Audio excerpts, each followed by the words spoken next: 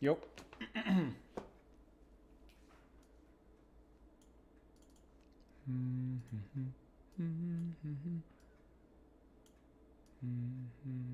Wait, no.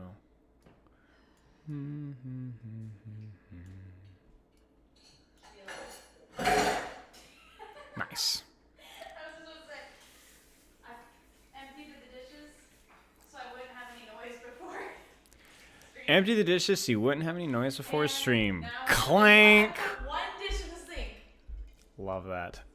Love that for you. Speaking of which, I love that for you. Shut up. Thank you.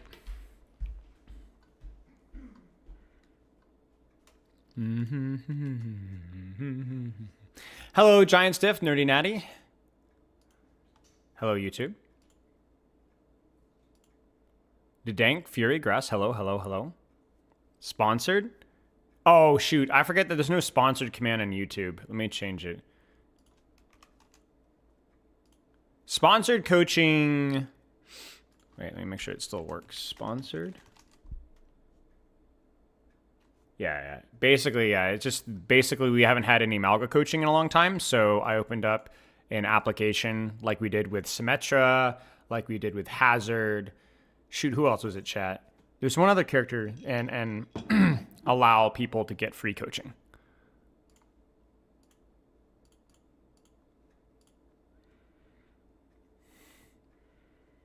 And so we've had Mauga. The Mauga form was a while back, but it was like right before season 18, kind of bad timing in my end.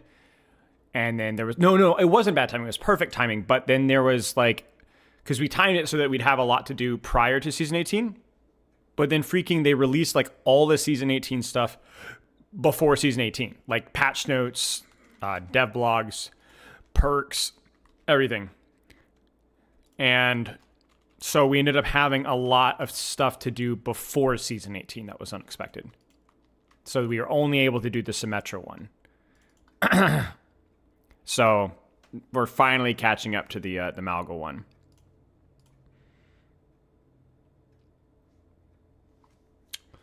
How do I get jacked like you and Mauga? Eat grass, raw beef, do steroids. Is Mauga coaching with Bob now? Have you seen the Roadhog win rate? I have not. Obviously, like, is there an update? I think someone in my Discord posted, like, an updated win rate or whatever. Whoa. Oh. It's 48%? And that's not even factoring in...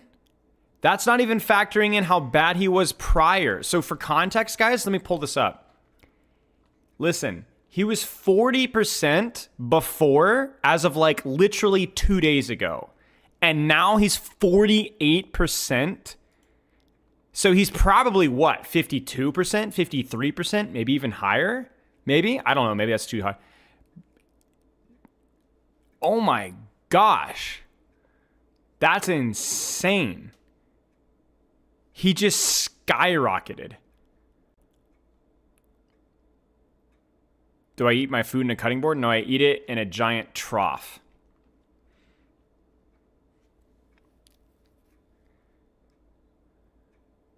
That's insane. I mean, I believe this. The stats are cumulative. I mean, we can ask Captain Planet today, actually.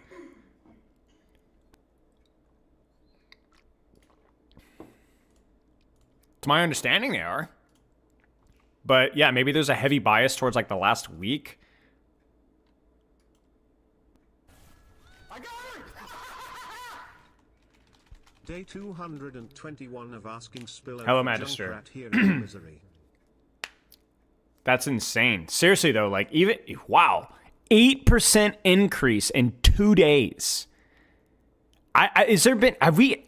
Wow, like I cannot understate how big that is. That is insane.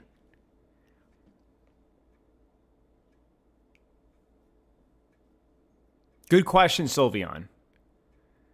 But I don't think it does. I think it's starting from the entire season. But yeah, we'll talk with Nerdy. Big Goose, think of the sub. Wow. That character is Satan, man. Went in a small win streak. Ah, it's your fault. Ah, it's your fault. Evil Cat Overlord, thank you for the sub. Finally a stream where I'm not out of town at a medical appointment. So, no, he is the guy that did a lot of the work on the website. Captain Planet. Some of you guys may have been Overwatch League fans back in the day and may remember his name because he did a lot of the early, like literally Season 1 Overwatch League stuff. I am not from Illinois, no.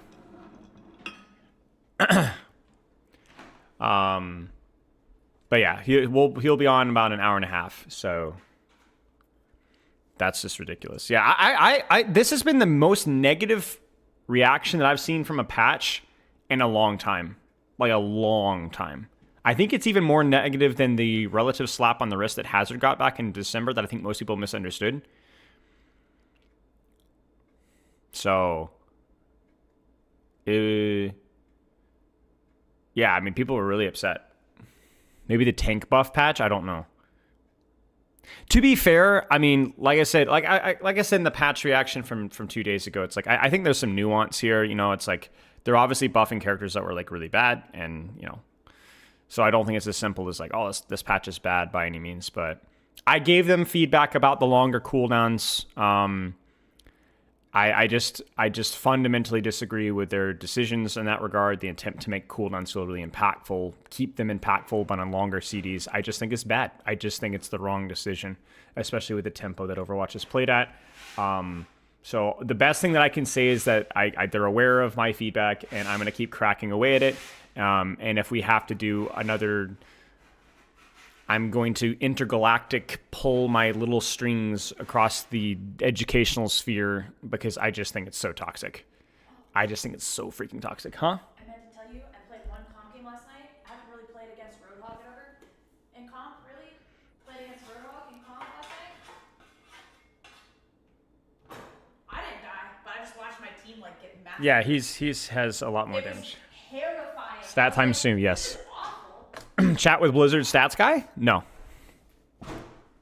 You just have to wait and see. An hour and a half. A little less than an hour and a half. Okay. Let's blitz this. Let's do this. So sponsored coaching time. Hello, Spylo2. By the way, guys, exclamation mark Spylo2. We are almost to 20,000 subscribers in Spylo2. All the free coaching, free educational content on that channel. And this is going to go up on there when we're done, along with this. You guys already saw the Symmetra sponsored coaching. And for those of you guys who don't know, the sponsored coaching is essentially where we have, I check my playlist of characters every few months, and I say, wow, this character has not been coached in a long time. And because I'd like to combine that with giving back to the community when and where I can, I'm going to try to have some free coaching for characters so that we not only have coaching for characters that don't get coaching, because there are a lot of Amalgamains out there that were disappointed, Symmetra mains and so on, that were disappointed that there are no sessions. And then also allow people to get coaching that can't otherwise afford it. So that's kind of what we're going to be aiming for today. We've done 3 of these already. This will be the 4th. And this will be a continuing thing. That's the plan anyway, at least in the short term. So continuing every 3 or 4 months. Check the playlist. This character's not getting coaching. People want coaching for this character. Let's get cracking with it. And so we're going to go and get started here. Okay, so let's talk about Mauga. I've got my notes here. There's not going to be a ton of notes. We're going to do a quick rundown of some fundamentals, and then we're going to get right into the reviews.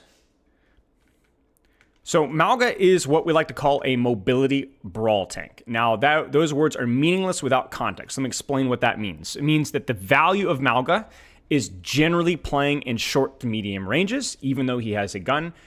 He's more effective in shorter ranges due to his slam and the double gun firing. The spread is nasty.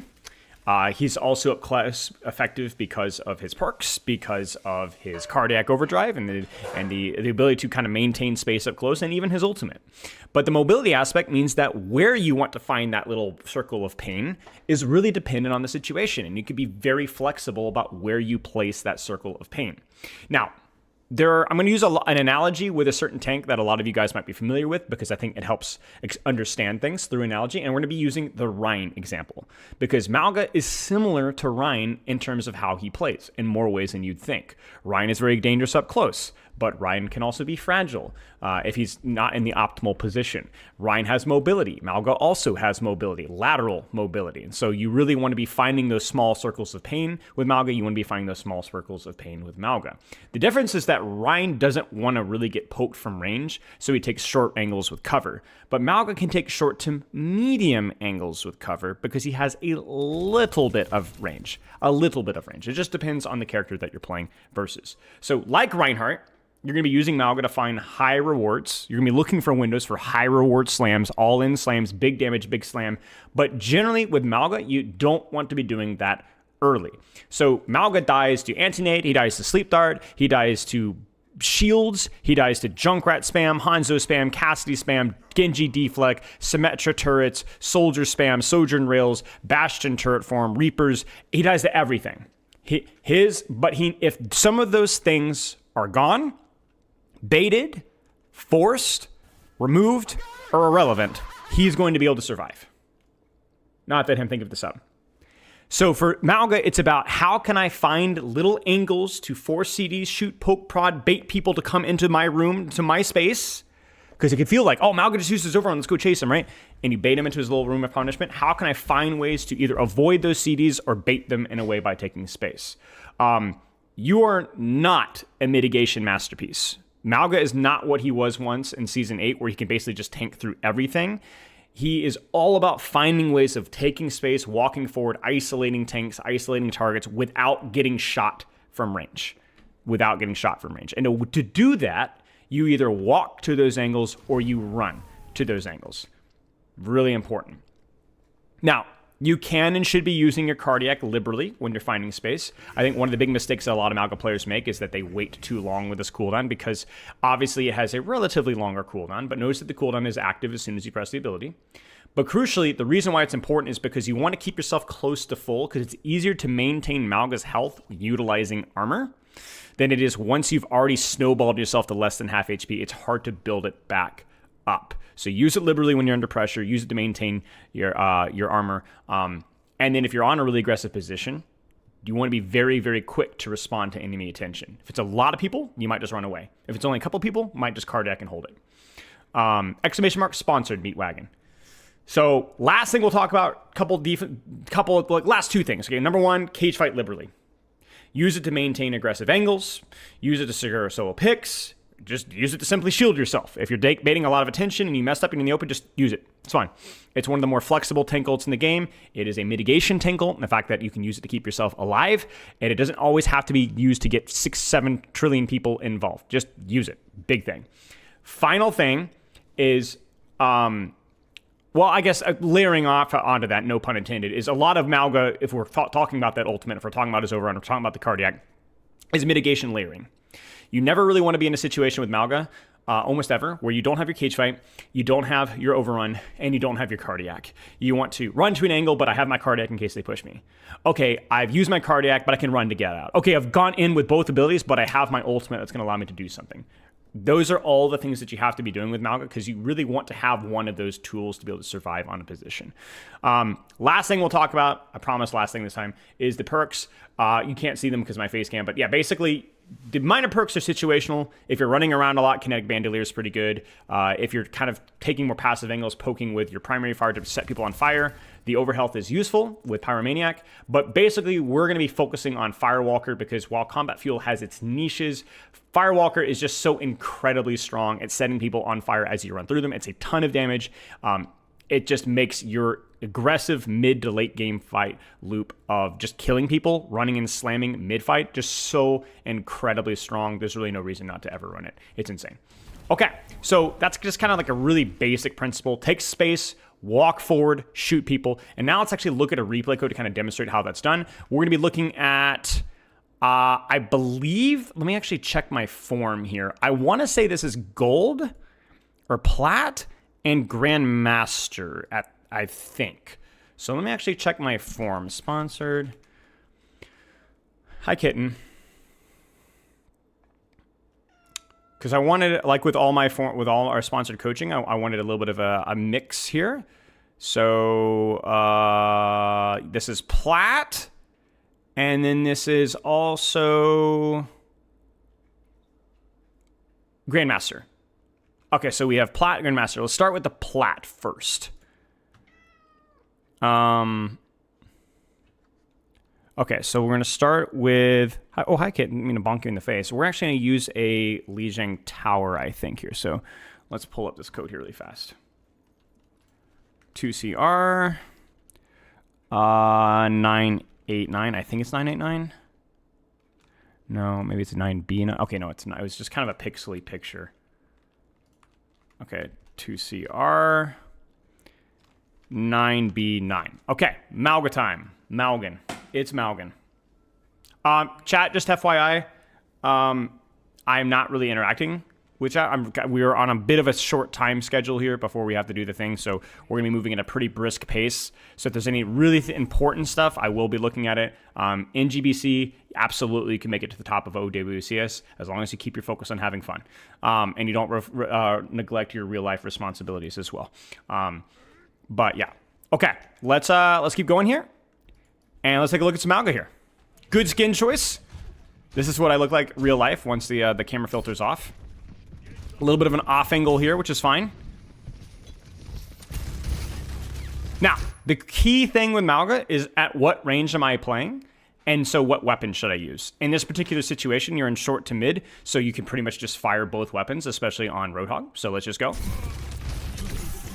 But this is where Mauga, you don't always shoot tank, but if that's what's directly available to you as Mauga, especially if that tank doesn't have a mitigation ability to deny your lifesteal, you need to go back into that Season 8 mindset of just turning off your brain and shooting tank. Okay? Now, let me ask you guys a question. Is there another angle that my tank could run to find cover, right? Not be shot by 5 people, but be able to isolate another target? The answer is yes. Like, we could run to point here and off angle on this Mei, using this as cover to prevent damage from other targets and get in her face and fire double guns. Now, I don't like that, and there's a specific reason why. It's not because it's Mei. Mei's fine. It doesn't really matter what the character is. Like, even a Bastion, right? I can just face tank as long as it's just Bastion. The problem is that why would I use an ability and waste time to cross across the map when I already have something effective that I'm doing right now? Because then, if this goes badly, I can get out. Whereas if I have to use a cooldown to engage, then I don't have a cooldown to get out. So this person walked to an angle instead of running, so that if this goes poorly, we can always just disengage. Yeah, this is fine. I just want to see more shots into the Roadhog. And there's even a situation here where you can, like, okay, we're going for backline here, but you could just keep pumping damage into the Roadhog. Like, it's the thing with Mauga versus favorable tank trades is if you're using cover well and not getting poked out, you just sap so many resources away from that tank. So many resources from this tank. So I don't mind this rush because we are going to hit backline here, and because we have cardiac, it might be okay, but you don't necessarily need to keep going here. You could just keep shooting tank.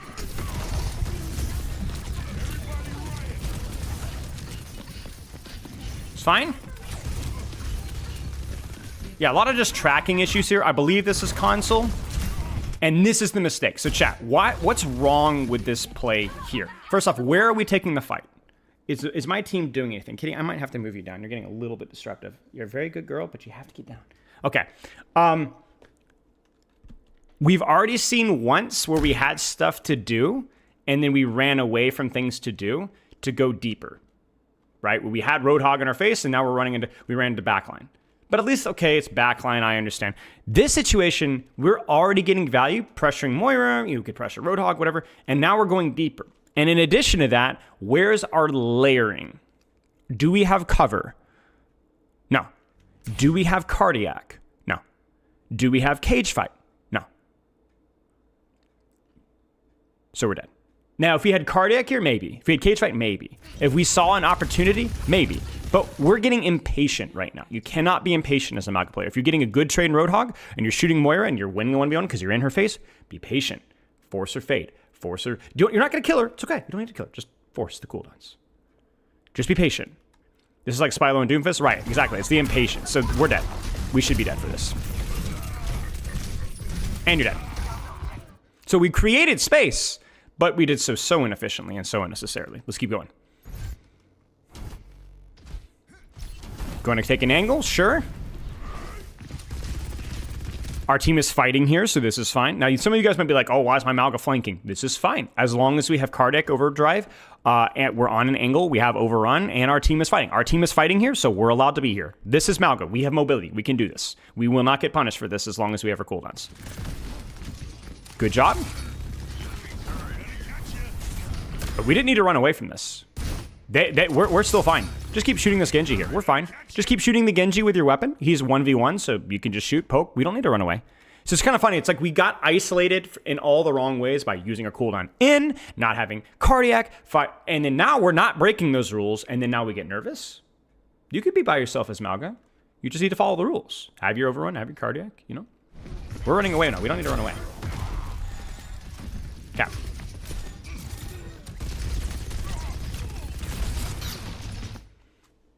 Is this an isolated 1v1? Are we at an advantage in this duel right now? The answer is no. So what should my Mauga player be doing right now? Is this an isolated 1v1? No. Are we using cover? No. Can we charge off of this target? No. So what should we do? Nothing. Hide. You see what I'm saying? And then make them walk into you, into your range, pop cardiac, and shoot.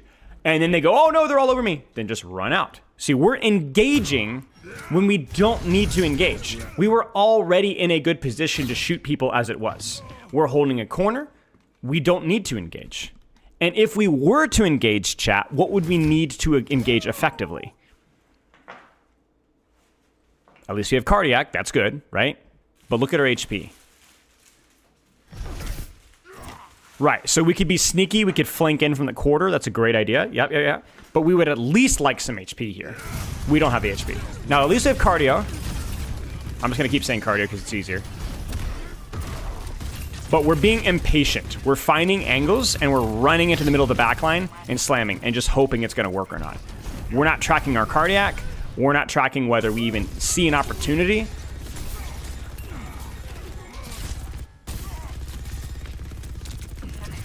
Sure, just hold this angle. Hold this angle. As long as you have overrun here, you cannot be punished for being here. Careful, careful, careful. No cover. Let them walk into you. you always, I love you. Drive safe, please. You always want to go in. You don't need to go in. Hold the space. Make them walk into you, and then you shoot them at point blank range, or use your cardiac and shoot them at point blank range. Then you can run away or run deeper if you'd like to.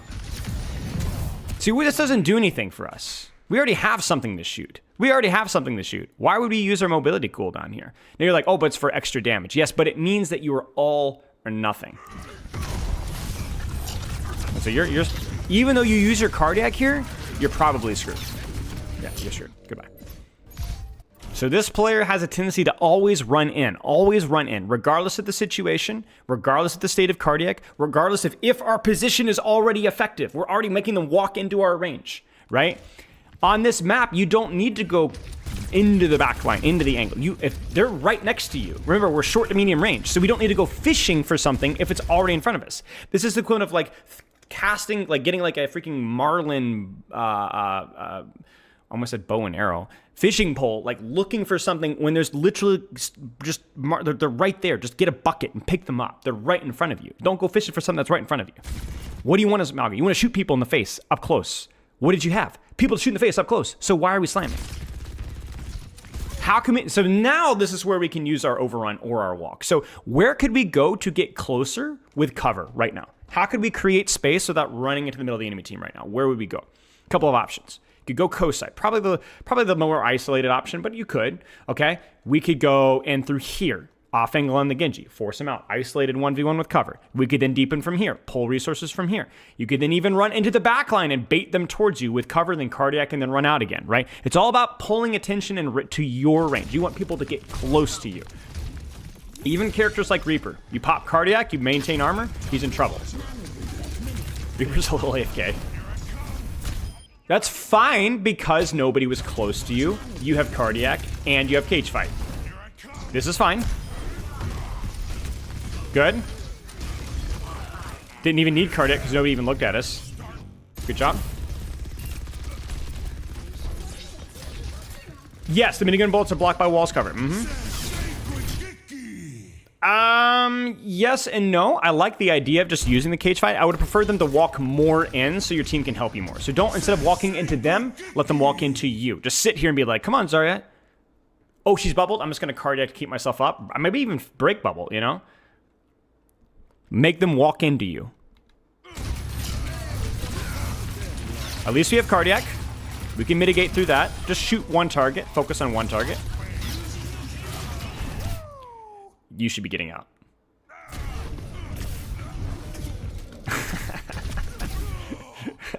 Don't forget your run has significant damage reduction, so you can get out. Okay. Now, we are creating some crazy space. We are going in aggressively. But the reason why this is working is not because we're necessarily playing it perfectly, but because we're playing on a map that allows us to play up close to targets just automatically. On a map like this, let's look at this composition right here. Look at this comp. Oh my days, Honest and Bastion. So many things can kill you here. So it's going to be all about that cover. All about closing the distance with cover. How can we close the distance here, chat? Where can we go without running directly into the middle of the enemy team? Pretty obvious, right? Now, you could go here in some situations, but I don't think this allows you to get close with enough cover. The answer here is just get into this room, fight what comes in here. Now, if they run in here with Anti-Nade and Sleep Dart and Discord, you might need a cardiac and run out. But get in there. Get in there. You need to get in there. Again, this is the same. It's very similar to what you do with Reinhardt, right? The difference between Mauga and Reinhardt is Mauga has a lot more lethality in these in-between moments, right? But Reinhardt has way more options with dealing with CC with the shield. So it's way more important, I think, with Mauga to position yourself correctly. With Ryan, it becomes more of a mechanical thing of outplaying the CC. Mauga doesn't have counterplay to CC outside of his positioning. Obviously, that's facetious. You have your overrun, which you can definitely CC through, but it's not as consistent. And you can even get slept out of the windup if you screw it up. But the problem is you're not as scared of CC as Reinhardt is if you position appropriately. And right now, we're not. See, we Sleep Dart misses. Nade misses, I think. Oh, Nade does not miss. But do you see how spooky this is? Now, the good news is they got way too close. So this is an unforced error from the enemy team to hit the nade, to hit the damage. They walked into us. And remember Mauga, he's scary up close. So maybe here we cardiac and slam. Yeah, so this is a side note. This is why you guys don't always counter swap tank, right? They butchered this poor Mauga, and then they lost the fight. So That was embarrassing. Ryan's just a worse character overall. Depends on the rank. I think Mauga's only superior right now in Grandmaster Plus, but both are fine.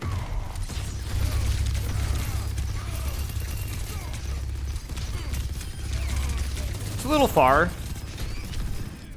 I'm trying to look at our weapon play here. What are we doing with our weapon play? We're using our left fire, then we're using our right fire. I think you know your tech. You know your tech. You just set them on fire, then use your right to crit them. So crit builds over health, and crit does more damage. But you use your left gun to set them on fire, and then your right gun to automatically crit them and build over health. Good stuff. Yeah, I like what we were doing there. That was good. If it's just one target, you can poke with Mauga. We talked about short to medium range, but you really only feel bad in these ranges when it's multiple targets or something like a Hanzo, right? Like if it's just Bastion, you're fine. Or Zarya, you're fine. You can set them on. Be a little bit careful about peeking multiple heroes, but one character is fine. Especially with that new perk, right? Listen, my friend, they have to walk into you. You don't have to use overrun to get them to walk into you. You can create an advantage by making them walk into you, popping cardiac, and then using your run afterwards, either to get out when things go poorly or to go in if things go well. Basically, your run is your insurance if things go poorly, right? But it's also an insurance that you can cash out for extra money if things go well.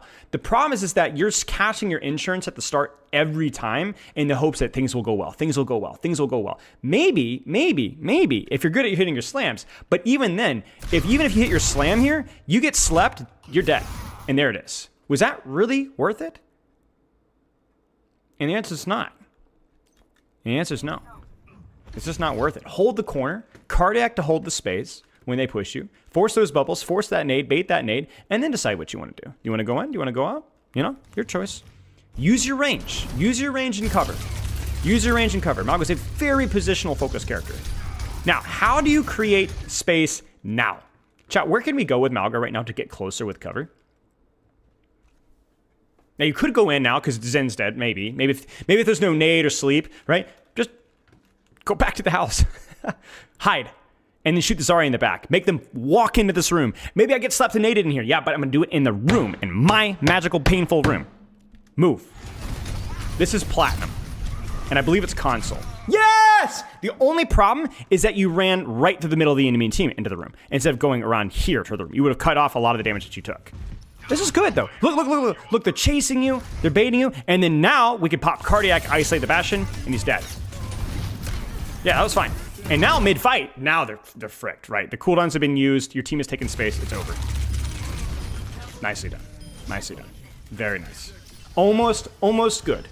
Almost perfect, let's put it that way. It was good. It was good. For what we're aiming for right now, that was a big improvement. No, they do not show in replay. They never have. They might have in Overwatch 1. You might be right, Bagel Boy. I honestly can't remember. Yeah, your team doesn't want to play here. Yeah, your team doesn't want to play here. Which is honestly a good call from them. Like, you guys have a lot of big guns. You want to fight them on the bridge. That's good. That's by far the most painful part from the cross. Don't peek. Too many people. Yes, too many people to peek. It's fine to peek and shoot Zarya, but you're peeking 3 or 4 people when you're doing this now, so you're going to lose this HP trade.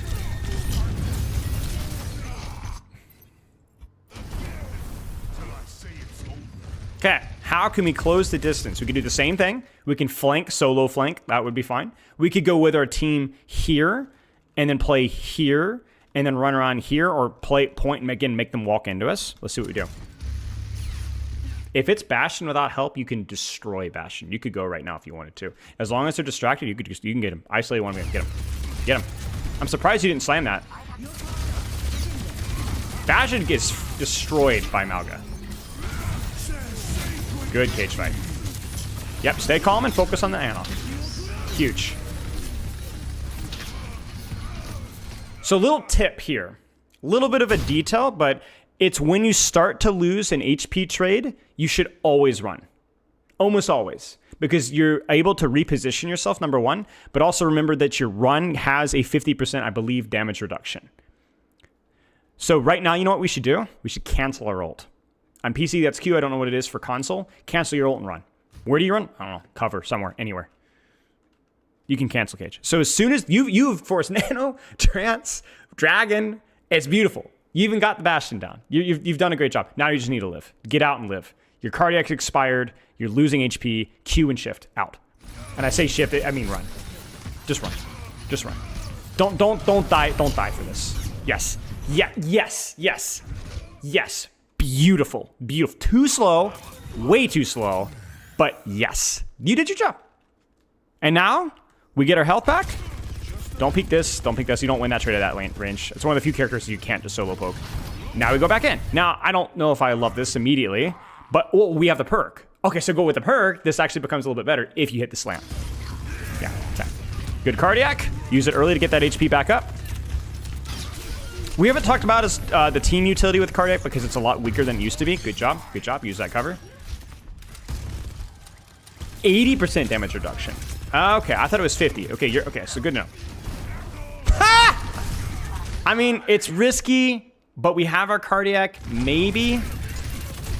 We didn't end in cover is the dangerous part, and we went right in. Good, yep, run away. Yep, set her on fire. If you're gonna do that, you gotta hit that slam. There's no half match. Either. So if you're running in, remember, here's the rule with run, okay? Let me kind of create a little bit of a rule with run here, okay? You either hit the target on the face, you sit on them, or you run to cover. There's none of this half measure crap, you know what I'm saying, where you could get shot in the back. Like, there's not enough reward for this, and there's too much risk. It's just not enough.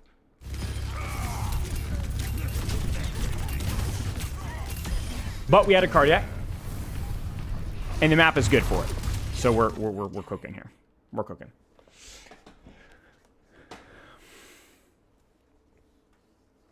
The minor perk only procs with setting on fire with a gun, and fireworker makes that almost never happen. Yes and no. When you're using the minor perk, you're mostly just allowing yourself to poke from range on not multiple snipers more effectively. Because you're allowed to, you build up a little bit of overhealth a little bit faster. And then if you want to engage later, yeah, sure, it's not going to help you in that situation, but that's not really what you're doing with it anyway. It just allows you to have a little bit more safety with range pressure. That's all it is about. Now, the other one, Kinetic Bandolier, is really good as well, so I don't think it's really a huge major deal which one you choose, but yeah. Okay. Main things for this player, I would say, is I want to see more runs to cover in terms of taking space. And if we already have a really good corner and they have to come in towards us, like a small space, we need to stop rushing into the middle of the enemy team when they have to come to us. If I have a good short range off angle, I've got my cardiac, I don't need to go fishing for kills. They're going to come into me. And if I am going to go in, I need a good reason for it. Somebody's low, cooldowns are used, whatever. So we're a little bit too focused on pushing when we already have space. We don't need to do that. And when there's really no reason for us to do so. In addition, we also, in-game run says 50 and cardiac is 40. Okay, that sounds... Okay, well, somebody needs to check it out. But yeah. And if you're going to go in, you need cardiac. You need your cage fight, because otherwise you're going to get destroyed. Okay, let's up the ante a little bit here. So we're going to jump ahead to Grandmaster Mauga. So obviously the execution here is going to be a little bit higher.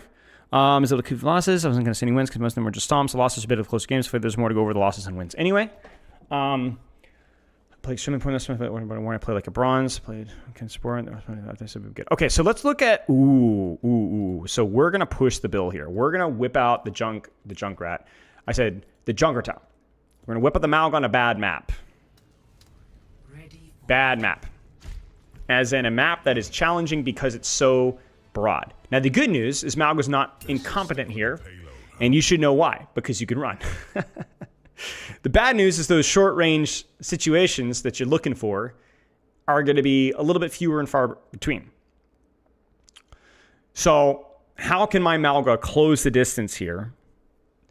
Well, we're hoping at this level it's going to be done a little bit better, and I'm sure it will be.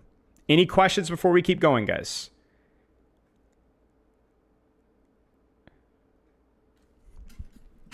Any questions before we keep going?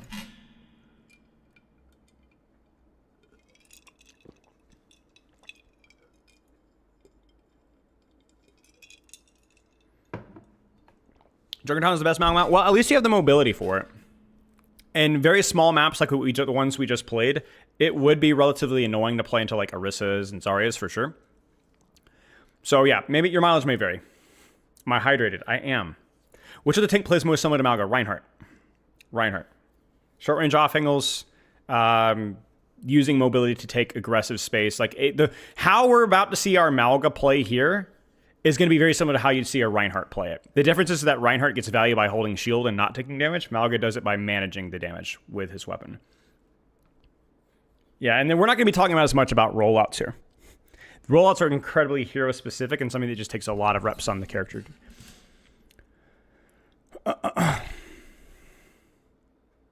Any other questions before we jump in? Like I said, we're just kind of cranking here, so we don't want to. We want to focus on what we're doing here. Is it even worth the proc cardiac when at mid to long range versus somebody? For the yeah, for sure. I mean, if you're stuck and you want to maintain in the open and you need cardiac to keep yourself from taking too much damage, absolutely worth it. Yeah. What's up, KingNet? Yeah, absolutely. Okay, let's Rickroll it. How can we close the distance on these son of a guns? This is something we want to obviously avoid doing for too long. You notice that we're doing it because it's only Winston picking us right now, so we can absolutely poke him out, so it's fine. But obviously, anytime that Tor, Bap, whatever pokes us. And notice that we're taking space. We're already on an angle, and we didn't even have to use our run. Why are we not pushing cart? Because pushing cart, there's no cover on cart, right? So I need to help my team push cart safely by denying the DPS the space that they would use to shoot cart, and I can also hold space that's good for me. You get what I'm saying?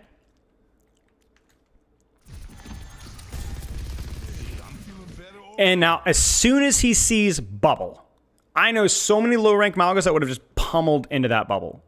But there are so many things that my Mauga could be pressuring. We could be pressuring Genji.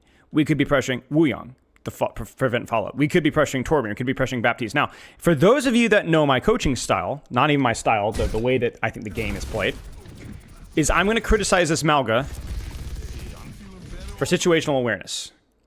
because we chose this lane and then got impatient, and then now we're in a great position to deny this angle, and we're instead getting distracted by people that are too far away and are not really contributing. See, this is not terrible, but we're in a better position to deny this space. So one of the things about lane theory is that whatever angle that you choose kind of becomes your lane, and you don't need a really good reason to swap across. In other words, I might swap across here if there's somebody like here, or right here, or right here, but there really wasn't. So what happens here is my Mauga stages properly, doesn't get too distracted by the bubble, but then just forgets that there's people here. So in this situation here, our priority should have been denying the Torbjorn Baptiste, which, as we saw with the previous plat Mauga, we can absolutely deny this. We pop Cardiac, this guy melts. He has to back off. Ground Winston?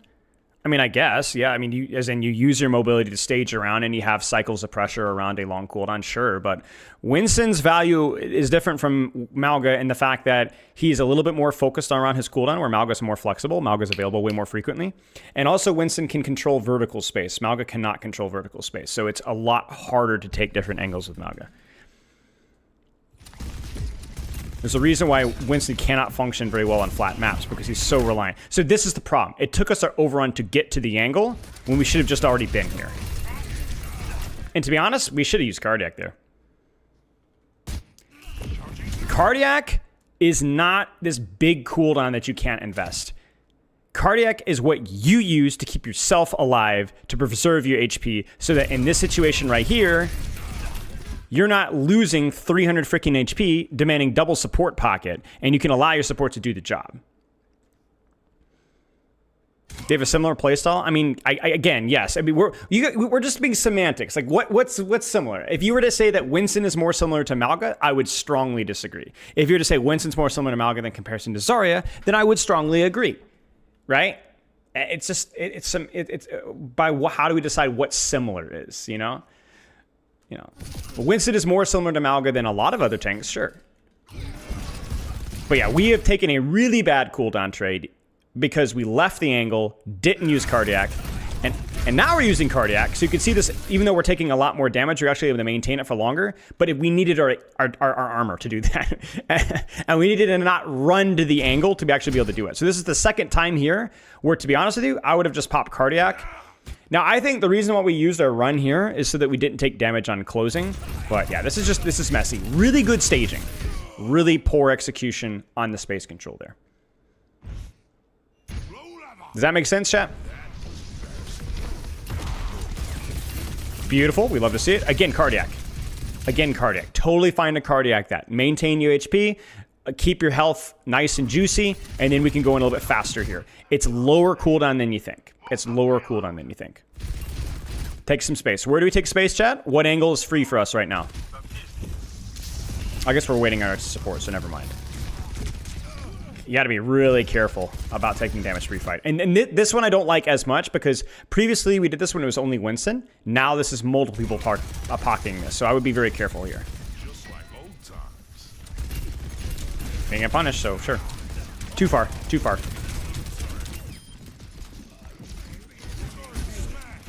Nobody's on the right, so we can just mark this. We can just walk. Man, I like a lot of what we're doing.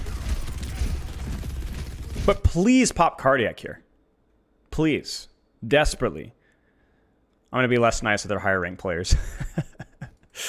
Please. Use it. You need it. You desperately need it. We're in a small space. We have our overrun in case this goes poorly. So use Cardiac to ensure that it doesn't go poorly. And then if it does go poorly, you can always just run out. That's the way to look at it. Cardiac isn't a get out of jail free card.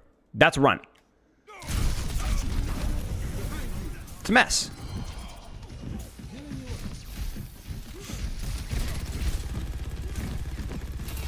I'd be a little bit less sloppy with our bullets here. Winston's not your problem. He's too far away. What's next? Yes, thank you. Bap. Pop Cardiac. Pop it. Pop it. Pop it. Pop it. Pop it. You see what I'm saying? Look at your HP. If we pop Cardiac here, chat, we're full HP. We're full HP. We maintain full HP, and then we make a decision. Ooh, what do I want to do? Right?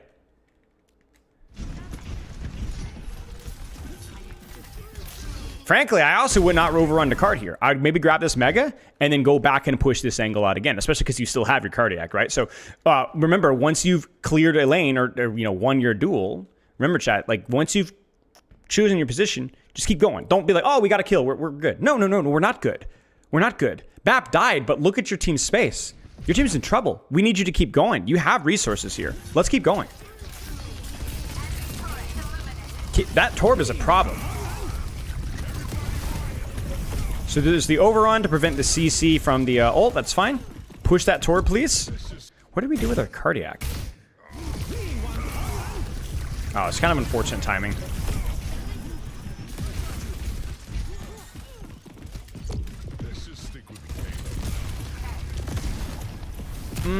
If you can get them, sure. But again, I'm not so sure about this. Chat, what's the problem with this peel? Besides the fact that that Winston has primal. Who can tell me? You have to be very careful when you peel here, because what space are we giving up? Right? We're on this corner here. Look what happens as soon as we bail. You see it? We give up the Wuyong. We give up the Torb. This is PC. So I want to see more.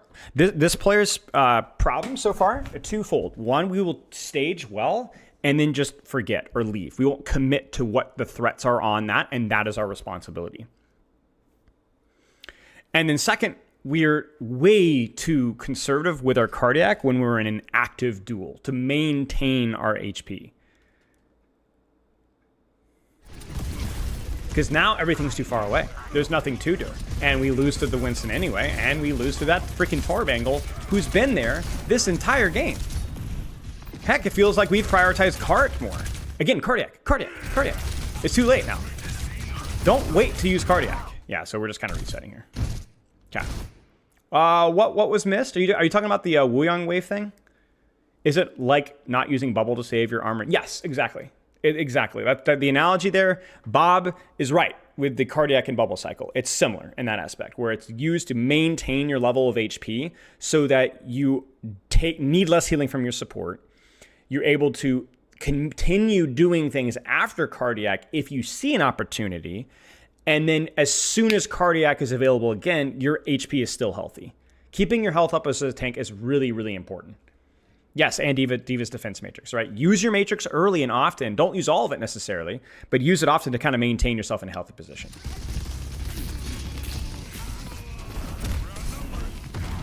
It's fine. We're kind of getting rolled.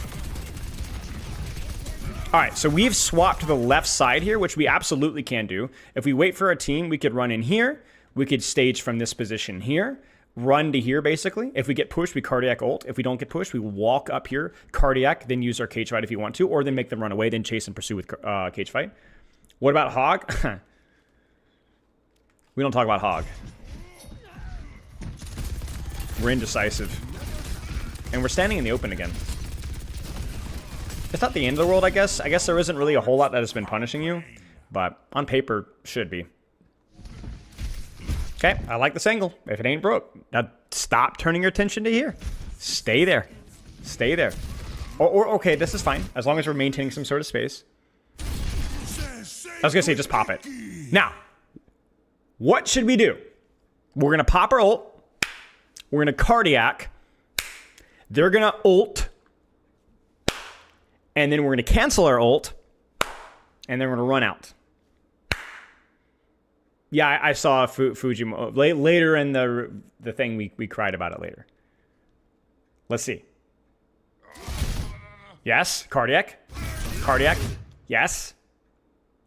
Cancel, run. Well, I guess, you know what? Honestly, no. So never mind. I just disregard. Their Torb really screwed up because he runs past the Mauga and we're not even in the Torb ult. So disregard the final step because the BAP screwed up with his ult placement and then the Torb just didn't ult our Mauga. So this is best case scenario right here. Huge cage fight. Don't be greedy, just use it. This is great. So now we could literally just sit here with our Cardiac, which by the way has kept us nice and toasty, and just shoot whatever. Yeah, great job. Yes! We're actually not giving up and going back to cart. We're staying on our lane, dealing with the threats that we're positioned to deal with. Yes! Holy crap, where has this been the entire game? Bless you, my son. Well done. Beautiful fight there, just beautiful. Took the angle, took the staging, dealt with the threat, ulted, cardiac to keep ourselves healthy, walked, held space, and then stayed on our lane. Instead of going across the map to chasing butterflies. Don't chase butterflies, man. Deal with what's there and then deepen. Beautiful job. That was by far our best fight fundamentally. And that was into a 2 ults as just using 1. Sure. We're really deep right now with where card is, so we got to be careful. And we don't have our overrun. What the heck happened here? Please end near cover. You guys remember the rule. Cover or on top of somebody's head.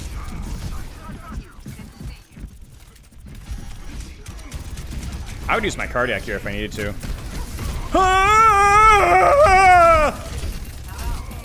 Greedy gumdrops. But you know what? Do you see what happens when you use your cardiac? Holy crap. What an int. And you just cardiac and walk out of it. Look at that. Frick, man. Oh, that was a goof up. We needed to end near that mega. Okay, we're good. This is what we needed, man. This is why you cardiac early in trades. We just survive long enough to get back out again. Beautiful job. Definitely an overextension with where our team was fighting, right? Like, as in our team wasn't fighting and we were fighting, kind of a thing, you know. So, double gun here. Pop cardiac as soon as you possibly can, then make a decision. Okay, so we're not going to force this. We're just going to kind of distract. That's fine. Nice. Surprised I didn't crit there, but we'll take it. Cardiac. Again, use the cardiac early. Do not be scared. I know maybe you're thinking here that, like, I don't need it, but if you don't, I guess, like, maybe, okay, let's put it this way. Let's cut this Mauga player some slack and say, oh, I was expecting nanos, so I don't want to use it. But do not ego cardiac here. Keep yourself completely full HP, allow your Ana to do whatever she wants, and then go from there. The only reason I bring it up is that this has been a consistent issue for this Mauga. Cardiac. Okay, maybe not in a Winston 1v1. That's one of the one exceptions. Anything that's gonna punch you back, cardiac. Spiral ult. Good job. Good job creativity with holding lanes, rotating around. Nice job. Do you coaching for other tanks or just Mauga? I coach for all tanks, all heroes, all ranks. Yep. Oh, this is spicy. So we're going to set up an angle for dive on backline. And we're thinking, okay, they're not going to walk out of this room into me. They're avoiding me. So I'm going to go find them. But I'm not going to find them just by running at them. I'm going to be sneaky. This is good. And this is also using the perk well, where with higher risk plays like this just work better because there's so much more reward for it. We didn't need cardiac there because he just died instantly. But I want us to go in here and ult and then maybe consider cardiacking. Anything that touches, we cardiac. Yeah, cardiac now. Good, thank you. Because while that bubbles up, that son of a gun hurts because he enables everybody else to do damage for free, right? So your cardiac's expired now, and look at your health. You're fine. It's a good job. That was really good. Really good fight from you again. 2 good fights in a row. Okay, well, it was a little messy the one before, but we've been much better. Isn't early Ananade a problem with early cardio? Well, here's the thing. If you are... No, because cardio isn't going to stop the anti-nade from happening, right, necessarily, but it might encourage the anti-nade to happen. And then the cardiac will allow you to actually survive that burst long enough for you to be able to run out. I know what you're saying, because you're like, well, in theory, couldn't you just, like, bait the anti-nade, run away, and then go back in with cardiac? But that cycle's probably so long at that point that you'd already have your cardiac anyway. If you're using your cardiac, and then they nade you, and then you have to run out, and then you go back in, at that point, you probably already have cardiac again. Sooner than anti-nade. And in addition to that, the cardiac early means that you're more likely to live that anti-nade cycle because you're getting the damage mitigation before you run. It's a great question.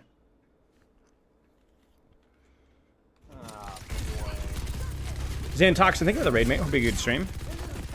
I would be taking top as soon as you possibly can.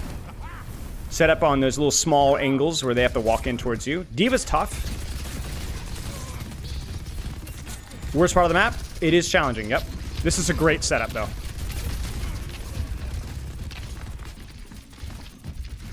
The good news is that it's rough, but we've set up, if we're really quick with our cardiac and we hit a big, there's like really high risk, high reward, because slams here just murder people.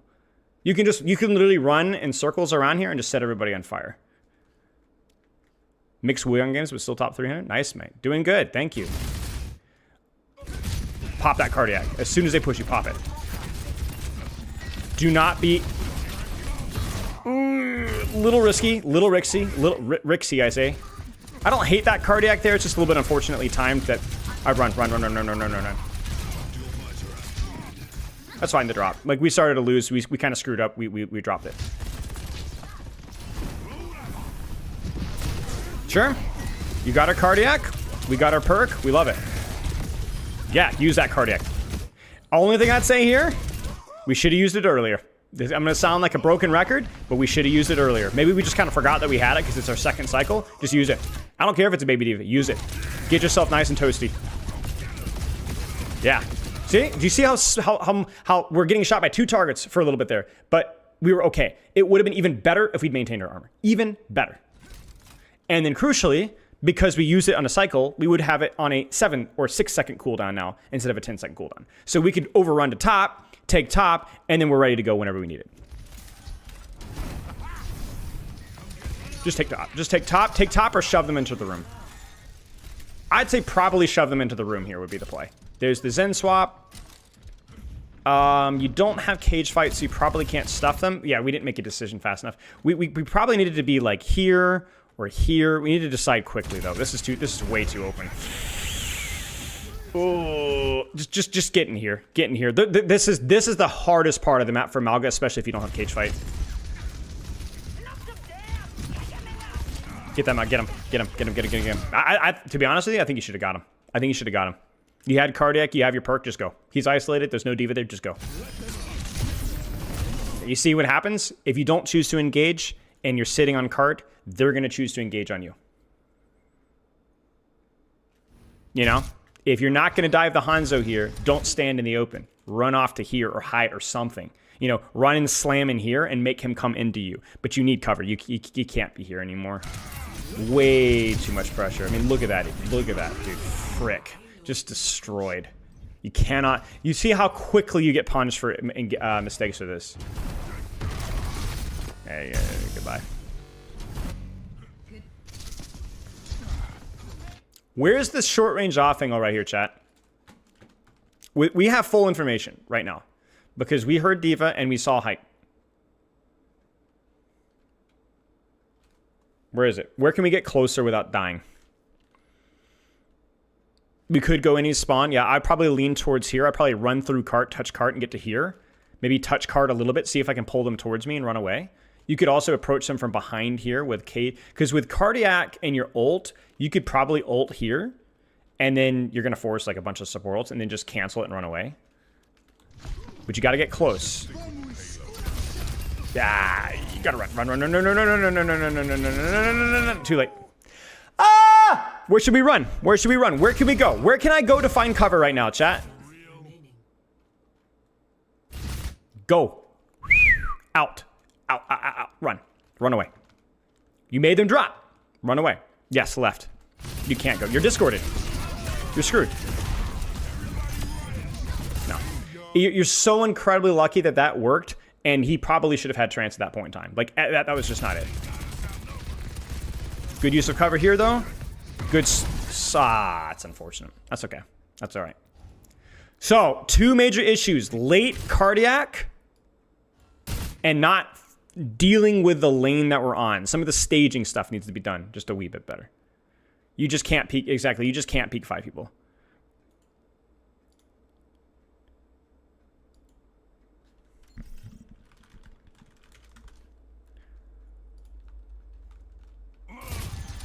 Don't peek this, don't peek this, don't peek this. This is good. If we can, I see, it's fine because we're isolating the Genji. Remember this with the plat. Do not peek 4 people at range. Just hold.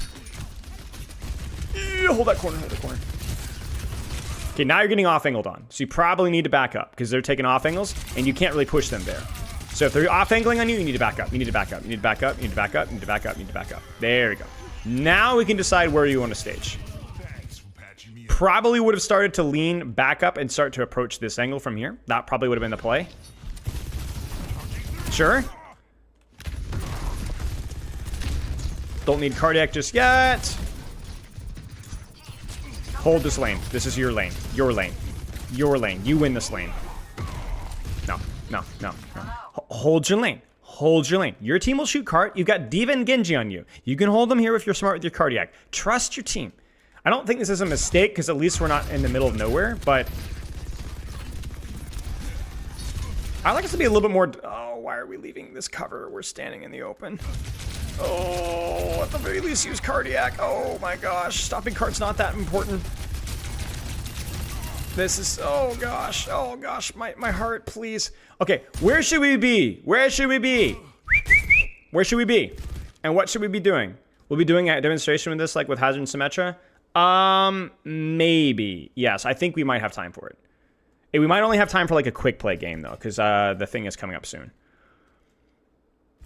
Just here. This is your job.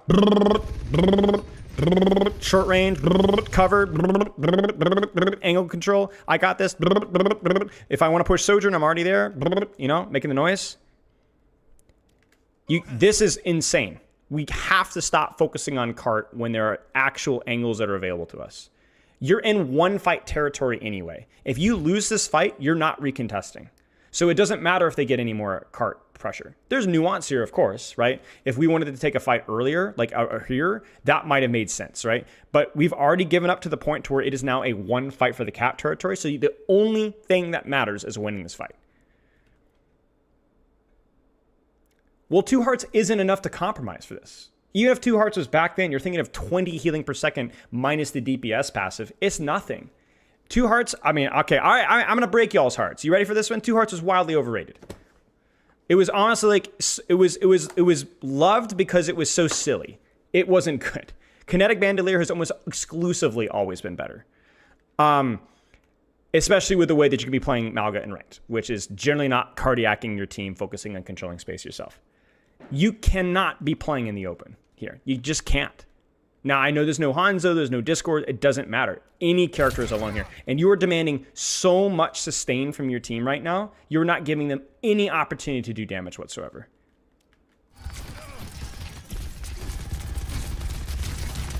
And you're lucky that that D.Va body blocked that nade, too.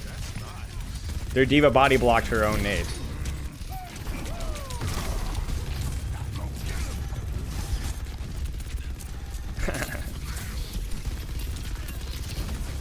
This is better. Like, this is okay. Like, this is, we have some cover here. This isn't trash. We could push that Lucio even a little more if we want to. That was good as well. But you notice that, like, you keep losing the crap on the sides here where they're coming from. And you haven't really had an opportunity to go to the backline because you moved away from the backline instead of standing directly over their heads. Do you think charging into the room enemy Sojourn would be good from stairs? Yes and no. If you heard her use a cooldown, maybe. But honestly, just holding the backline here would have been good enough here. Okay, you're goodbye. You don't run to angles, you hold them. And then you can run out or deepen or whatever. It's hard in this map, right? It's much harder on this map than it was for our previous plat Mauga on Lijiang Tower. Because there's so much more space. We're going for the crits on the burning target. We're probably too many people in spawn to hold that front high ground. But maybe we could, if we see an opportunity. Like, if I see Sojourn here, I think you could go. I think you could go here. I think you could get close here. I don't think they're going to punish you for that, with where your team is. I would rather that than this here. This, I mean, it is a 1v1, so it's not Hanzo, so it's like, that's all right. But, like, you could rotate across here. And the reason why you do that, why would you do this, chat? What's the end goal with Mauga? What's your range? You want an off angle? On what range? What range? What range? What range? What range? Short, medium. Right? I know I'm not. I said I wasn't going to react to chat, and then I'm asking questions, so I'm not giving you guys time to answer the questions. Yes, this is not short mid, and so if we can get here, we will prevent the Genji from staging safely. We will prevent the Sojourn from walking up. We will bait D.Va onto us and turn her back to our backline, and we also disallow the backline from poking us. And then if we do want to go in crazy, we're already in a position to do so without even using our overrun. Set up on angles to engage. Don't engage with overrun, at least not immediately. We're not controlling space at all right now.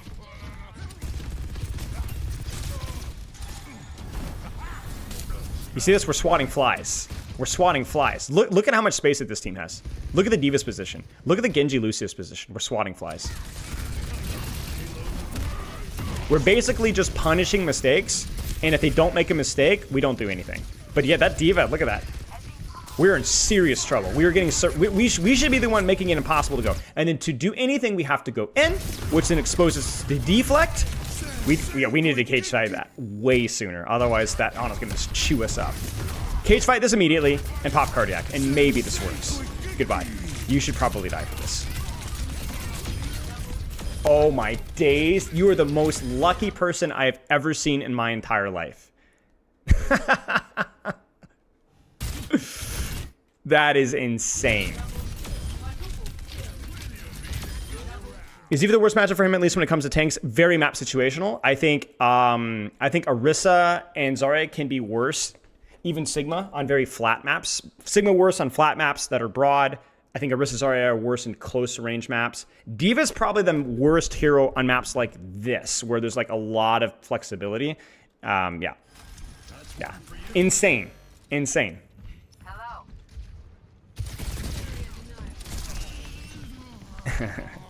Tell what rank he is by how mean he is to the student. Yeah. A little too many people to be peeking at this range. This is much better. Oh, well, I don't know about that. It's just not necessary. Like, here's the question. Are we controlling space right now? Yes. Ana Sojourn really can't walk forward. We're even able to harass people from this off angle here. So Ana Sojourn have to walk forward. They have to try to use cooldowns on us. We don't have to go in on them. Heck, we don't even have our third perk to make this more worth the risk. I think it's just more of a bait, but the question is like, why is she even sleeping us in the first place? We're immune to CC while we're running. So, oh, I baited her. No, you didn't. She's an idiot. This is a Spylo Ana. Like, this is me. Oh, frick. Why am I trying to sleep the guy? You know what I'm saying? We're still not cardiacking. By the way, does this answer your question about why we should use cardiac early? Cardiac early, we probably preserve a little bit more of our HP here. You're frick, man. Goodbye. You were controlling space until you weren't.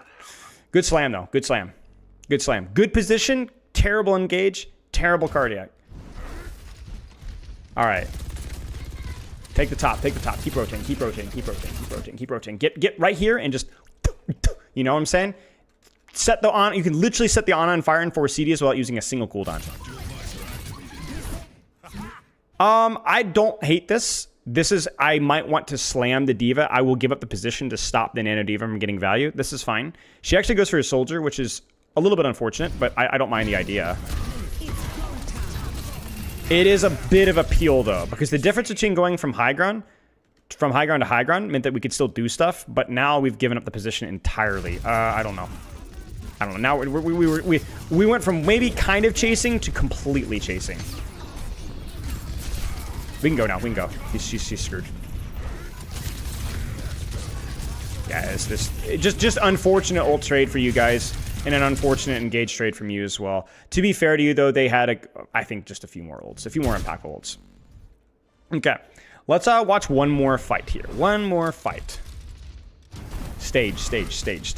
Yes. Get him out. Get him out. Get him out. Get him out. Get him out. Get him out. Get him out. Get him out.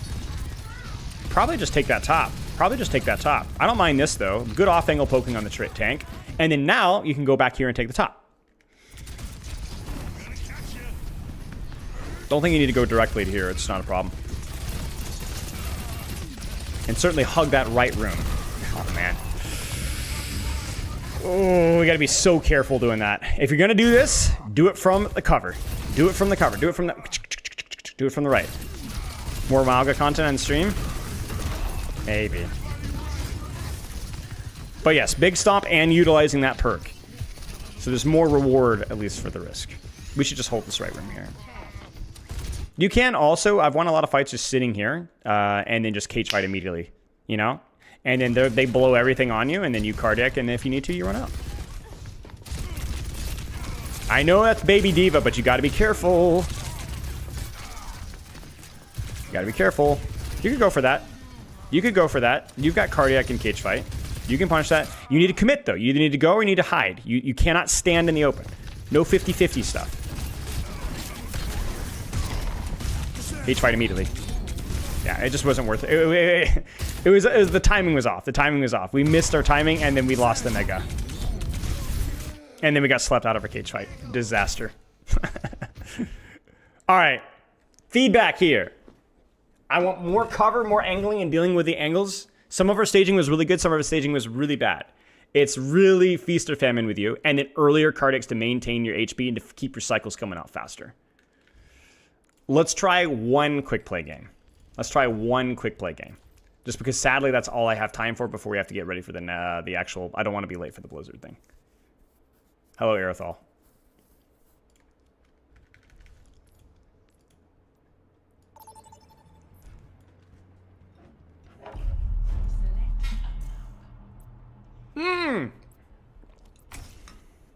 Let's do it. Let's do it. Junkertown or Lijiang, either one.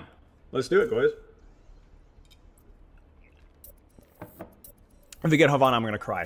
Havana's even harder than Junkertown. Please, please. Come on, shill buff.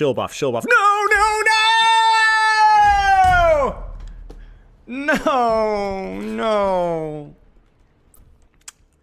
Shoot. This is a really hard Mauga map. It's much broader and much more open. Junkertown is broad, but isn't quite as open.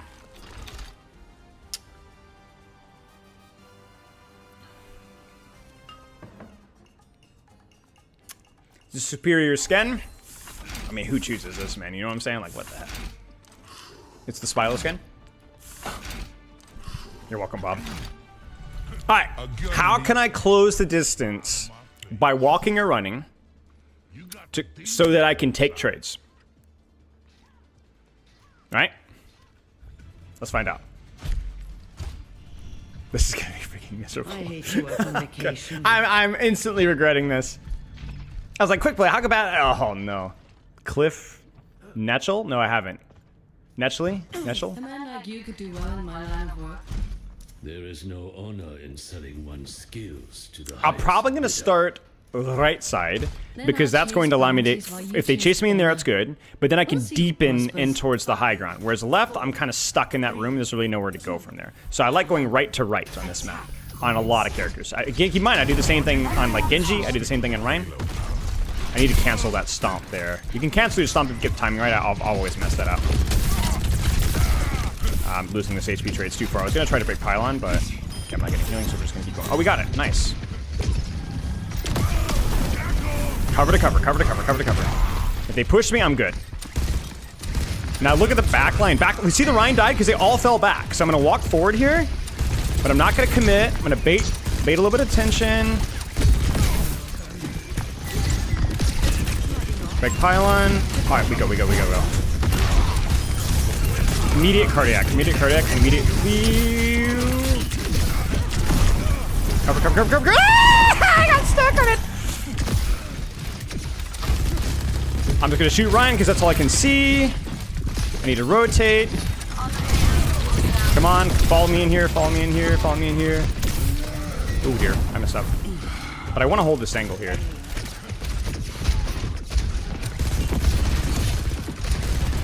How do I close the distance here, man? This map is tough. Let's just try and see if I can catch somebody. Nope. Okay, how do I close the distance? Probably left side now. Let's try left side.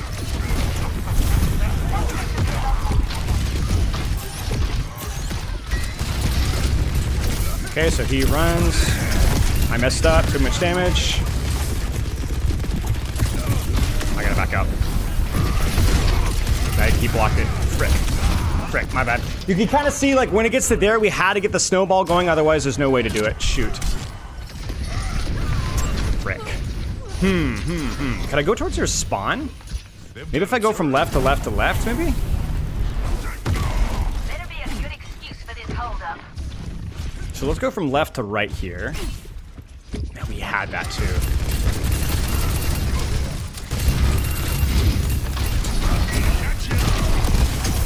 Don't even need my cardiac right now, because I'll use it now.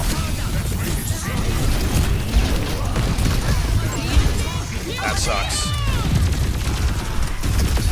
Oh dear.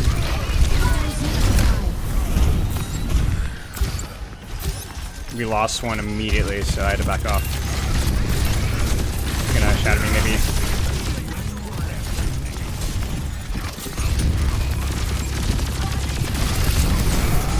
Oh, he canceled my freaking thing. Shatter me or my Ana? Not both.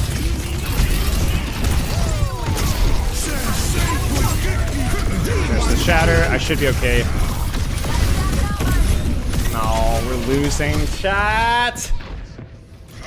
Ah, that was so freaking fat. That's okay. Why are there so many DPS things? Just frag out? I don't know.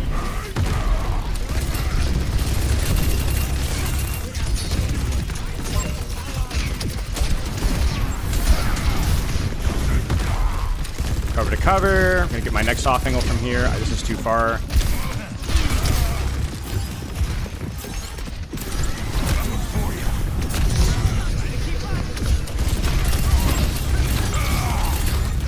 A little bit of an early cardiac, but he ended up using a shield and didn't really end up mattering. Dude, my team is just permanent dead. I have to back up.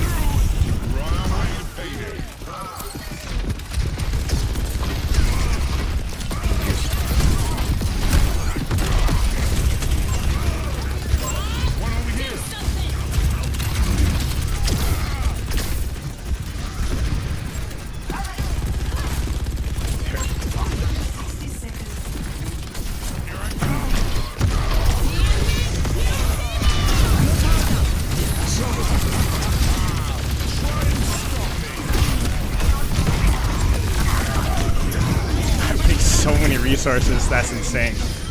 Oh, we should still win this. We should still win this. If we'd stop shooting Rhine Shield. It's the only thing I've had angle on.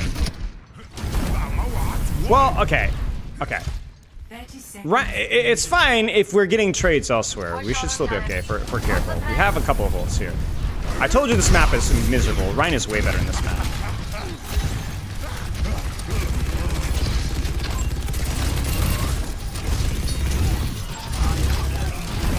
Going left.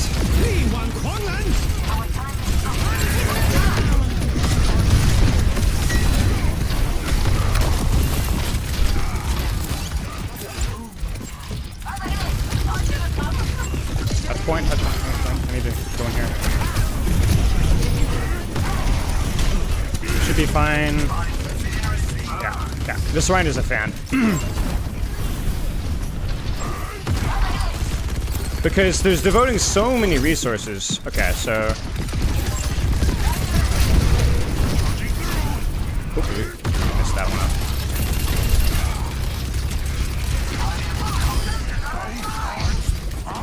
Should be able to get a trade here. Nice!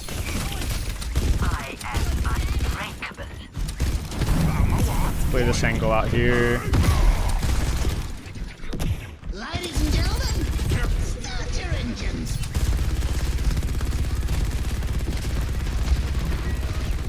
What's my chunk doing? It's a little far for me, but at least it's a 1v1.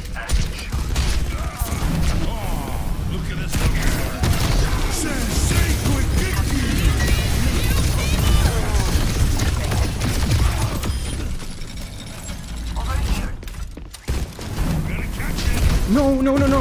I thought she was gonna drop. Hello there.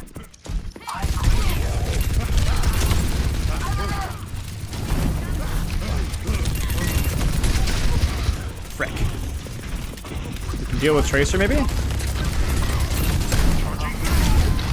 Wait, why am I being body blocked there?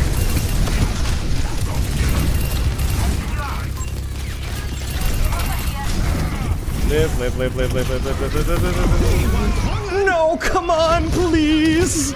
One singular heal. Just one. We still haven't killed the Tracer. Frick, I keep tapping it, but it doesn't cancel. Frick!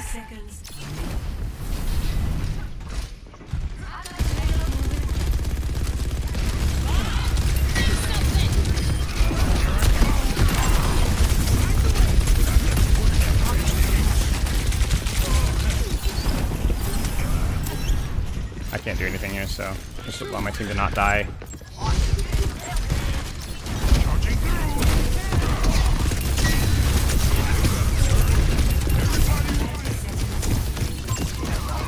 I mean, look at this, look at this, look at this, look at this, look at this. Like, how do they have their backs turned to my entire team and we don't kill anybody? Ah! Okay. Like, that's insane! Their backs were turned! Yeah, Ryan is actually good on versus Mauga on these particular maps. It's definitely a skill check for my team, but yeah. Yeah, okay, I mean, honestly, all things considered, that kind of demonstrated what I wanted to show anyway. I mean, you can kind of see it, right? Like, if you can use your mobility to isolate and don't beef your mechanics, it's really pretty off-angle pilled. The advantage over Ryan over, like, Mauga over Ryan there is that I'm way more free to move around. Like, it's easier to move around during those cycles. You just have to hit the shots, you know what I'm saying? Ryan's a decent Mauga counter, but I think Ryan is not... I think Ryan's better on that map, but the way that Ryan was playing it wasn't that good. Because you can't... Here, let's look at it. So, you can't turn your shield to Mauga and not have your face explode. Let me demonstrate here. Let me demonstrate how bad my team is. This is what we're really doing here. This is all coping and cheating. Let me demonstrate. Where's the fight that I want to look for?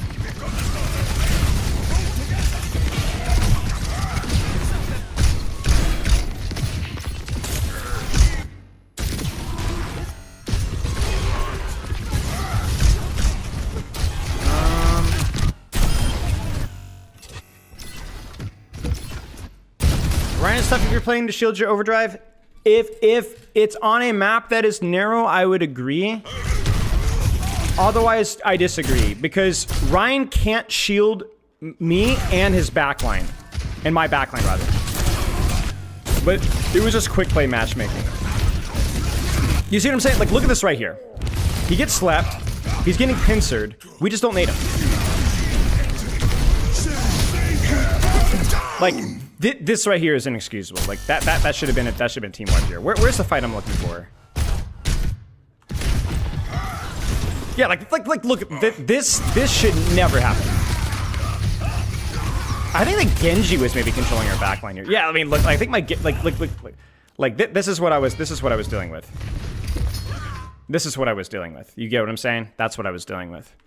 I guess the point being is like this if you're doing this as Mauga, this is fine. This is fine. Because look at this. I'm free shooting. So he backs up. So then he goes across. My team just can't take any space. That's all. What's another example here? Oh yeah, this is another one here.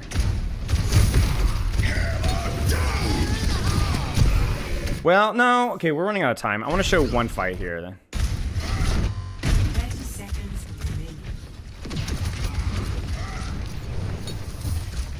Well, because Ryan is much weaker to angles because he can't reposition as frequently as Mauga, kind of. Like this, maybe this is the one I'm looking for? Yeah, like this is kind of what I'm looking for right here, right? Like, I want you to just look at this right here.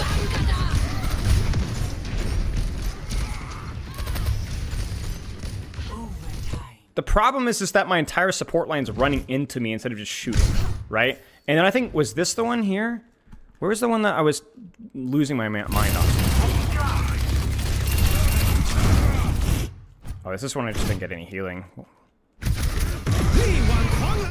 So, was it this one? Shoot.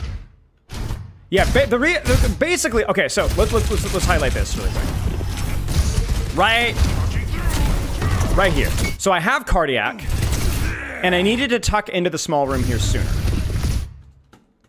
This might have just been a timing issue, chat. This might have just been a timing issue. Wait, well, why were we backing off?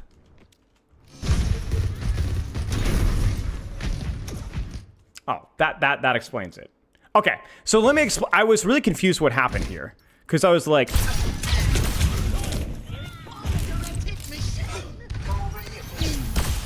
we're backing off towards spawn. This is what happened. This is what happened. We backed off. So let's put it this way. If this is what you're doing as Mauga, you've got cover. You're forcing Ryan shield, forcing resources. This is how punish should happen. Yeah, the problem was partly my fault. Like, I assumed that we would walk forward here, but my Ana ran back to spawn, which was the mistake. But I made too many assumptions. But yeah, Ryan is not a consistent Mauga factor unless it's like Lijiang Tower Control Center or like Circuit Royale. I think Circuit Royale Mauga would get countered there for sure, because there aren't enough positions for you to make Ryan turn his shield. It's too linear. They just respawn? No, I'm talking about my Ana Junkrat here. I'm talking about my Ana Junkrat. Like one anti-nade here or a couple of shots ruins this. You know what I'm saying?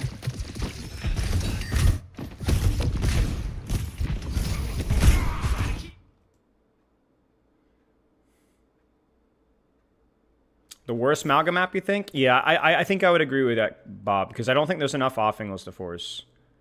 Yeah, so, yeah, I mean, TLDR is like, big thing is like, I would look at this, let's look at the first fight here, and then, because we're still not ready to go. So, this is kind of what I'm talking about with Mauga, right? I'm very cautious with the amount of damage that I'm taking. I'm very careful with my cover. We ended up killing the Rhine as a result. And then I'm thinking, how do I want to go in? I only do this because of the sleep dart. This was pretty, but even see, this was pretty risky. It still was fine. Early cardiac, so it keeps me healthy.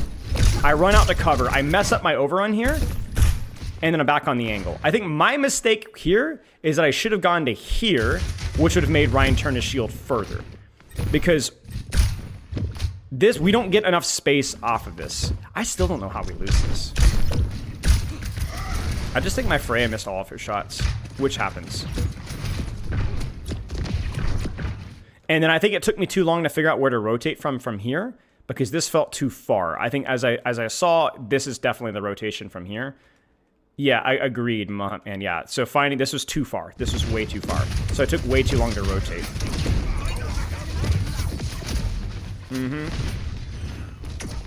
And then by the time that I'm there, they're already full back.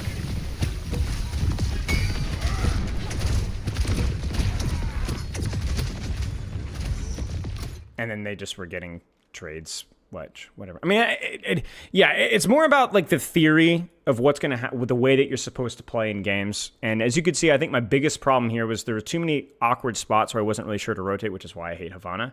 But we did find it. We did figure it out. It took me some time, and you're going to have a similar mileage, right? Like it's going to take you a while to figure it out, but you will find it. Does the effective range of your team impact specifically positioning among? No. The effective range of your team does not change anything. The only thing that might change is where your team wants to fight, but we're fighting on point here. So as long as I can find a short range off angle on point, it doesn't really matter. So, yeah, finding this room or this angle here sooner probably would have been the way to win this sooner, or even just getting in towards here sooner. But, I mean, it's a good example of, like, you can do things on paper relatively okay and then just screw it up. So, it happens. Very little playtime in him? Yeah.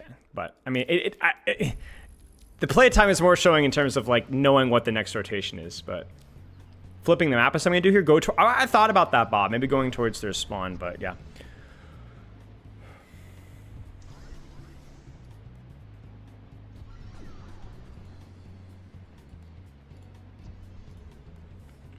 Okay.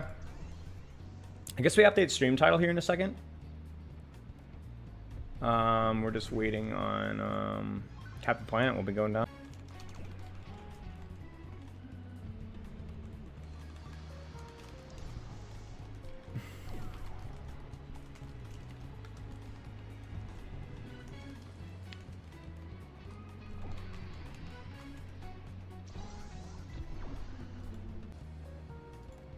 All right, I'll look, Loof. Post it again really fast.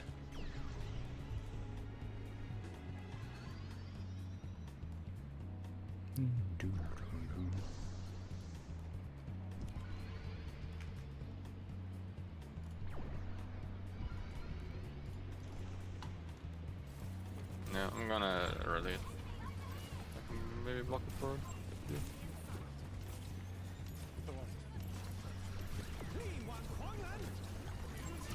Stop him. Oi. Aura. Oi. Swinging blade. Yeah, I'm gonna rotate. 2 for 1, baby. That was such a deep blade, frick, man. Where's the rest of the team? Seriously, like, there's nobody on your screen. What the frick was that blade setup? I guess you got the tracer angle, and you did a good job marking that, but frick, man, that was interesting. Yeah, great sleep, dude. Nice job. How to calculate statistical significance? Wait, what do you mean?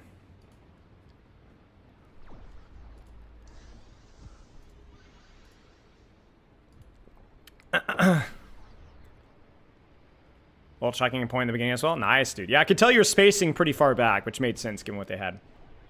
P scores and the like. I do not understand what you're saying. I'm sorry.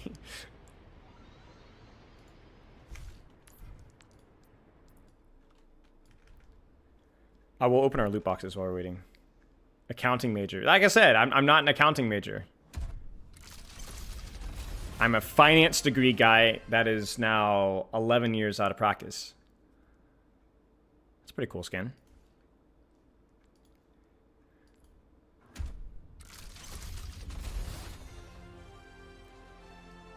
I don't want to open that. Finance equals accounting? Well, no, not really. Like, I had in accounting, like 1 or 2 accounting classes, but that was it. The rest of it were market classes, investments, risk management, stuff like that. It's not exactly the same.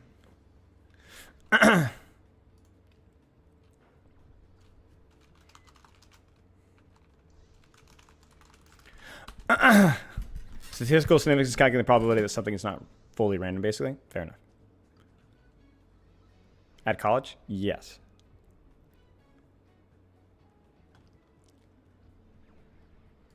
Stats. Chat with Blizz guy. I'm probably going to have the stats page pulled up here.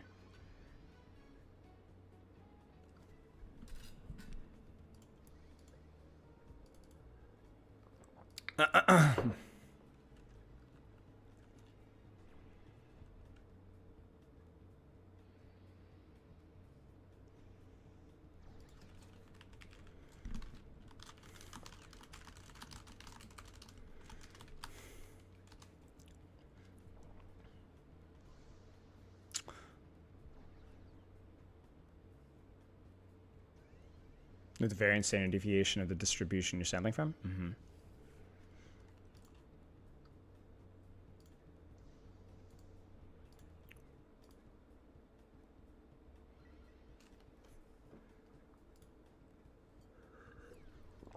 Okay, let's do this.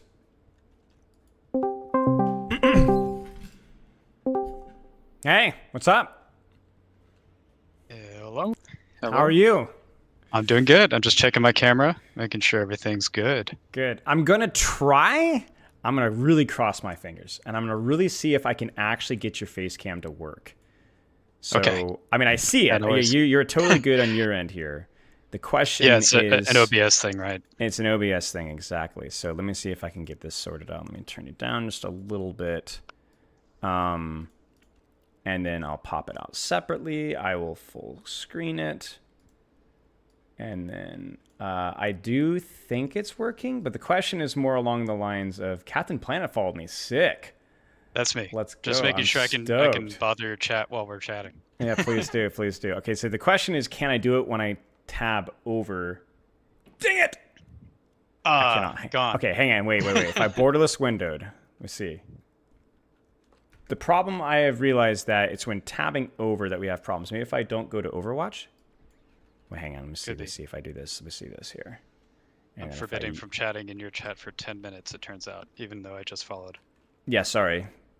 No, you're totally fine. Yeah, it's to discourage trolls like yourself from harassing me. So. I I grew actually, up on the funnily internet. enough, okay, so the funny thing about that is that when I enabled that was, I'm pretty sure the last time I talked with the dev, or one of the times I talked with the dev on stream. Crud, it's not working. Okay, it's OBSing. I'm getting black screen, full screen, no nothing. Okay, well, GG's. I want you guys to picture the most handsome man that you've ever seen, besides myself, and then that's kind of like what you're seeing. That's kind of like, just imagine Besides that. Felipe too, if you tuned into the Play Overwatch stream. I did notice that. Yes, I did. The audio stream from earlier. Yeah, I was coaching at the time, but yeah, it was that is very true. So if I can't see your face, I feel like the next best thing is to look at some of your work, and so that's what we're looking at right here. We've got your stat stuff pulled up here. Obviously, we can start off with some of the initial questions that we started with. Let me actually copy and paste those so that I'm staying on topic here. But I think the best way to start would just be to who you are, what you do, and just go from there if that works for you. Right on, yeah. So my name's Ben. I'm an analyst, a game analyst at Blizzard. I've been at Blizzard for coming up on 9 years, I think, 8 or 9. My path to Blizzard was very strange, but was mostly through esports. If any of your viewers remember way back in the day, like Gosu Gamer weeklies, like that sort of stuff, that was kind of when I started getting involved in Overwatch esports. But ultimately, it was through Hearthstone of all things. I used to Really? write Hearthstone. I used to write Hearthstone guides for Tempo Storm, that old esports org back in the days. And so, at one point, I was one of the few people on that site that lived in California. And they had some esports teams coming to BlizzCon that year, and so they sent me to write about them, just to be coverage and like give them on the ground updates about like Hearthstone cards and that sort of thing. That just happened to be the BlizzCon that Overwatch was announced, and I just like fell in love immediately. Ended up becoming like semi-famous on Reddit for the Overwatch meta reports back when that was happening. And then got picked up by Overbuff, kind of to do the same thing. And you can kind of see the Overbuff influence here. Yep. And then out of Overbuff, when Overwatch League started, they hired me to help produce the show. I did stats production there, did some writing for the website as well. And then during pandemic, a position opened up for an analyst job on the Overwatch team itself. And at that point, I've been building accidentally a skill set perfectly suited for that. So I applied and got on, and I've been here ever since. So yeah, Awesome. That's me. Well, we appreciate your work. So what does it kind of look like, your work, from that point, from the pandemic until, the big flashy stats page? Because I know you've been doing obviously so much behind the scenes. What does that look like that we may not be able to appreciate? So it's just a lot of thinking about the game's problems and working with our devs to find out like the most interesting questions that can help them solve the most problems in the most efficient ways. Because ultimately, as a game analyst, like analysts at any company tend to worry about like their bottom line, their commercial success. In the games industry, we have a whole other area of discipline, which is just like, how do we make the game as fun as possible? How do we keep the game balanced? How do we make sure our matchmaker doesn't break and is fair? All of my work tends to revolve around all of those things. I do some commercial stuff here and there, but my focus is definitely more on the kind of state of the game, making our designers or helping our designers make better stuff faster. In terms of like what I'm actually working in, it's like 75% writing SQL and 25% making dashboards in Tableau. If your viewers are familiar with those sorts of tools, that is very, very normal I think for an analyst though.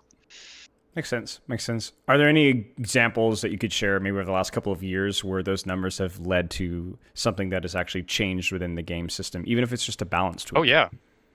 Oh, for sure. I think one of the biggest impact ones was heading out of Overwatch 1 into Overwatch 2. We started to get a lot of complaints from the community about unbalanced matches, mostly related. It was a problem in Overwatch 1, but it wasn't as visible because it was 6v6. In a 5v5 land, though, you know, like how people would always type tank diff, like if one tank was much higher ranked than the other, we discovered that there definitely was. I mean, you kind of intuitively understand that there is an advantage to having one role be a higher ranked player than the other, but our matchmaker wasn't really looking for this. So when we did this analysis and found this, like, essentially a win rate curve that the matchmaker wasn't aware of, it led us to do something that's like kind of strange in the sense of, if you were to just average out the ratings in a match, we were making like perfectly fair matches, but because like the roles weren't matched, the games were ending up very not fun for the players. So with this analysis, it led us to, and by us I say much smarter matchmaking engineers like Morgan, who I think you might have had on your stream in the past. Yes. To teach the matchmaker to consider differences across roles when making matches. Yes. And the weird outcome about this is it definitely makes matches feel better, but the actual variance of the ratings in the match end up looking worse than they did before. But it is funny. like a kind of a non-intuitive thing. But yeah, those are the kind of analyses that we do. Interesting. I remember having this conversation. I think Gavin was talking about it, and I remember my conjecture was that I felt like support probably felt like role delta was like they're very, very lower impact and lower ranks, but climbs significantly when you get to the top. And I think like DPS does really well early on, but then like towards the top, it felt like the roles are pretty even. But you get to like the low middle ranks, things can be pretty wonky if you have any role delta in there. But yeah, anything else to share? Like any other balance things, because obviously like with as a game analyst, that's pretty non-descriptive, right? So you're talking about, I'm thinking about win rates and pick rates and balance and tweet, but yours was actually raising a red flag about matchmaking. So it sounds like you have like kind of impact in a lot of different categories. What are some of those categories? Oh man, so in terms of dashboards that I've created in the last couple of years, just for hero design, we have essentially the exact same stats you see on the stat page, but there's a lot more drill downs, and it's more of a kind of timeline of usage and win rates over time. So you can kind of see, like, as a patch happens, like, does usage rate go up? When Overwatch Championship Series starts, does our meta around Masters Plus or Grandmaster Plus crystallize, that sort of thing. Right. We also track just like kind of counting stats, throughput things like damage and healing. That's mostly to keep an eye on when we make changes that have like secondary and tertiary effects, how much of an impact there is. We obviously track. We have a lot of input early on in projects when they're getting off the ground, so that we can measure their impact after the fact. And so, like, an example of that is map voting or hero bans. We work with the designers and the engineers to create the telemetry that allows us to even measure this at all. Got it. This is something that we've gotten better and better at over time. I think when I first started, it would sometimes be the case where we put a new feature in the game. 6 months after the fact, a designer might ask me, "Hey, can we measure like how often this thing is happening?" I'm like, it's like you gotta build the thing first. You gotta build my ability to measure it. I see what you're saying. Okay. Yeah. So like with map voting, for example, we knew that there would be favorites, and we knew that like certain we could predict some outcomes, but it's still worth being able to track how those things change over time. Same thing with hero bans. We track other things. So those are kind of like system designy things. Map voting is a level design thing. We do track other map balance stuff, like how attacker favored maps are. Some deep dives, like, for example, the reason why, or at least part of the reason why Clash got pulled from comp was from analysis that we did, kind of showing the defender's advantage being a little too out of whack there. Right. So those are things that we were studying, both internally and once it was launched in the game. obviously I mentioned matchmaking health metrics before.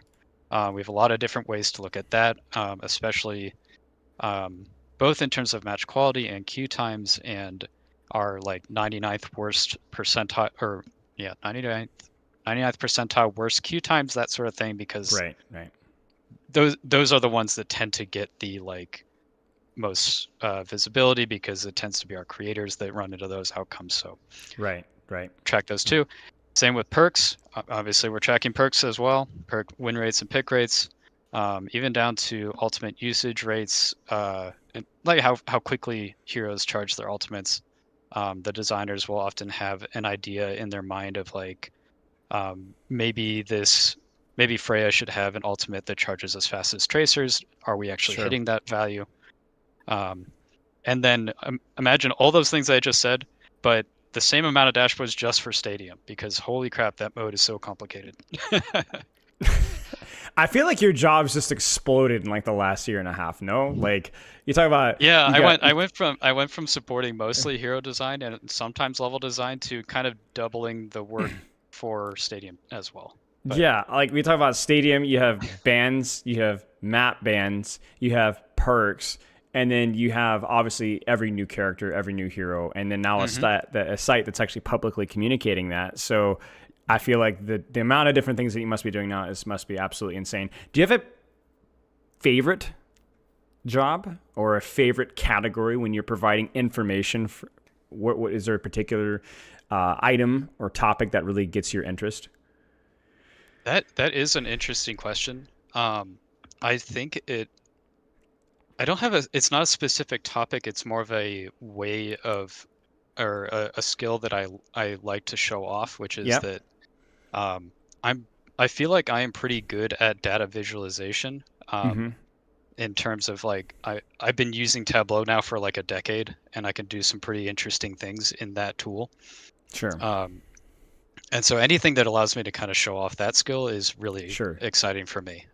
So I think the most common, or the best example of that is, we have an internal tool that kind of reads all of the power and item combinations that go into Stadium builds, does a bunch of clustering analysis on them, and spits it back out for me to read and then visualize for that team, so they can know which builds are being played and how often they're choosing what powers and what their success rates look like. But it creates a really cool visual, because you can draw a bunch of like heat maps of power and item usage rates. That's cool.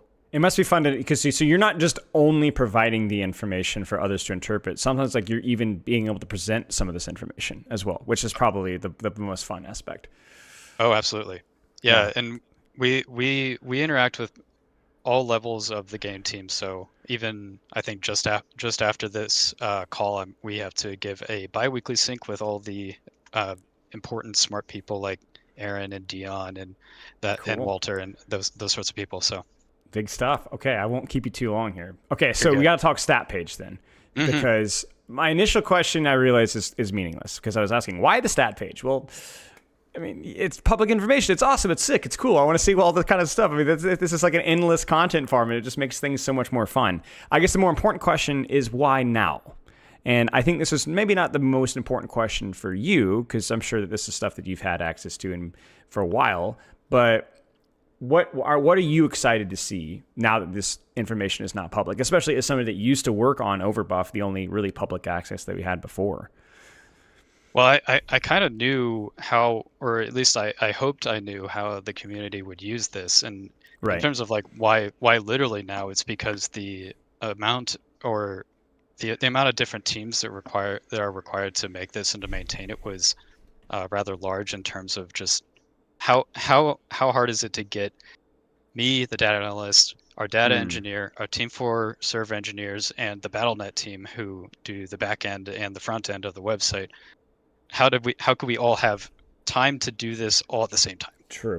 And so that was kind of a perfect storm of, we've all wanted to do this. Now we actually have time to do it.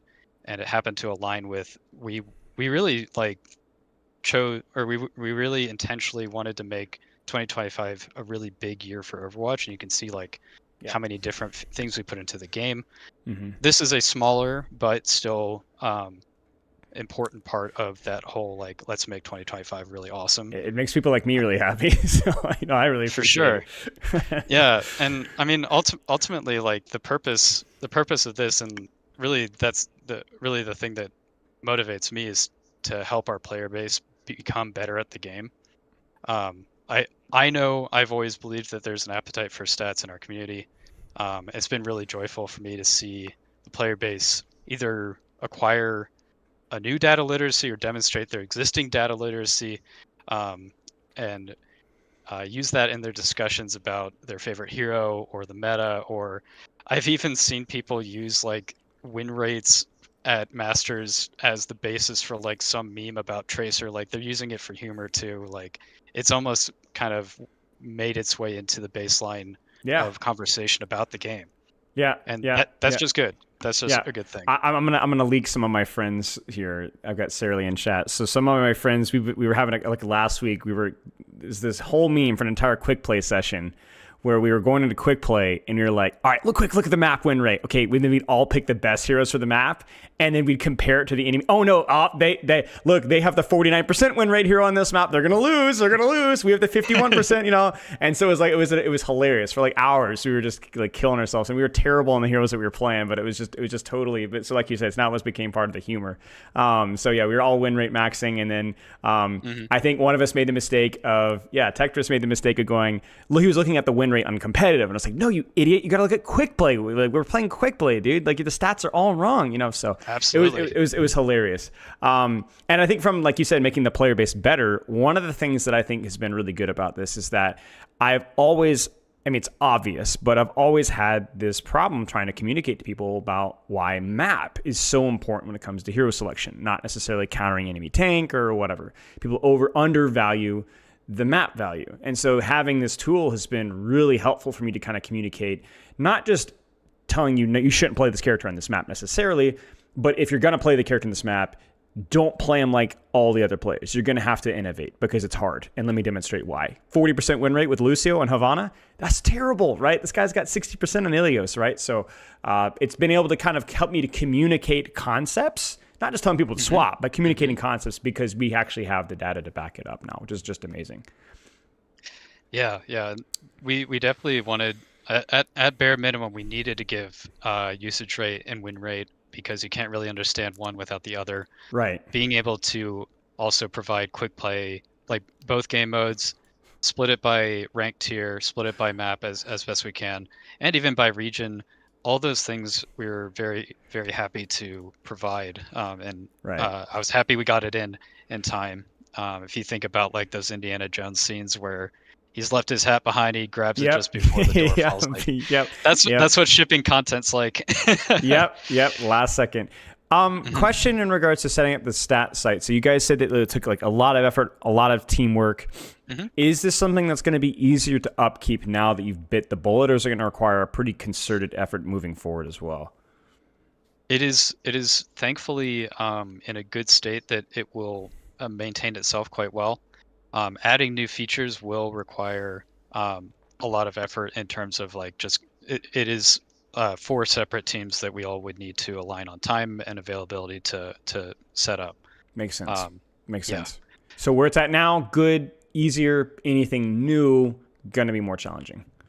More challenging, but that doesn't mean that there isn't an appetite for it. I've definitely heard people around the game ask like when or if we're going to add certain things. I think I mentioned this to you before, though. I am just a wheel on the great wagon of Overwatch. I'm just a squeaky wheel, but I cannot give any guarantees. Sure. So I'm getting that in writing, guys. Captain Plant, promise we're going to have way more expansive information. It's actually just logging in and checking the stats on the website will automatically boost your SR by a full tier. So that's awesome to hear. Thank you for confirming that. Any stats that now have been publicly shared that you have found most interesting? Obviously, you've had access to this for a long time, but now that we can see the same thing that you're looking at here, what are you looking at here? I brought up the Havana example with Lucio. It's hilarious. This guy goes from like 52%. He's like the second highest performing support to being the second worst, just depending on the map. Any other standouts that you have seen? Not necessarily implying that the team is taking action and changing things, but are just amusing or interesting. I think the most amusing one was I wondered if this would happen, and it happened way faster than I did, where someone kind of used a very interesting combination of filters to try to make a point. That was maybe. Well, was it me? No. It was someone that was like, okay, let's look at Grandmaster, let's look at just Asia, let's look at like just I don't know. Right. It was something crazy. Like if you went all the way down, and Tracer had like a 95% win rate. And they're like, I can't believe they haven't nerfed this hero yet. Ben, I just did it. I just did it on accident. I was trolling around, and I don't know if you're looking at my stream right now. I just clicked around randomly. Life Weaver has a 92% win rate. If you in Grandmaster, what on earth, man? Like, why haven't you guys nerfed this character? Yeah. But oh my gosh. There are other things where, like for example, if you look at just all ranks or all regions or Americas or anything like that, just the how well Wuyang has been performing, and as far as I can tell, I'm fairly plugged in with the community, but it doesn't seem like anyone is really too mad about that, which is always where we want to be. A lot less than you think. Probably less so than any character that I can remember that has been released in that overtuned of a state, which is like a huge kudos to the hero design team. But yeah, for sure. That's really what we like to see. And so I can say from I can't share it in the stats site, but it also seems to reflect in the ban rate where his is not super high, not like Freya's is or Freya's was. Yep. Agreed. Which is really interesting. Anything else to share? So you've got the niche narrowing down. Now, I guess crucially here, this is like, I think if we go to that silly Busan Life, for example, you're saying for the non-stat nerds in chat that basically the smaller the sample size, it's too volatile. You just don't know whether it's accurate or not, really. Especially on days like today. And this is something that I don't think is communicated super well on the site, but every bit of data is representative of a major patch, and by that I mean start of a season or a mid-cycle patch. So when we hit the mid-cycle, it starts over, but then it starts accumulating more data. So like you said, the more filters you apply, the less and less sample you're going to have, especially when we're very close to when that cutover happens. Right. So I would expect things to look kind of squirrely on the day after a mid-cycle patch. Sure. And so that's probably why you're seeing numbers like that. Which is why when we when I was going to do, like, I did a little stat video, but people were asking me to look at the stats, and I was like, I'm not looking at the stats until we've had a week and a half, so I didn't end up doing my stat video until our sample size is a lot bigger. And I think Gavin was saying that you guys had some tweaks with the Grandmaster as well. So, I'm not, I don't have any sort of motivation here, no subterfuge necessarily here, but I will point out here that Roadhog went from 40-something% to 48% in one day. Now, is this cumulative? Like, can you confirm or deny that this is cumulative? So this didn't reset yesterday, correct? Or 2 days ago? That should be all of the Roadhog data since Tuesday. All right. I will not add anything else, and I will let chat overreact as they will. Okay. That's the question I just had to ask. So the stats are basically, you're saying mid-season cycles, big major patch, which wasn't Tuesday, and new seasons, essentially. Yes. Makes total sense. Any other interesting heat map outliers, anecdotes here? Because I honestly find those fascinating. Let me check my internal data real quick. Take your time. Just to make sure. But I will tell you a fun story, which I think this came from you, but Gavin was the one that reported it. You mentioned that there was some funky data at GM. Yes. That did end up being a bug. It was an interesting case of because we've done an MMR squish. Every time we do that, we also need to inform the stat site, or at least the internal table or translation table that the stat site depends on, that has happened. So it was really pulling from an inaccurate cutoff for what it thought GM should be. It was much higher. Right, it's much pickier than it should have been, basically. Yeah, so when you were seeing stuff like 70% win rate, it was like 5 players or something silly like that. That's funny. That's really funny. Yeah. So Okay. thank you for finding that. Yeah, no problem. No problem. I generally cry and complain and slam my desk a lot, and Gavin usually just handles it for me. So it's like the petulant child thing, I think, is working. So, but yeah, I mean, this is absolutely phenomenal. I mean, obviously for stat nerds, it's great, but I think it's also just a tool that I'm hoping that even just the general population will get more comfortable with and be grateful for. I mean, this is gorgeous. I was thinking you guys are also doing non-mirrored win rate as well, so it becomes even easier to extrapolate. If you want to kind of clarify to chat why that's important, I think that would be helpful. Sure. Yeah. So this is unmirrored win rate. I know it just says win rate, but it is just a quirk of Overwatch where, because we allow you to switch heroes, it kind of opens the question of how should we actually count wins in the game. You can either decide if a hero has been played for any amount of time in a match or above a certain amount of time in a match, just give them the full win. We decide not to do that. We do it as a whatever fraction of the match you played in. Right. That's how much of credit towards a win or a loss you get. And the nice thing about doing win and loss fractions is you can still get win rates out of that by dividing the sum of win fractions by the sum of both win and loss fractions. Yeah. And if you're already going that deep into it, you can then split up the data even further by only counting win fractions, or at least only counting the time periods where a hero was played without another another of the same hero on the opposing side. So these win rates are trying to get at how good a hero is, not exactly in a vacuum, but at least not against itself. Right, and the exactly. reason you do that is if, let's say, everyone was playing Wuyong all the time, his win rate would just be 50%. So we're trying to get a sense of how good is Wuyong when Wuyong doesn't face Wuyong. Right. And factoring in, like you said, also how long you're picking the character. So you don't pick Symmetra to do a teleport from spawn and all of a sudden you win the game. You're like, wow, the Symmetra win rate is skyrocketed. It's factored in that you played her for all of 15 seconds, essentially. So exactly. That's awesome. Okay, Ben, I won't want to keep you too much longer. Are there any last little points here to highlight? Any last notes of interest?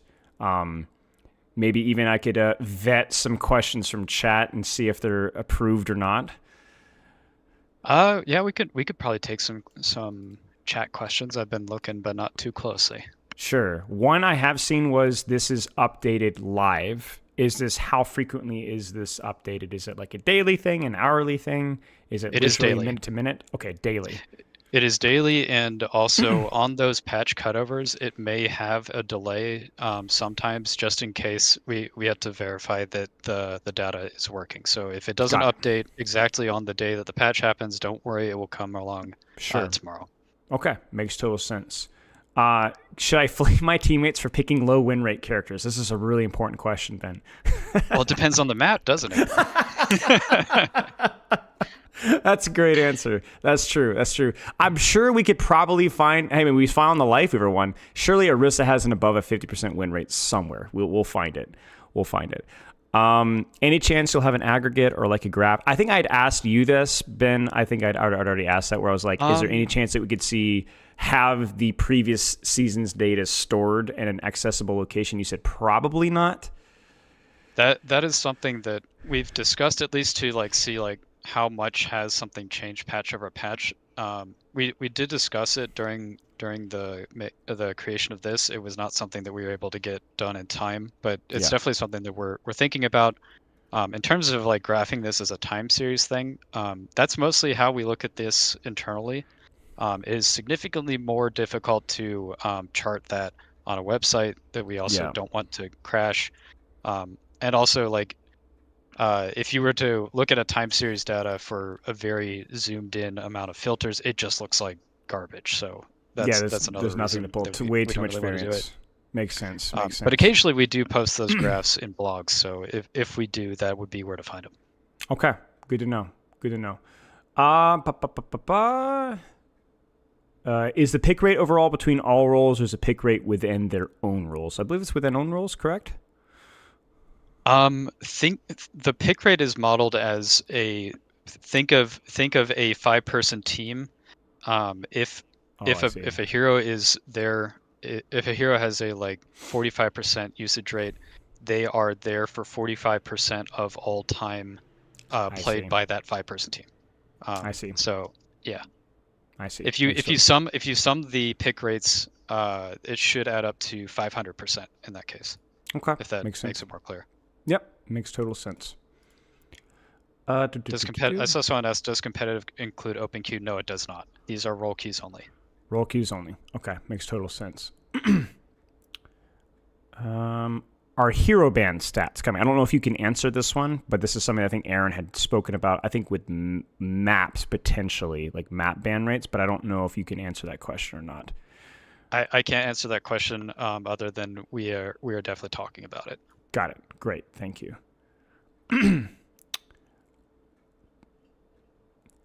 Maths. Would you agree, Ben? It is so ironic that I have a reputation in the community for being like a math person, but I almost failed most of my math classes in college. It turned out okay in my career, but man, multivariable calculus was hard. I mean, I think most of us would agree. I have this distinct flashback of a finance class called risk management. It was calculus, and it was the worst class of my entire. It was the proudest I've ever been of a B in my life. It was just miserable. Pick rates without hero band rates is kind of odd. Yeah, I mean, I feel like there's a lot of things that you could do. No, I'm sorry. Go ahead. Oh yeah, I agree with that. Don't get me wrong. I think the way that things shook out was the timing of when we were working on this and when when bans were being worked on wasn't conducive to adding them both. It was just like one thing was ahead of the other. Sure. But definitely agree with that. And I guess just know that by the places where bans start to affect pick rates, for now, just because of how our community has reacted to stuff, is at all ranks, just assume that Sombra's pick rate is artificially low, and at high ranks in Korea, assume Freya's is low. Right. Because that is where the highest ban rates tend to be. Right. That makes total sense. And you were saying there's even like, you can use it from like conjecture of like, I never see Wu Yong being banned, which is what makes, his win rate so unusual, right? Or the fact that like, we'd expect to see a lower win rate if his ban rate was that low. Yeah, although on the topic of bans, supports tend not to be banned very much, at least relative to the other roles. It seems like something about them is much less. I have a guess. It's visibility. Controversial? I feel like it's visibility. Yeah, a lot of could time. Yeah. Someone did ask. Let me scroll up here. Are there any statistics that predict victory the most? This was actually a question that bothered me a lot when I was in Overwatch League. And I tried, and really the best thing was just which team died the least. That ended up being the simplest stat. Even doing like super complex like combinations of ratings and trying to sum up all the stats as if I was doing like a fantasy game. It really was just kills and deaths. It reminds me of sports, people trying to predict like how somebody's going to perform at any given point. It's just impossible. Like you just have absolutely no idea. And in a fast-paced game like Overwatch feels like very similar. Okay. How strong is the correlation between cosmetic revenue and win rate by hero? Oh, here's a good one. Here's one. Do cosmetic win rates win? Skin win rates, please. Oh my god, I actually do want to study this sometime when I have free time, because I know would be funny. I've been playing a lot of teamfight tactics personally, and there's someone out there tracks the Little Legend win rates, which I think is so funny. That's really funny. It reminds me of remember the Reinhardt, the football skin with a fast shatter? The voice okay, well line? that one was actually bugged, so that's a that was a real one. Competitive advantage. That was a real one. I wonder if there'd be a correlation between anybody using like the default skin. You're already like, why is this guy running the default skin? Is this guy smurfing? Yeah. What's this guy doing? This guy just doesn't care about. He's just going to murder all of us. Like that's not going to. They're locked in. Yeah, exactly. Maybe last question here. Was there a win rate of a hero so different from your prediction that you had to double check the data? I mean, this is probably more of a historical question rather than a recent question at any point since COVID, right? Has there ever been a point of stat which was really a strange outlier? Well, that's a funny question because that's my wife in the chat. Hello, June. What a great question. It is a great question. I actually have an example that predates COVID, which is Ooh, okay. my worst call ever. This was before I joined the dev team, but was on Overwatch League. I got this chance to meet Jeff Goodman, who was the old lead hero designer, and he was working on a hero. He was really excited about it, and he wanted to show it to me. And he showed me like what their abilities were, and I thought, no. oh wow, this hero, I don't know how it's going to work in Overwatch. I mean, it doesn't have a gun, it doesn't move very fast, Oh no. it has a shield. Oh, Ben. and honestly, like they don't have any range. Tracer could just run circles around them. It was Brig. I thought Brig was going to be bad, and I was so wrong. Oh my days. You know what's funny is, I mean, you remember at that point in time, she really wasn't played right away. You were used her occasionally. It took Mickey, right? Yeah, it took Mickey with some of these weird stage 4. anti-dives. Little Mickey was stage 4 as part of like these double sniper comps and like 2 CP and stuff. And then even then, you didn't, the finals, I don't think we saw much Brig at all, really. It was just kind of not really played. And then those stupid contenders, those stupid open division teams started screwing around, and then Team UK World Cup, yeah. Yeah, then the nuke dropped. So that's crazy. That's great. It really goes to show that some of those more innovative, different characters that operate. I mean, we had a very, very similar situation. It's much smaller, obviously, with Juno. Juno's release, people were calling her trash for a long time. Oh yeah. Her win rate was much higher than what the community sentiment would have suggested for a long time. Yep.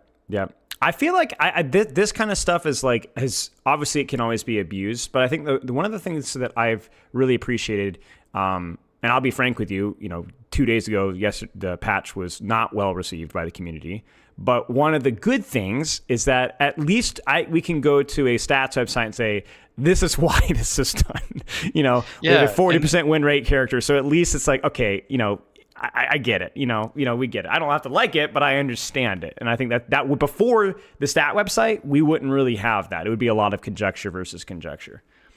Yeah, and Hero Design does like this too, because while they get to play around with this at whenever they want and see time series stuff, this keeps them honest, and they're mature adults that can handle that sort of thing. Right. Makes total sense. Okay, well, I said last question, but maybe there's one more here. Do you recall what Mauga's win rate was in Season 8 on his release? Do you remember? Ooh, wait, I might actually be able to pull this up if you give me a couple minutes. Debatable, says Custa. Oh, what does he know? Yeah, he doesn't know anything. He's just an associate here designer.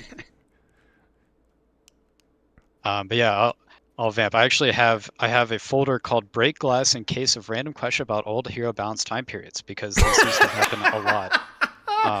Listen. I'm not saying you have to break it, but if you're gonna break it, you might as well. Okay, to mature adult point. Mauga's win rate when he first launched. Oh yeah, that is definitely the highest, at least dating back to 2023. That was more like 62%. I feel like his pick rate was really high too. I feel like, I will be honest with you, that is the first season I did not play ranked. I played tank because I normally I'm going to learn the new hero so I can coach it. I played like 2 or 3 hours. I was like, all right, well, I'm done for the season. I haven't done that since Overwatch 2 was released. That is insane. It actually was, in terms of like relative usage, that's like normalizing the usage by how many heroes there are in the role. His was not actually as high, assuming I'm going back the right amount. Juno was the most popular when Juno was first launched. She was fun by far. She was satisfying. Mm-hmm. Oh yeah. Yeah, I wonder if there's an even. No, go ahead. Oh, Mauga was a good reason for us to, or at least a good learning experience for what we wanted in hero releases. Yes. So it gave us a better sense of like what to aim for.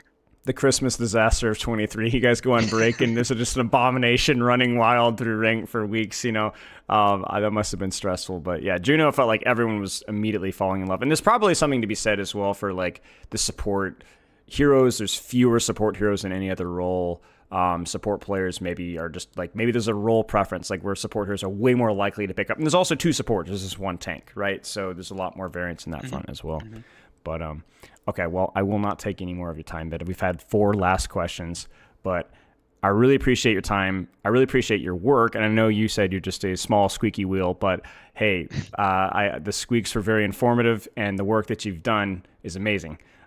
So I really appreciate your work before and after, and having access to this is just, it's amazing. And we're very fortunate. So I appreciate you. Yeah, go ahead. Oh, I was going to say, just for you and your community and everyone else, please keep enjoying it. Please keep making memes with it. I'm glad everyone's having a good time. We absolutely will. We will definitely construe as many weird, out-of-the-box, small sample sizes as we possibly can, and take wild conjecture and run with it. Trust me, we will abuse it as much as we possibly can. All right, well, awesome. Ben, good luck with your meeting, and I appreciate your time, my friend.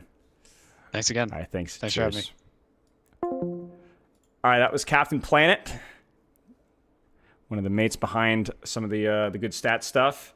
As always, very, very nice to have people that know what they're talking about talking in my stream for a chance to change the pace. So yeah, that was fun. 62%. And hey, listen. Hey, Kyle. Kyle, why are you here, Kyle? Welcome, change of pace. To be fair, yeah, shut up. You're welcome, Katie. Good to see you. Thank you. Yes, thank you, Kyle. Go away. But listen. Now that we're here, I don't think Custa's here anymore. Is he? Is he here, Custa? Okay, I don't know if he's here, but listen. The associate. I know you're just an associate. I'm just gonna say. This is cumulative here, guys. I'm just saying. 48. I'm just 48%. It was from 40 to 48 in 1 day or 2 days. So, I'm not saying anything. So, I'm not saying it's even Custa's responsibility, Chad. Let's just be very clear. This Custa didn't necessarily make these changes at all, but, I'm just saying. Hank! Didn't you say it's just since mid-season patch? Well, crucially, this wasn't mid-season patch. To my knowledge, this was not mid-season patch, correct? Was it mid-season? Am I fake newsing? I'm pretty sure it's not mid-season. I swear he didn't say it was mid-season. That was mid-season? Wait, so this is from... Dang it, I gotta ask this. Hang on, I gotta ask... Wait. Because I asked him 2 days ago. Quick question. Was the stats reset as of 2 days ago because of mid-season? I know you answered, but I totally forgot. I feel like I don't know.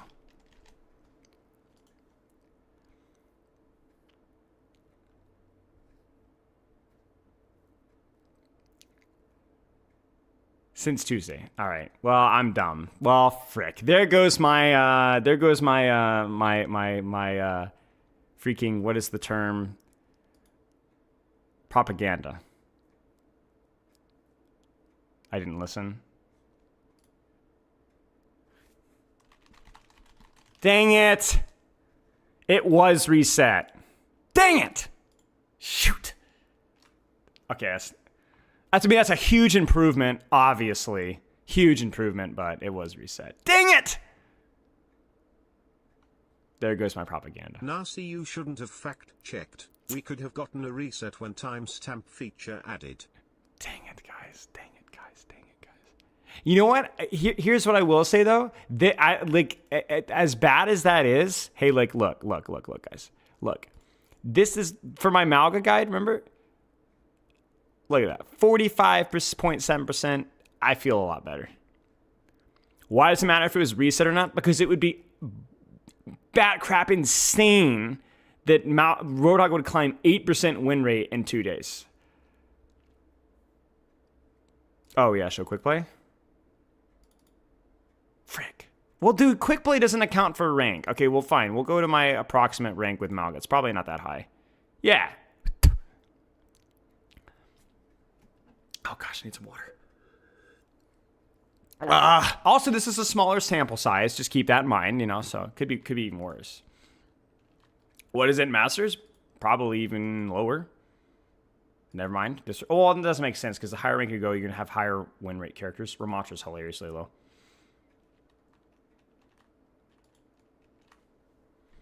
Once a day. Once a day, he said.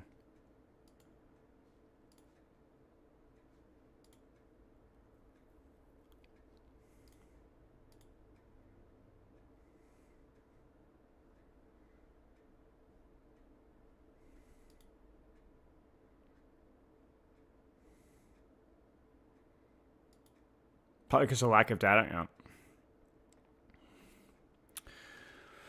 Oh, who does the stats of the Chinese read? I don't know. Good question.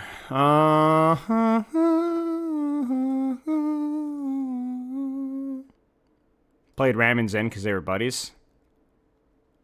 Well, Zen's going good.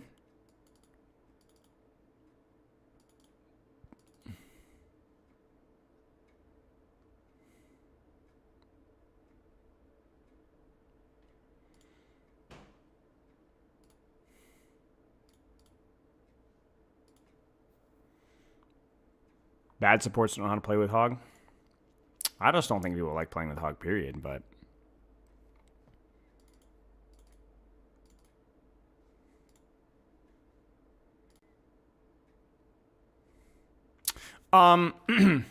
So, it's only a small...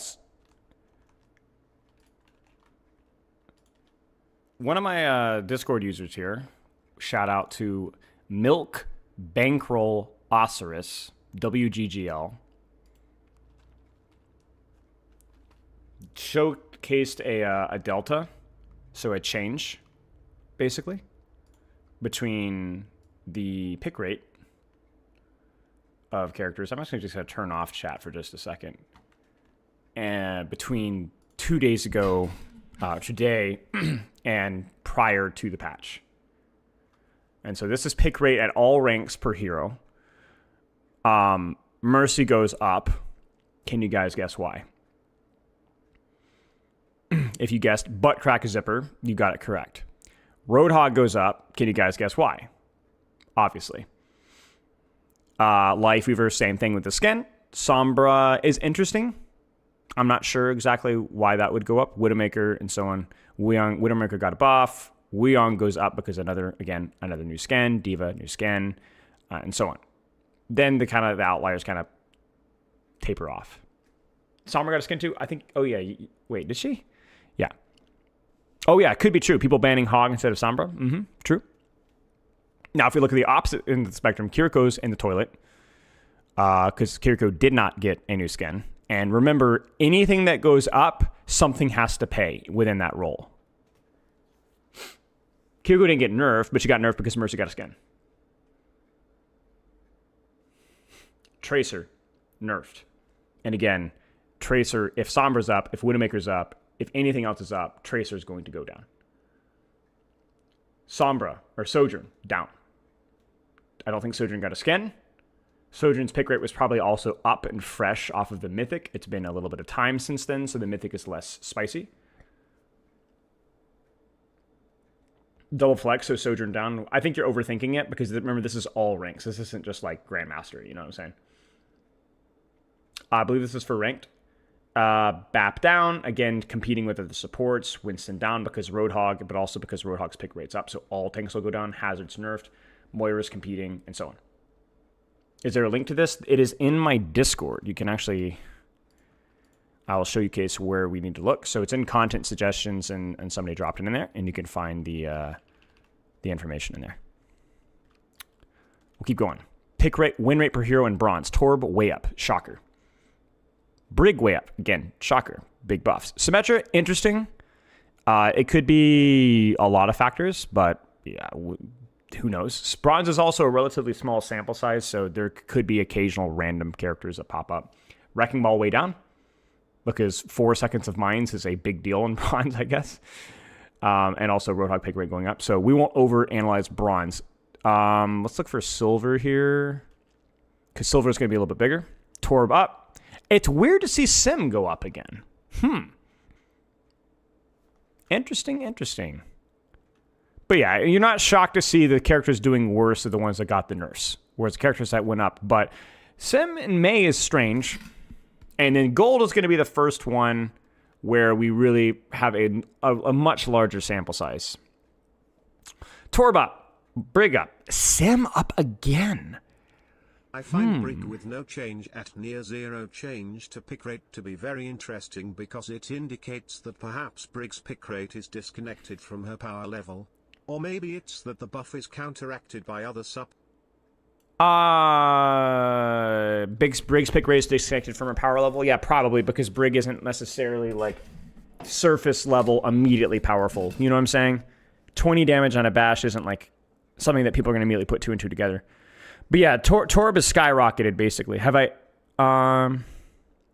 Wrecking Ball down, Doomfist down because Hog has gone up, and so on. Did I fact check every math in this graph, though? No, I did not. Torb up. It's just very strange to see Sim, and I guess it must just be some of the other characters around. It's strange, though. Maybe it's Wrecking Ball going down. Maybe Hanzo going down helps with Symmetra. I don't like playing those characters as Symmetra. It's hard. Genji a little bit down. Wu Young a little bit down. Yeah, Torb shot up. The other thing with Torb as well is the little slap on the wrist to Hanzo is really freaking helpful. Torb freaking hates Hanzo. It's one of the roughest matchups in the game for Torb. I actually am thinking, is there a worse hero to duel as Torb? Chat, seriously, is there a worse matchup for Torb than Hanzo? You don't win at range. You don't even win up close with Storm Arrow. Storm Arrow deletes Torb. Yeah, this is Delta Commander pre-patch. Far up? Yeah, kind of, sort of. Yeah. Where's Diamond? Torb up, Roadhog up. Ram up, which is strange. Freya? Yeah, maybe Freya. Wu Young down, Hazard down. I mean, this is exactly what I think they wanted, right? Like, this is... Dude, Torb is just cruising. That is crazy. We should look at the stat website after this and see what it looking like for Torb.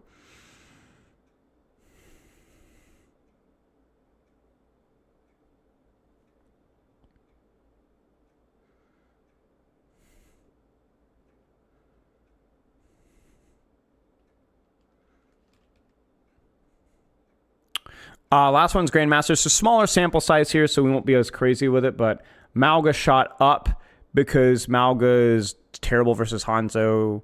And so, like, less Hanzo means more Mauga. And also, we'll see more Mauga because more Roadhog. Torb's up, obviously. Hog's up. Widow's up. Yeah. Yeah, very tiny sample size, so we won't really go crazy with it, but... Funny. I want to look at the website really fast for Torbjorn. Torbjorn! I will never do that again. Yeah, Torb's an upstand. Torb is shot up. That is crazy. He was definitely in the bottom 4 or 5, I believe. And he is way up there.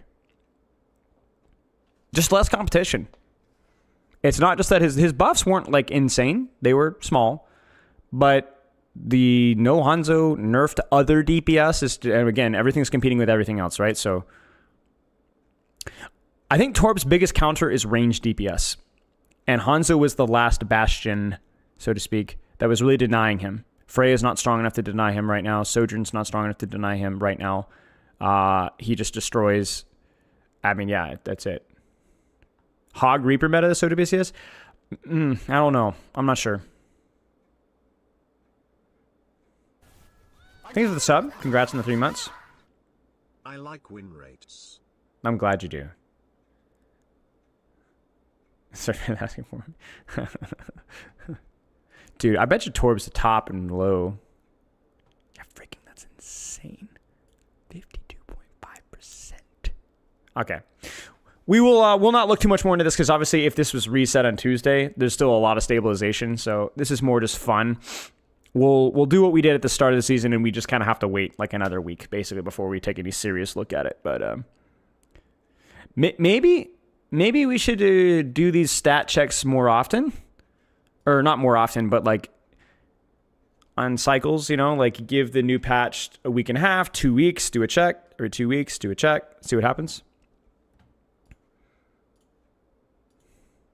See how things boil down. I think Roadhog will probably continue to creep up a little bit as people get more used to his alt fire. I think once a week might be too fast.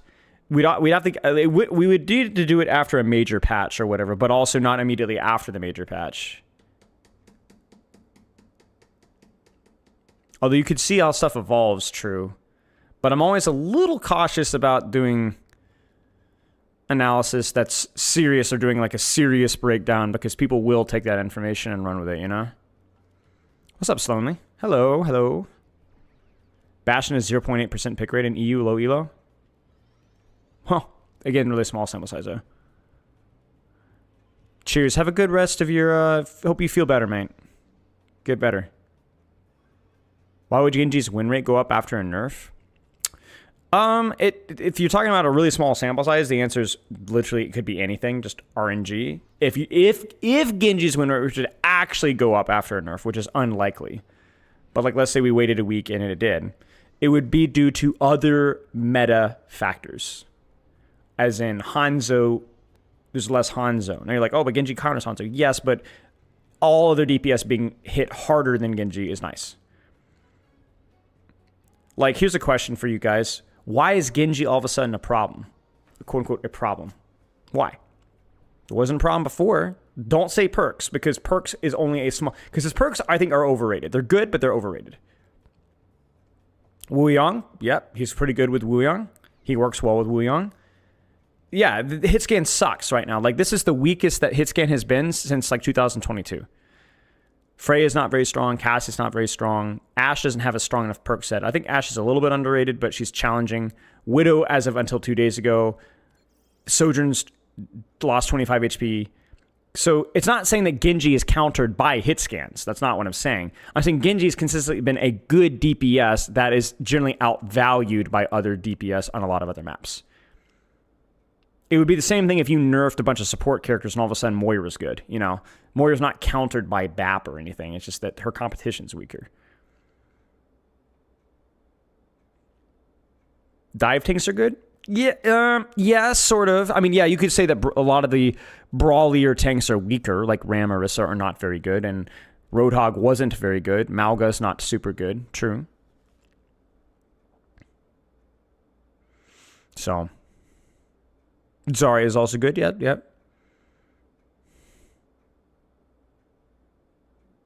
But yeah, Genji has been consistently strong for a long time. He's been fine. And then now a lot of his competition got nerfed.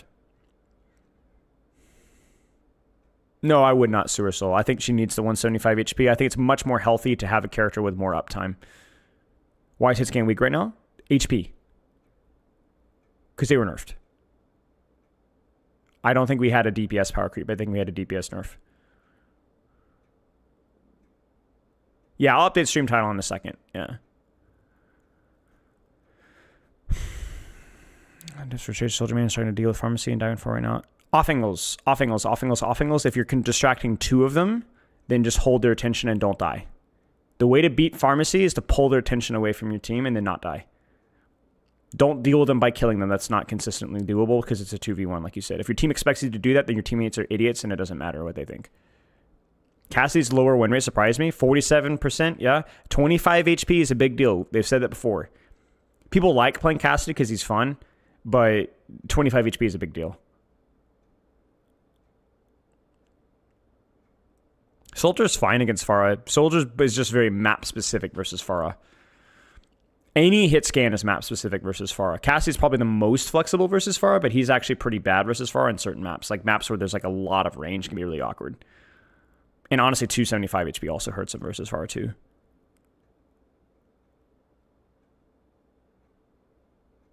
Flex DPS with more cooldowns, so they can get in more situations, just more viable. Has nothing to do with the cooldowns. It's just the hit scan characters were nerfed. That's it. I don't think it was an intentional nerf to hit scan as a whole. It just happened to be that Sojourn and Cass were really good. They lost HP. They got a slap in the wrist. Now they're bad. Frey, I guess if you want to call her a ranged, like not even technically hit scan, right? Because Frey is technically projectile, but she got nerfed. Her perks are way weaker, and so she's gone. So just all the other, May's perks got nerfed a little bit. Venture's perks got nerfed a tiny bit. what am I trying to say here? And the other heroes just weren't really as good as Genji to begin with. Like, Bastion got a big buff, but he just wasn't near as good as Genji. Echo is stronger, you know.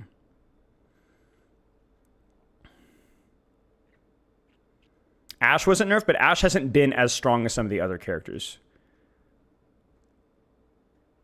Right, exactly. The best point is that now Soldier 76 is unironically occasionally being played in higher levels, where you never saw that before. And it's, yeah, he got a little bit of a perk buff, but that's not why he's being played, really. So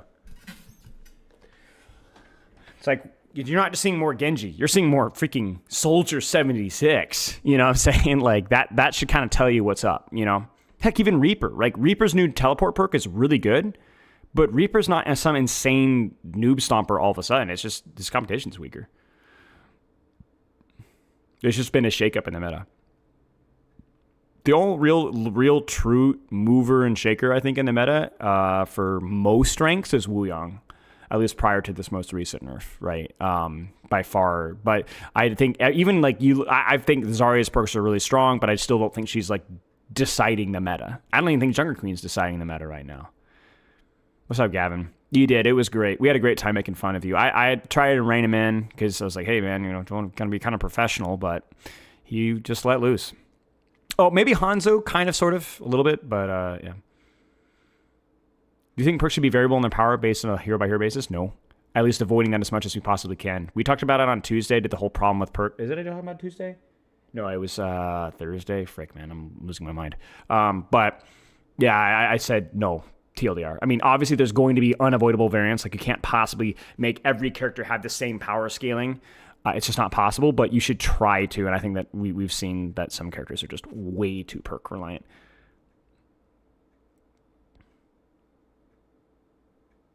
Soldier's heal pad perk was actually a win the flank button. That's true. Yeah, if anything, maybe a net neutral. I think his Helix Rocket perk is okay, but I would agree with you that I don't think it's necessarily as strong as his other minor perk. For the time playing the new patches, the high rank, most Hogsar players aren't even tank players. Yeah, I mean, that's kind of the thing, Poke, right? They just want to do DPS. It's Ralph's theory with Roadhog, which I agree with. You miss Freya being viable? Yeah. Well, yeah, I don't know. Freya could be challenging to play into, definitely. I think she's okay, but yeah.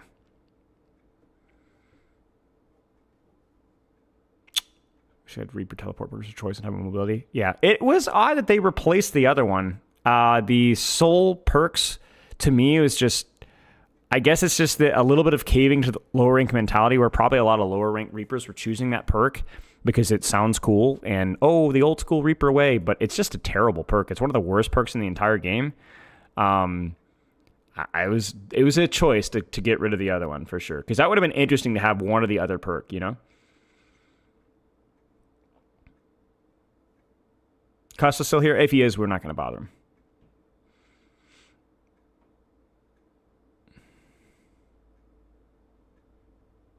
Do you like using HP so much as a balance tool in Season 9? I think that's been by far the best part of Season 9. I'm not a big fan of Season 9 in many aspects, but going from 275 to 225 and like actually having that as a legitimate balance philosophy strategy, I think it's like by far the best part of Season 9. Because it gives you something to do. Gives you another balancing metric. I think the more balancing metrics that you have, the better. Like, I think Cassidy prior to Season 9 was really awkward, whereas post Season 9, I think it's just they should just put him at 275 and nerf his fall off and leave him. I don't know. You could disagree with the execution of some of the HP adjustments, but I think overall it's been I think the HP thing has been okay.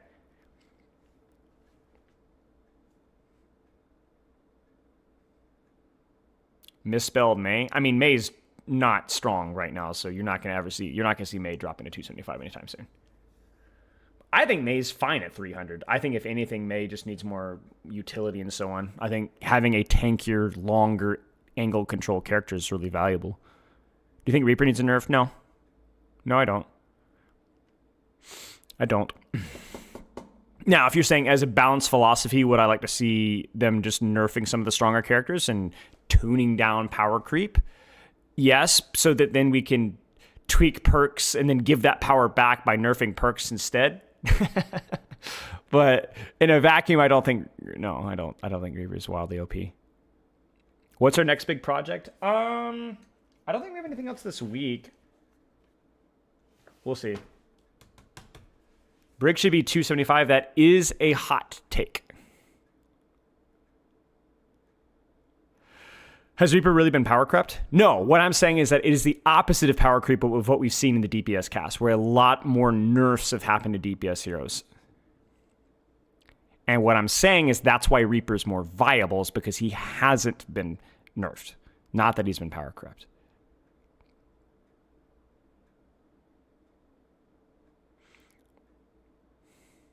Shrink and grow. I think you'd find a lot of people agreeing with you with the size change of the Bastion, yeah.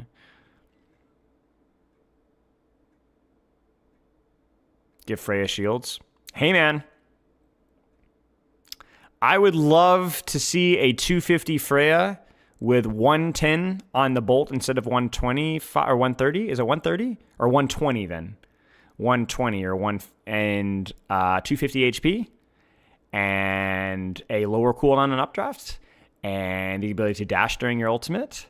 I would love that. I'd love to try that out. Maybe we should do that sometime in a custom game or something.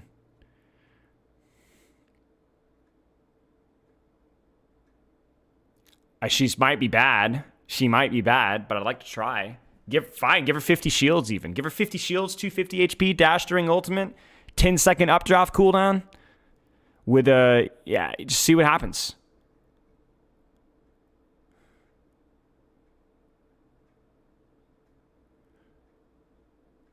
I agree.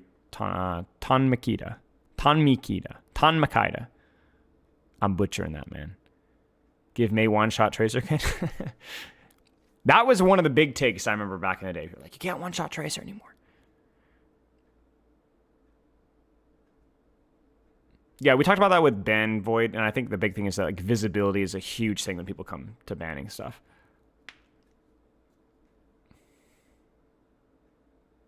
The problem with the only tricky thing with that digital, and I agree, would be that she could maintain hover time way easier. Which is always, you don't want a character that can just permanently fly. It's a little tricky. I'll be right back. I gotta get some water.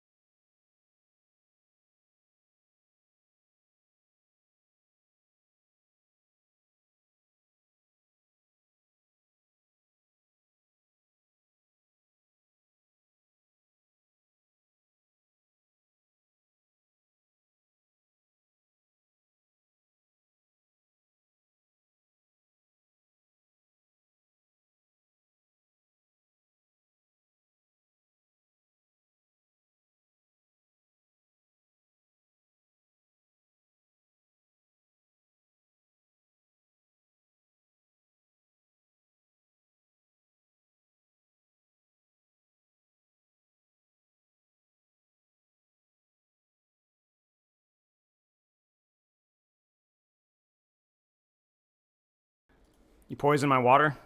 Get fricked, buddy. I'm not drinking water. I knew it. I couldn't trust you guys.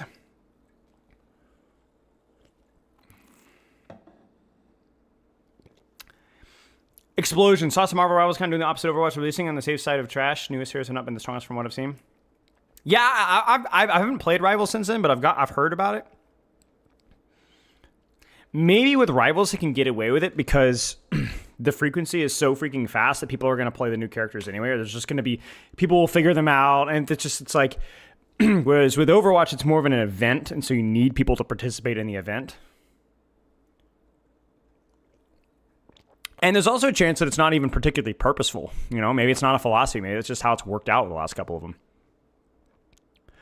them. Because maybe there's I heard, didn't they say something like some of the characters were really good? It just took people a while to figure them out. I don't know. I don't know, Bells. I'm sorry.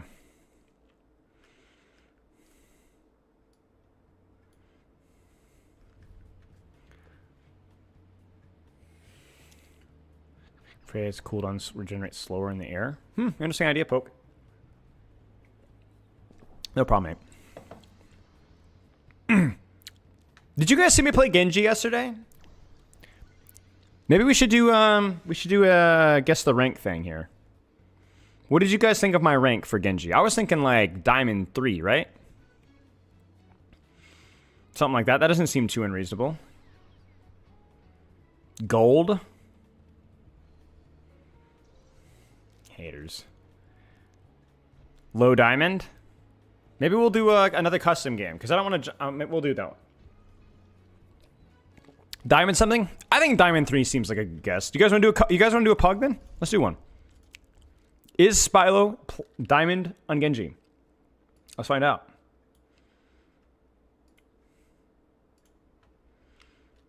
Meetings. Is Spylo Diamond on Genji?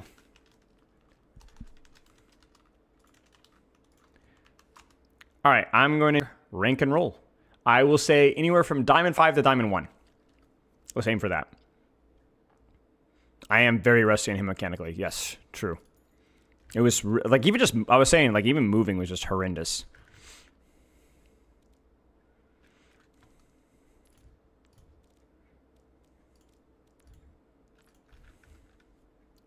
Guessing it's just booing your entire VOD. Went down 1 DPS. This season usually be above that. Well, maybe. Shout out 2K with a broken wrist level. Thank you. All right, if you guys want in, I want Battletechs, YouTube, Twitch chat, whoever's here. Battletech rank and roll. Diamond 5 to Diamond 1. Diamond 5 to Diamond 1. I'm going to wacky acky hang tight. If I don't get enough people, I will get you in. Why do I get Plat 1 and Mass? That's outside of the spectrum, guys. That's okay. Who was the last thing? Was Freya before Hazard? No.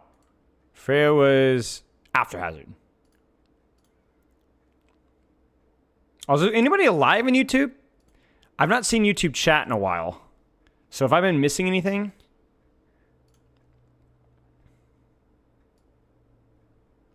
I don't think so. I think YouTube's just more quiet. Player... Can I dunk on Spylo? No. What role do you want now? You'll join Poke? Hello, Faruhata. How do you pronounce your name, Faruhata? Can you do it phonetically for me? I'm just parasocial, my bad. If you're mid-diamond on console, of course. Jump in. We exist. Hello, Z-Man. DPS is support? Okay, I'll put you on DPS. I watch and chat and you chat. Watch on YouTube and chat and Twitch, but I'll say half means. All right, sounds good. We chillin'? Hello, Nicole. How are you? You are mispronouncing the R. Furahata.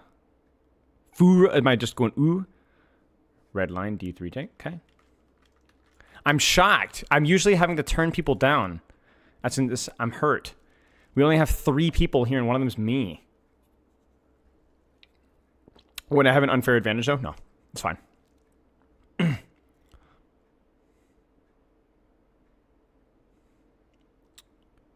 an English 7 a split screen team. Oh, your chatters are too high ranked? I guess so. Can I join, bro? I mean, yeah. If you are a diamond on any role, then yes. How am I doing? I'm doing very well, thank you. How about you?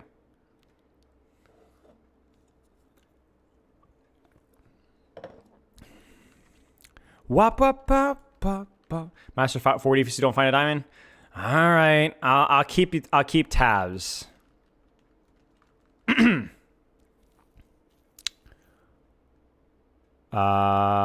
10, diamond 5. Okay, there we go. There we go. I will put you in. No way you're diamond. No way you're masters on DPS and diamond 5 on support. I just don't believe that. There's just no way that's true. Also, I can't invite you. That's okay, honey. You can join and tank, I guess. I guess. All right. Well, thank you. Diamond and tank it on. All right, Bob. We'll get the Mauga goat in here. Public profiles, if you guys will, so I can just do a quick check. We joined. I was gonna take more if I needed to pay from an EU. That's fine. Try again. All right. This freaking Diamond 5 support. Yeah, that's a cap. I don't think I've ever met a DPS player with a support role lower than like a tier or 2. Like Diamond 1 and Diamond 3. That's just not possible. Wait, oh shoot, we have 2 tanks in here. Frick. Redline, Bob, do you guys have Diamond on any other role as well? We've got 3 tanks in here. I messed up. How do I public? There. Social tab. Top. Queen Quinn with a Diamond 4 DPS. Come on in, Queen Bean. Queen Bean Quinn. That's just fun. We love that. Plat 1 DPS. I think we're good with DPS. Diamond 4 DPS last season. Frick! Well, we're fine with DPS as soon as I say that. No, well, wait. Maybe we're not. You're Diamond 5 in support? All right, I'm moving you to support. I'm moving you to tank. And then I will get frickin' who's I'm missing? Don Oracle. We'll get Oracle and DPS here. Diamond 4, because I know that I would rather have that in a Plat 1, just for the sake of simplicity. Bless you, Rain. Thank you, thank you, thank you. I think we need 2 support players, and I think we're good. I'm gonna check profiles after this is done. Diamond 2 support. I do need you. Thank you. Because people are animals. Yeah,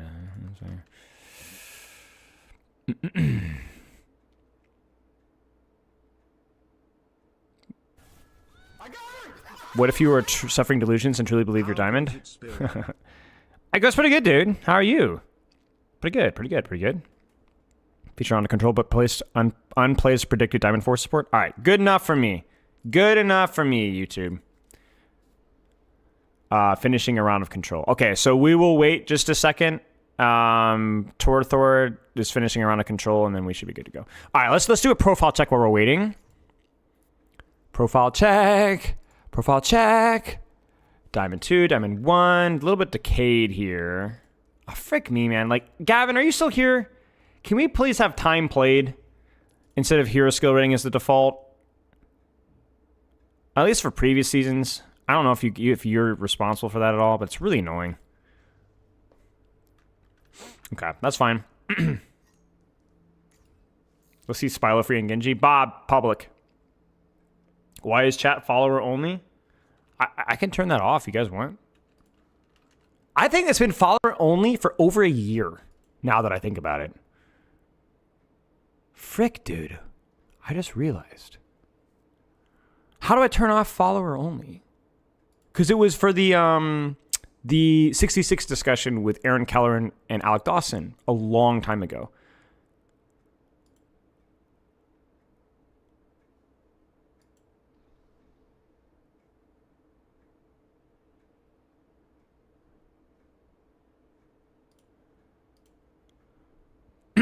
There, I turned it off and I turned it on subscribers only. Is it off? Any non-followers in chat? Can you out yourself really fast?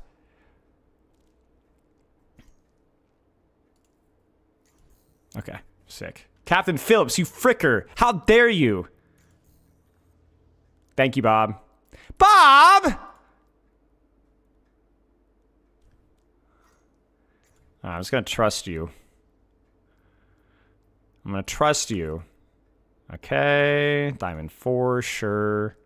So I'm going to say I'm probably Diamond 3, Diamond 4. I'm going to place myself as Oracle's equal here. Diamond 4. Diamond 2. Queen Quinn. Diamond 4. Plat. I think we're at a slight disadvantage here, but I'm okay with that. That's all right. Diamond 5. Looking good. Wait, why is it doing time played all of a sudden? Am I crazy? Why did it... Am I... Wait, hang on. Chat, did the last thing... Can somebody clip that? Did it just do time played on that guy, or am I crazy? As the first thing. Or did I click it? I just forgot. I might be... I'm crazy, right? I'm going crazy.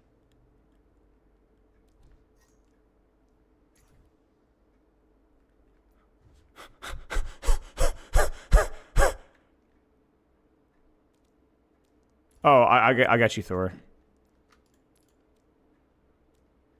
Okay, that makes me feel less crazy, because I was a little concerned there for a second.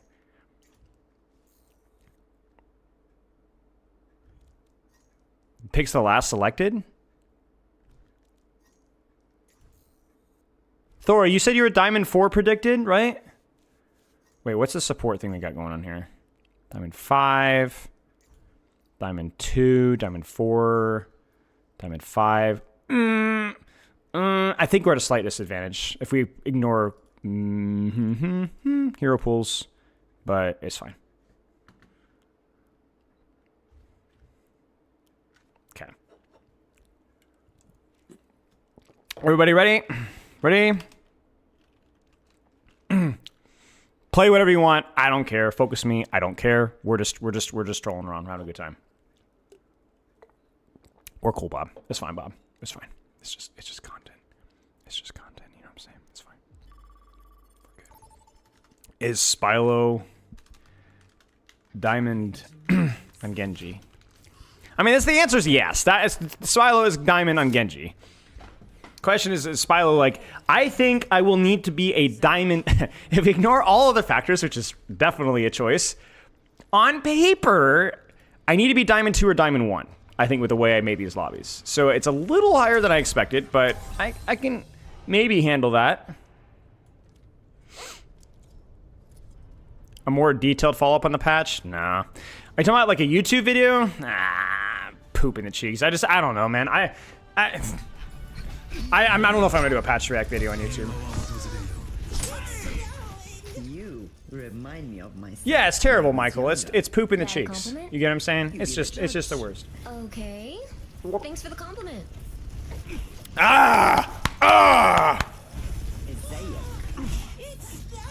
Preseason 18 or postseason 18? Actually, great question. I guess preseason 18. So I don't know.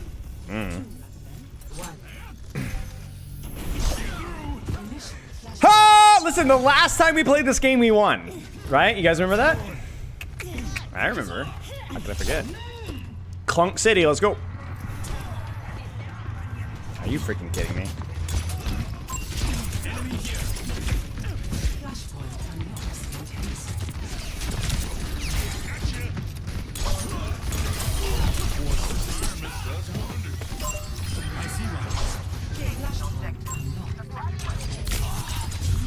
Pick me, help me, Papa, Mother. Man! Okay, we're good. I was scared of the splash nade, bro. I thought for sure I was cooked.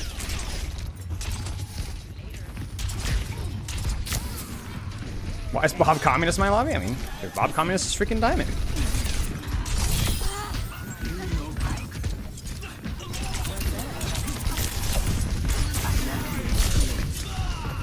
What? Are you kidding me? Did she sneak that in before the deflect? Oh, give me a break. I got projectiled. You freaking kidding me? Dude, I just thought I'm gonna call the cops, bro. I tell you what. I'm with you. Oh, okay.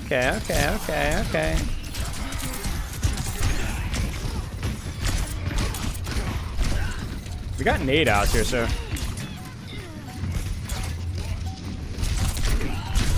think we lose this. That's fine. Holy crap! Holy crap! Dude, that's so scary. Ah! I hate that so much. That's okay. We gotta get stall. All right, we got ults as well. Ah!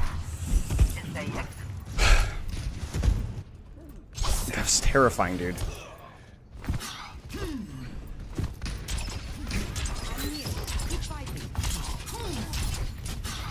We might just be able to nano blade this and just win. Or nano for the gauge here.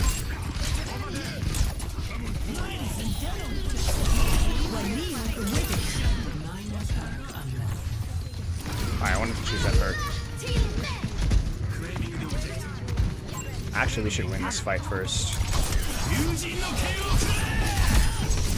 Time for the reckoning.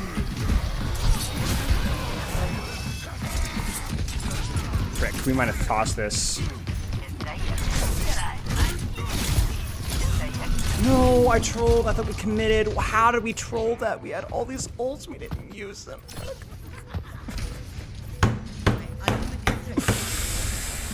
No, we had triple ult! Quintuple ult! Up to! There's just no way.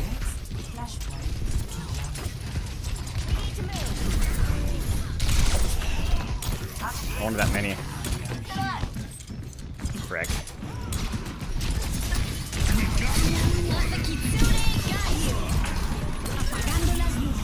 Frick, frick, frick. Frick, frick, frick.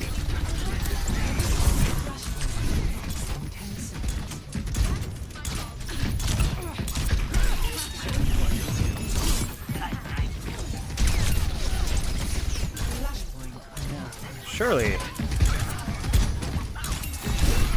Frick, I'm trolling. Just gave her cleave.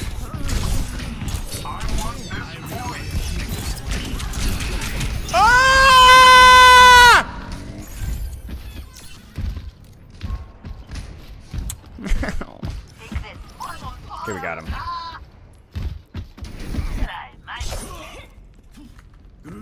Taxi, taxi, taxi, taxi, taxi, taxi, taxi. Taxi. Okay, we pushed out Sombra, so that's good.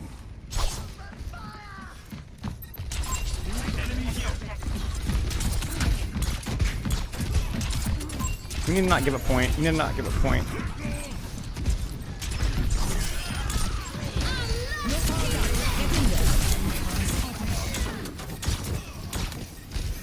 Frick. I'm cooked. We're fricked.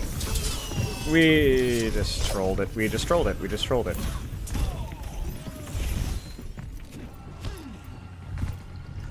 Frick, dude. You gave point for nothing.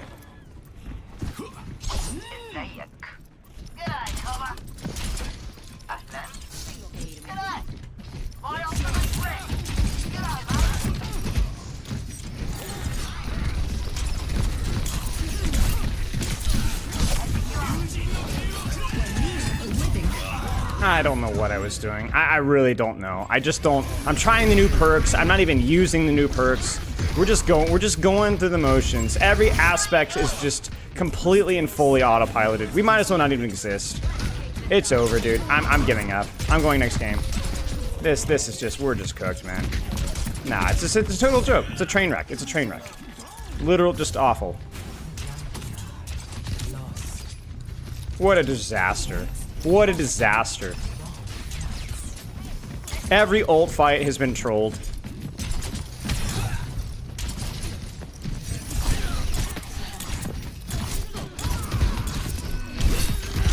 That's me. That's just insane. Just walking at my Kiriko. That's just insane. We're not even fighting on the rotation. Who knows why? Just a disaster. Just don't even play Overwatch anymore. Might as well give up. Just give up.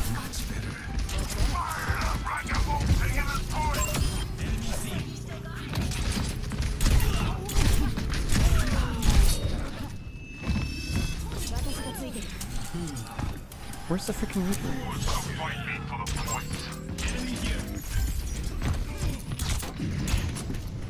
Please tell me it doesn't get away. Wait, what? Dude, come on!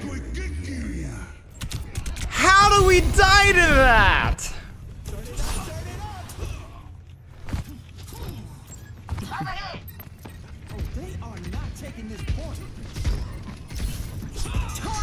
That's just... There's no way she lives. There's no way she lives. There's no way she lives. There's no way. We're gonna do a war crime. War crime.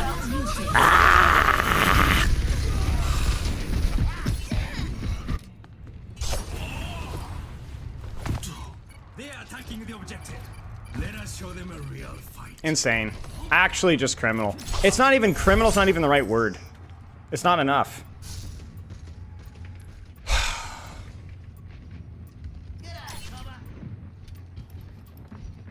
Shut the frick up. When was the last time you got in a riptire kill, buddy row? Vietnam.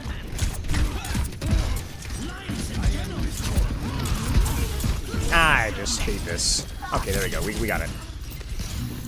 Fine, you got your one. You got your one. You happy?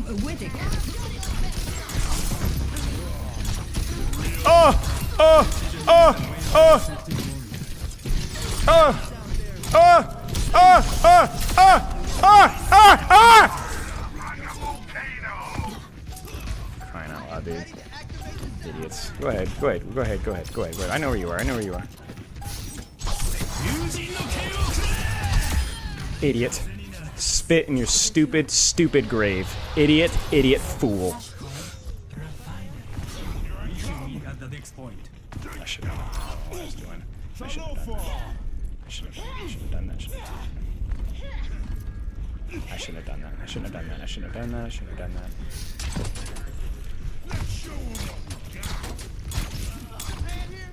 Let's get into a healing. Where you at, rat?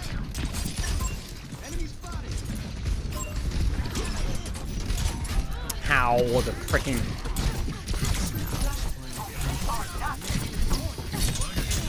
I guess I'm gonna have a fire. Frick!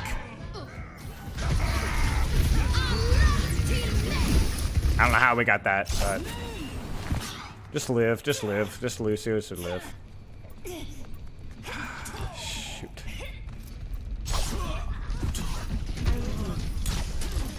Come on, I know where you are. Idiot, fool, moron, Neanderthal.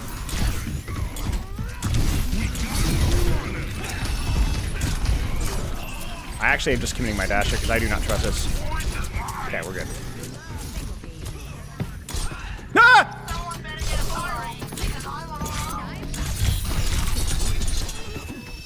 That was so clunky. I'm so mad. Oh, gosh.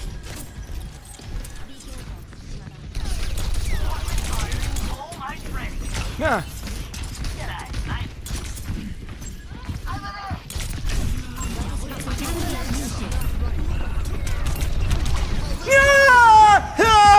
Why? What did we beat? Double support. Yeah! Run, Bob! Frick! Why?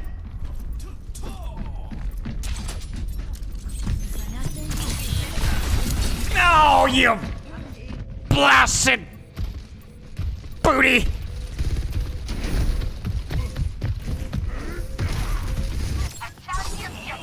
Use it, man. We're fricked. It's over. Just train wreck. Just absolute train wreck.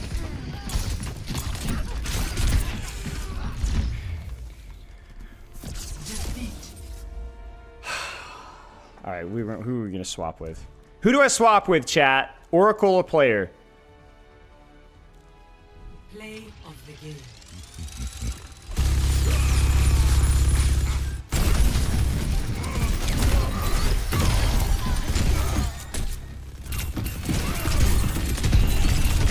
We'll just say Oracle because that's what we said. Alright, I'm swapping teams. You guys ready for this one? I'm gonna take my shirt off. Welcome. Tear this thing sucker off. Prepare your defenses. Select your hero. Almost so locked in.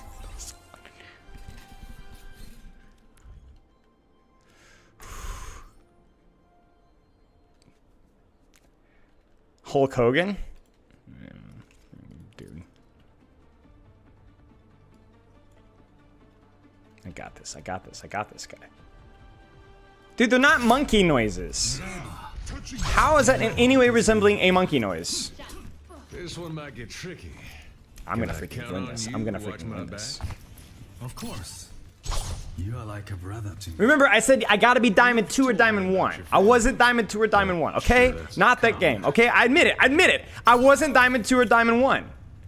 Okay? I admit it. I wasn't. From yesterday's training. Oh, come on. I didn't hit you that hard. If that is the case. Of course I swapped to the winning squad. No, I always do this. I swap teams. I swap teams.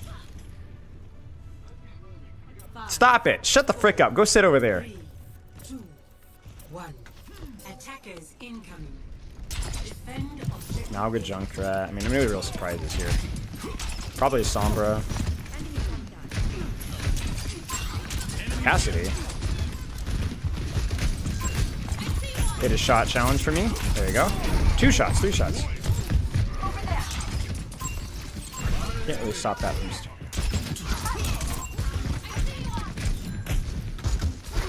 Oh, frick. Oh, my G. I mean, they're not really taking space right now, so. Oh, frick me, man.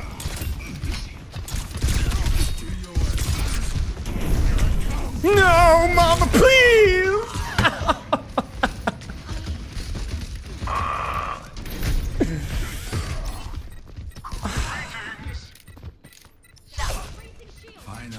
How does he get that? How does he kill my Brig by himself, and how does it kill my Genji by me?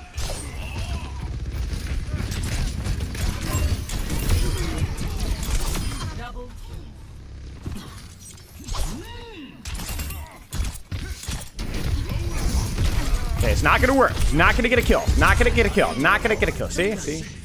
Team diff. What'd I tell you?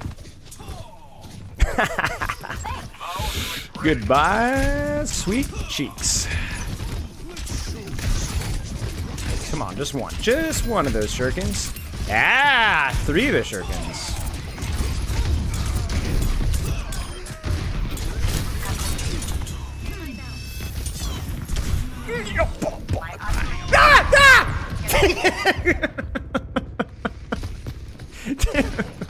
Yeah. No, please don't let. Okay, we're good. We're good. We're good. We're good. No, we're not good.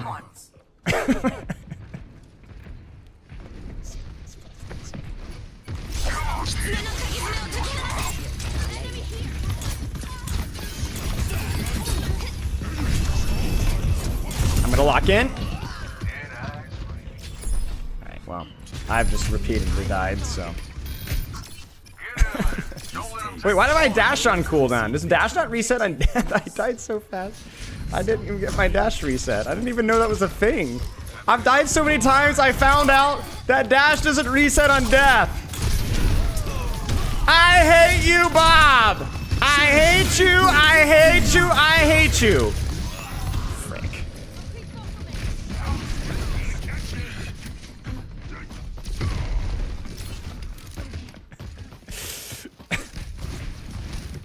Please survive, guys. Like, okay.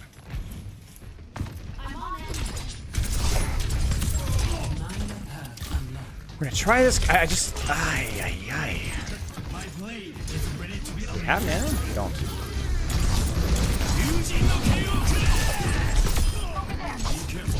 Oh dear. Wait, what?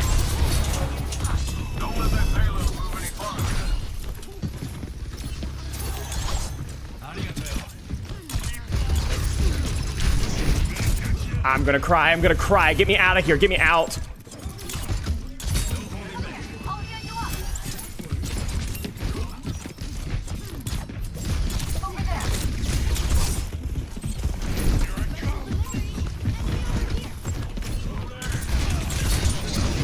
Oh, are you serious?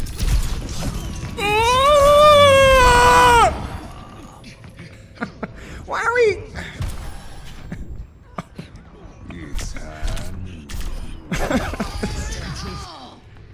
was not even bad. That wasn't even bad. We are outnumbered. Oh no, we wasted our nano too. I'm gonna kill this guy. Oh frick. Oh frick. Oh frick.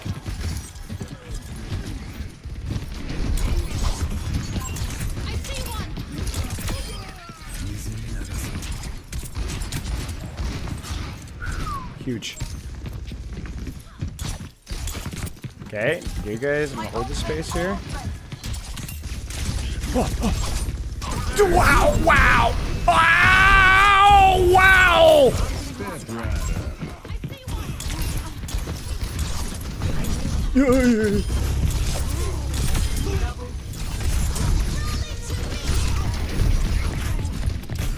I'm trying, listen, I'm trying, you know what why I'm losing this? It's I'm doing the perks I'm not used to. Ah, Mother Teresa! Ha ha ha! Spewed. I don't know what that means.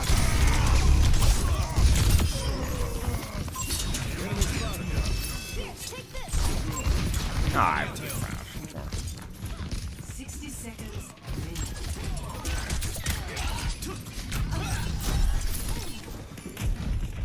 Teabag Bob? No, I'm not gonna lower myself to his level. Me killing Bob should be par for the course, shouldn't be cause for celebration. You know what? Frick this, I'm out of here. Ah! Just enemy.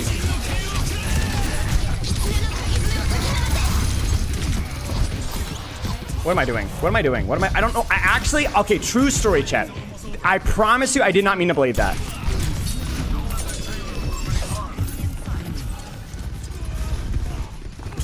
I didn't mean to blade it. I didn't.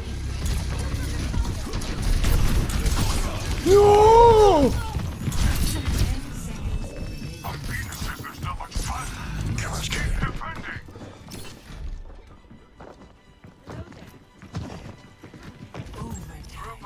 Like this. My ultimate is ready. Get in there, and I will be right there.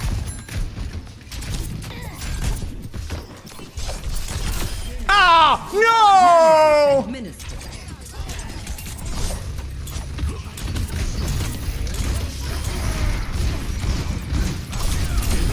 Oh my gosh! Holy crap! Ah! Oh no, I messed up. Immediately ice cold. Dang it. Immediately sailed into the west.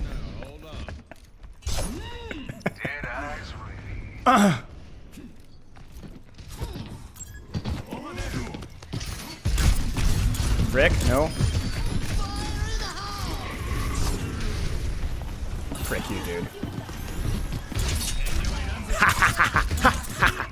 أنا بحط الشيطان عليا.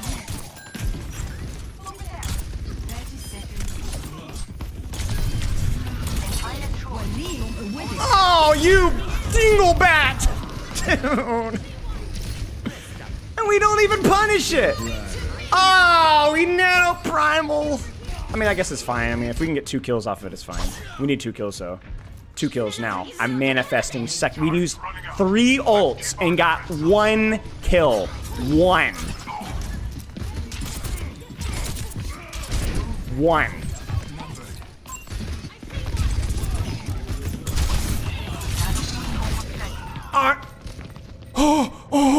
Oh no! Why did I do that?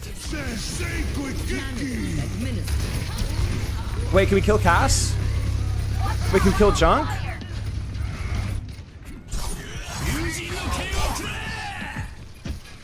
No! Okay, that's it, dude. Score 0-3. Switching sides.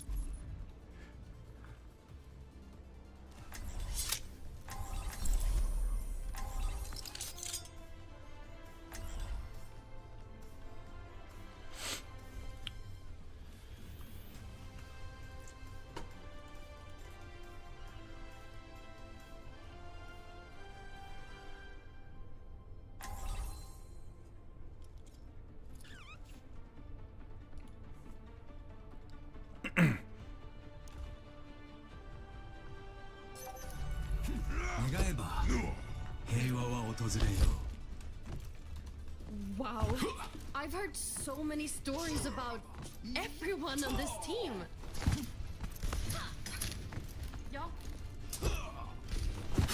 You're hard to keep a scope on, Genji. Always so unpredictable. Oh, I'm sorry. Don't be. It keeps me sharp.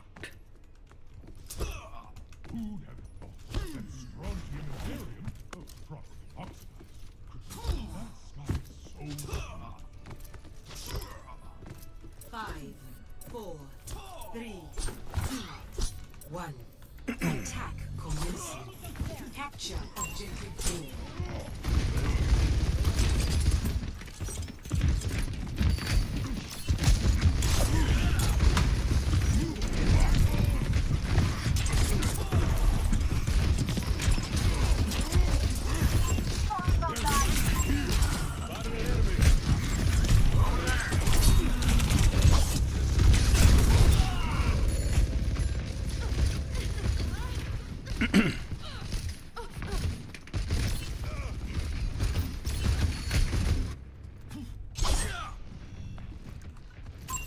Enemy over here!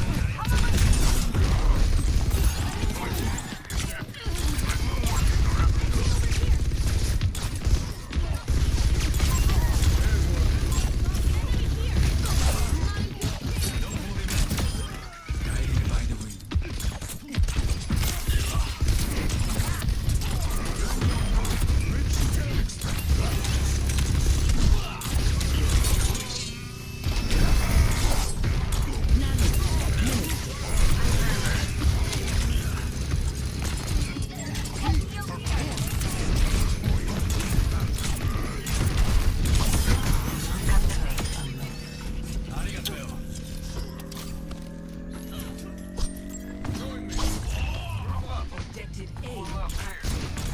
Destroy Cover the payload! We're moving out! On my way! Step right.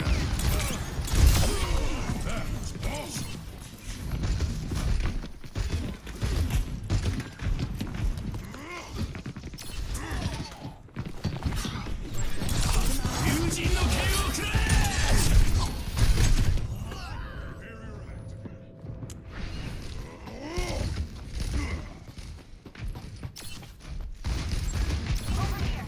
In tube ahead.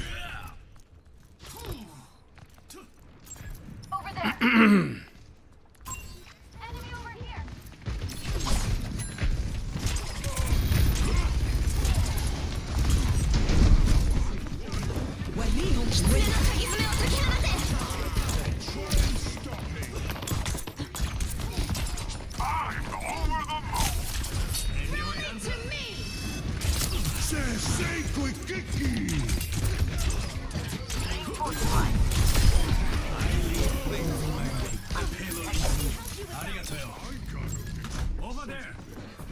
Watch out, I'm on fire! Thanks! Heads up! I'm behind you!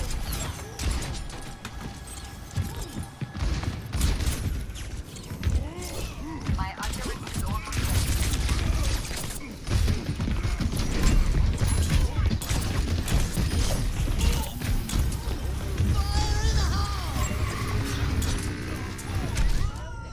Nano boost administered.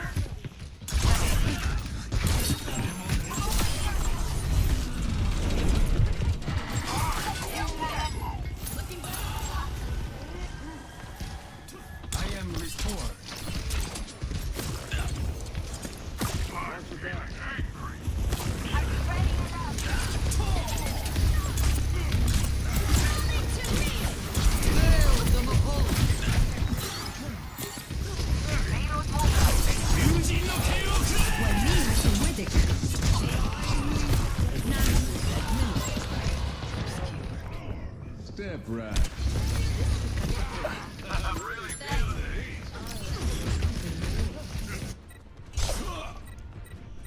The payload is approaching its destination. Group up with me. Sensei Quickiki! Round 2. I just want to get Score 3-3.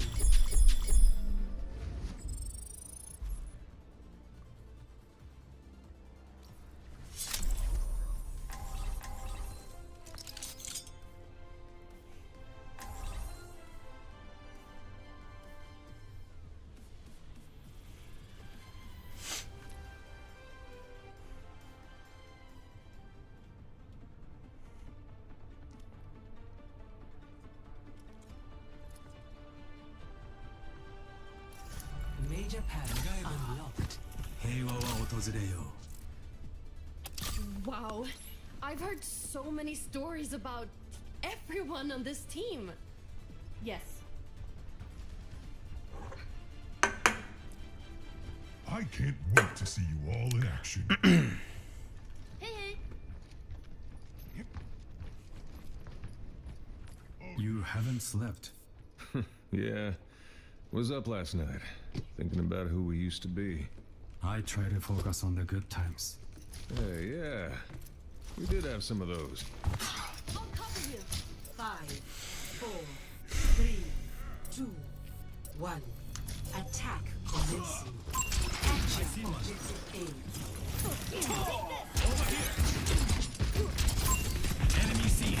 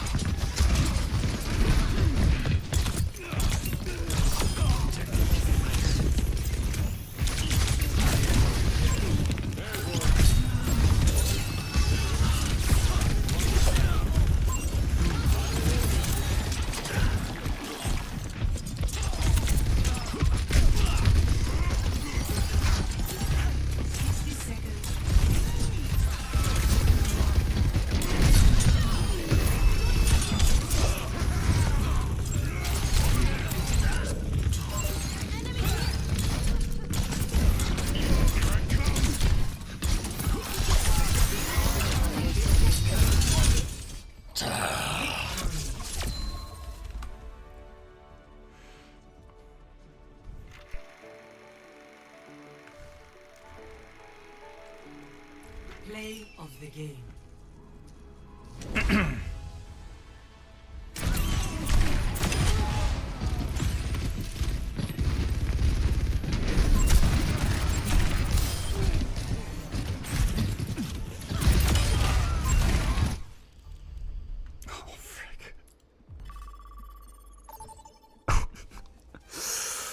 Travel to Havana.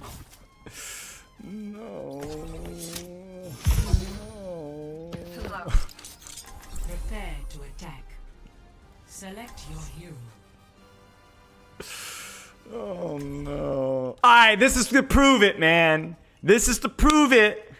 I'm gonna do it. I'm gonna prove it. Oh, no. Dude, Junkrat is terrible on this map. Mauga is terrible on this map. Dude, what is Junkrat's win rate in general? Hang on. What are we at? Diamond?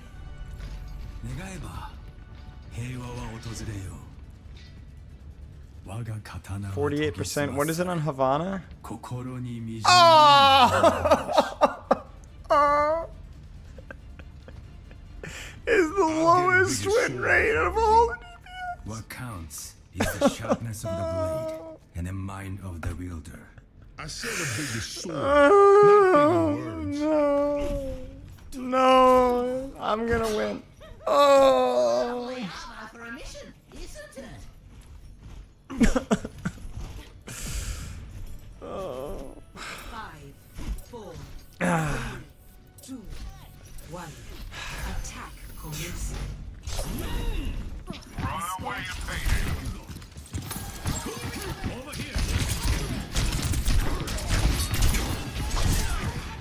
I am here.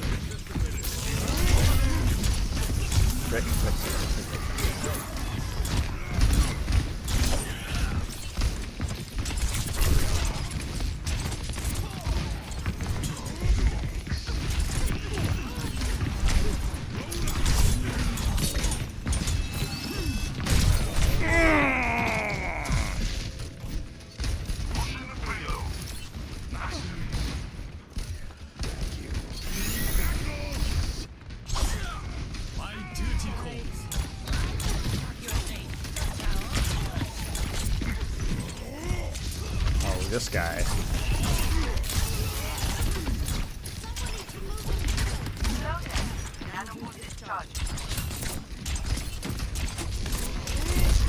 Enemy in sight.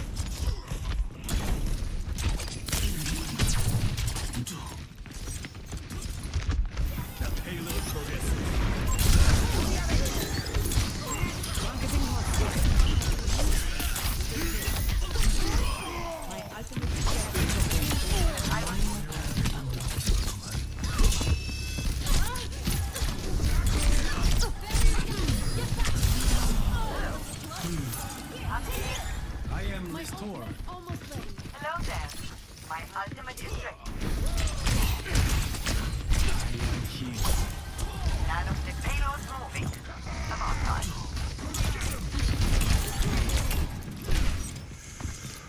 My ultimate is ready. No power down. Get in there.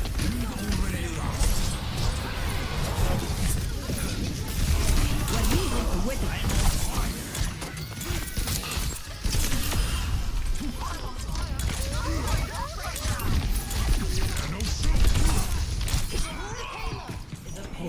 Has reached Not good. No holding back. Whoever holds your peace. Ahlan. July.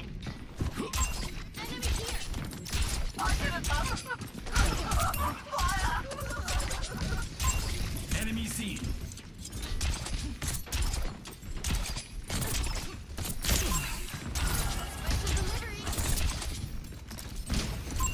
Enemy here. I'm here. Keep fighting.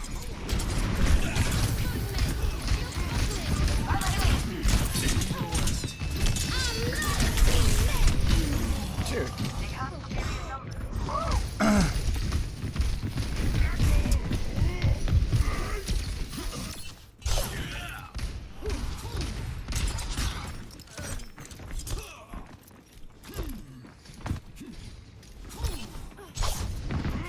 Someone call? Over here. Hey there. Good eye, cover.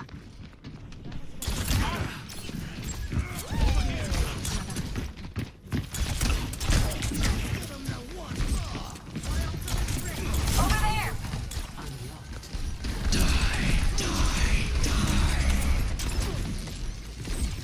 What's up? Enjoy hands up.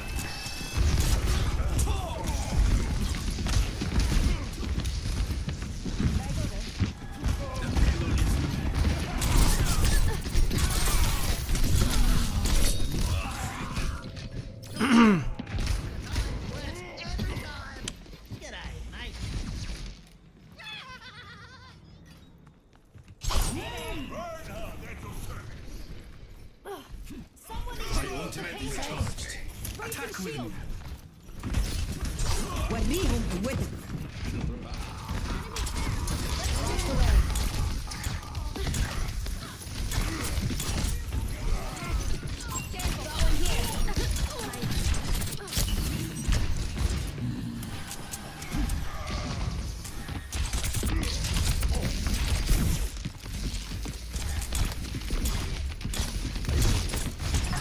Fire.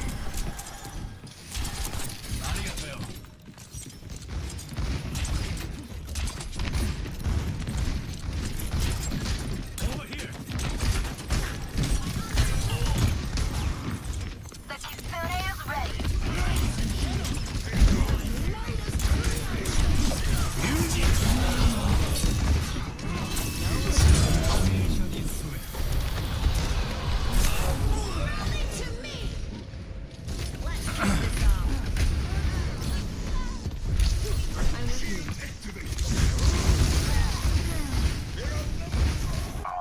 Safe. Lucio coming at you. 60 seconds remaining.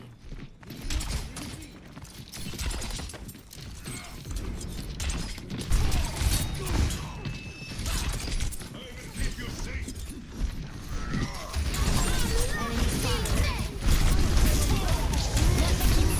Guide you.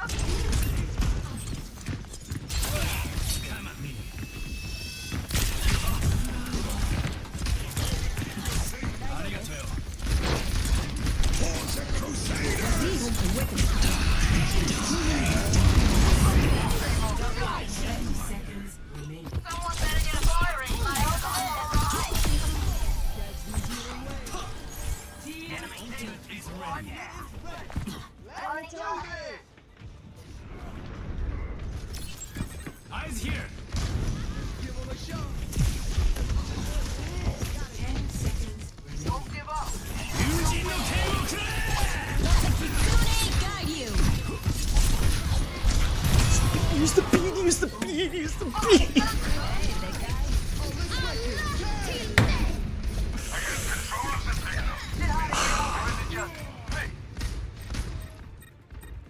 Finally, a real challenge.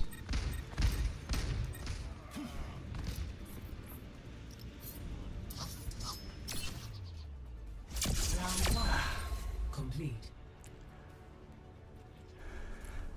Score 2-0. Switching sides.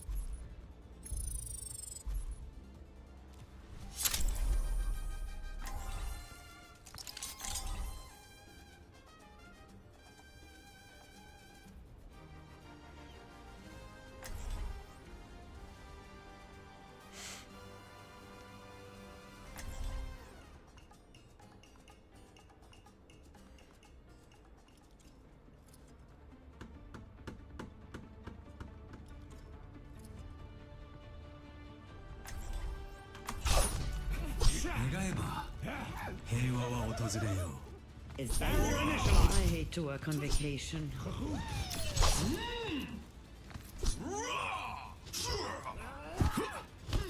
I promise to take this one serious.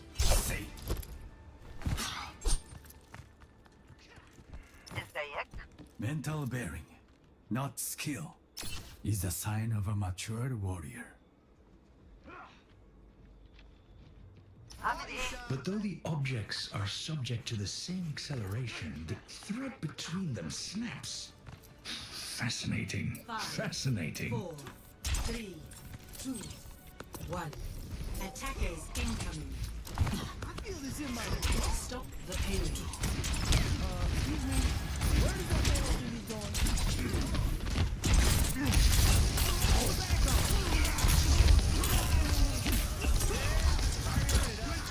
I am restored.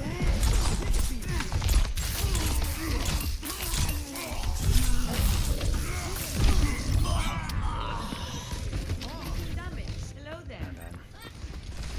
The barrier has fallen. これで終わるものか。Payload's moving. Let's go rain on their parade.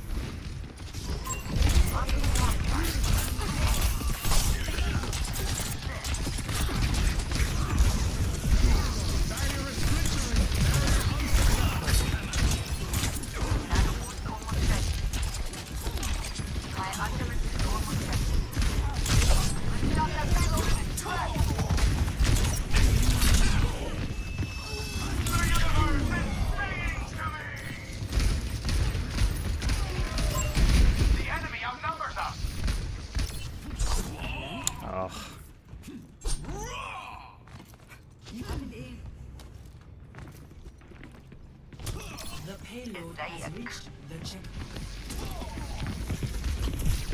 I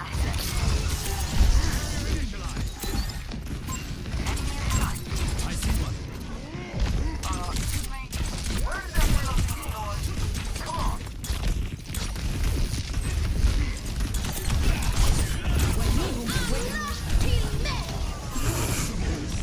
Okay. Alright, sure. Okay, sure. Okay, that's fine. That's alright. Always precede victory. Sure, buddy. Ult track? No. Hello there. My ultimate is ready. Nanobot is ready to deploy.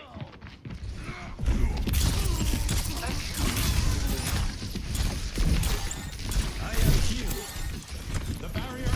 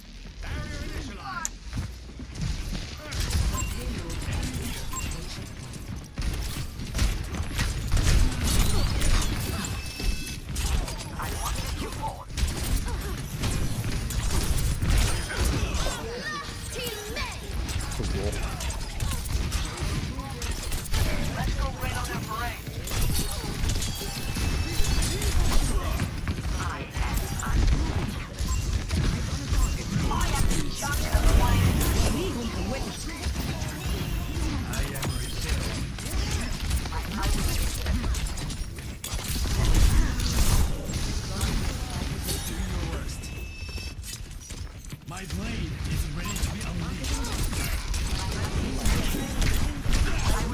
Using the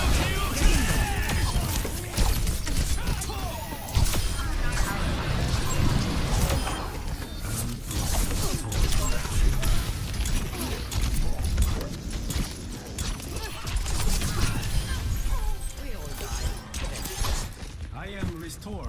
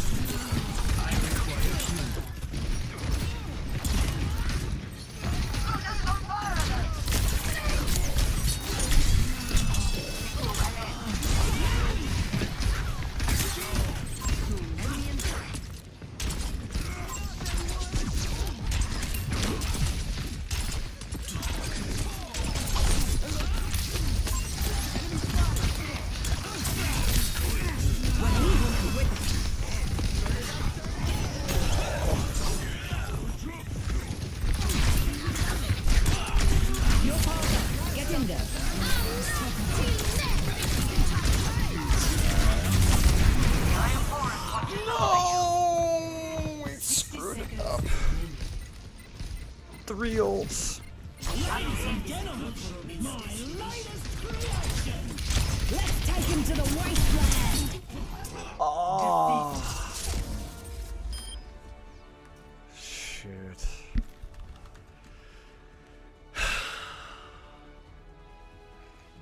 Play of the game.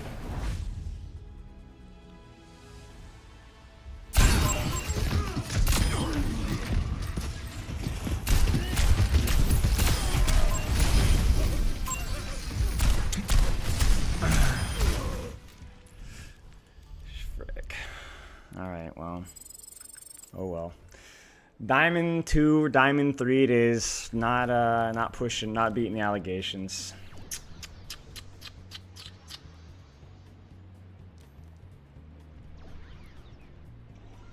GG's. Dude, the blades are so bad.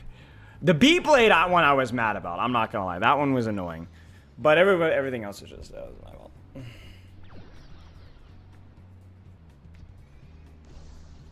Frick. All right, what do you guys want to see next? We got time for one more if you guys want. Maybe at least a couple of ranked games. What do you guys want to see? We've done ball. We've done ball already. We have not done Pharah. We have not done Tracer.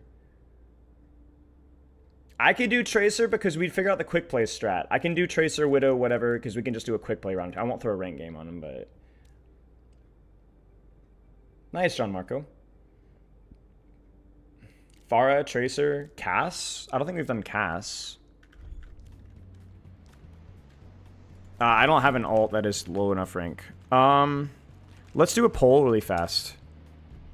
What hero? Pharah, Tracer, Cass? Poll's live on Twitch. I think I can play 2 of those on main.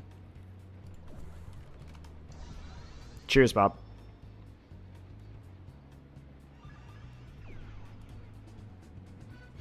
Hazard, I've already done Hazard.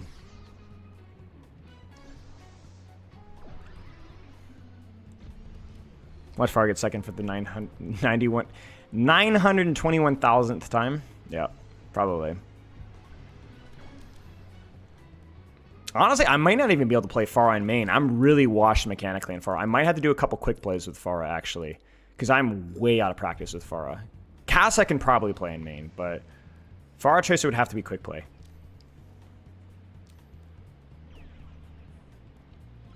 I legit think I might be plat in Tracer. Straight up. Well, Tracer, we haven't done Tracer before yet because I didn't know what to do, and I'm just like, I could just play quick play. All right, Tracer it is. Oh, I'm gonna stretch my legs. I'm gonna actually go streamer mode for the quick play game. I'll do 2 games, 2 quick play games for Tracer. Let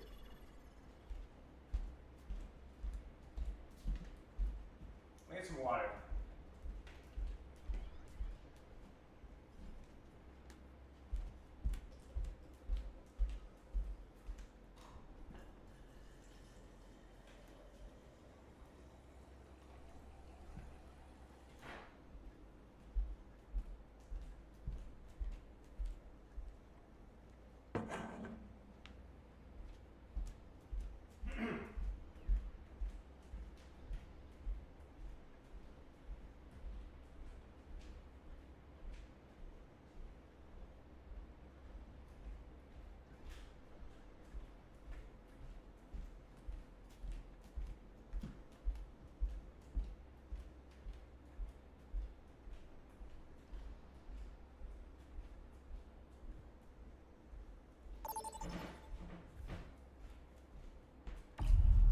So for context here, I honestly think Tracer might be my worst hero in the entire game. I have very little hours on Tracer. She's a very high skill floor character. I can coach her probably better than any other character, but I have basically no time playing the character. I think she might be worse than my Widow or Wrecking Ball. She's definitely worse than my Doomfist. My Doomfist is overhated. I usually play Doomfist when I'm too tired. My Doomfist is actually not my worst tank when I'm playing him like fresh. Prepare for battle. But it's probably my worst hero. Select your hero. I have very little time. My sensitivity is bad for Tracer. I have never practiced any of the Tracer tech. Positioning, I'm good with Tracer on paper, but a lot of her positioning requires rotations, which I'm very slow at. So this is going to be pretty funny. Is your sense and Tracer not the same as Genji? Yes, but Tracer requires far more 180ing, in my opinion. Far more frequent 180ing, I think. And then why do you not play on paper? Just never really have had the desire. I enjoy Tracer, but I don't love playing Tracer.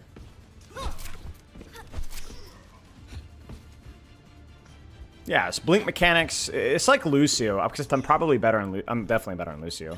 5, 4, 3, 2. All right, good luck. Let me know what you guys think. Now, to be clear, this is probably like low masters quick play MMR, so I'm gonna throw a couple quick play games. But it's also quick play MMR, so try to think objectively, not about deaths or stats, but just how I'm moving and playing the character.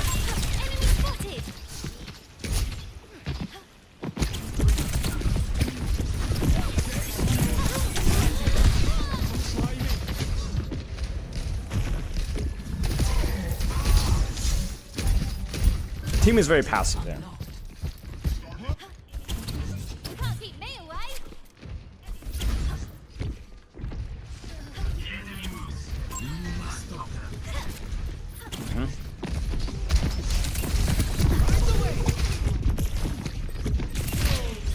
What we got?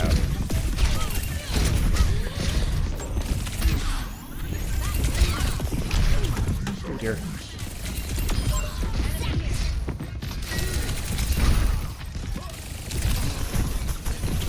Oh gosh.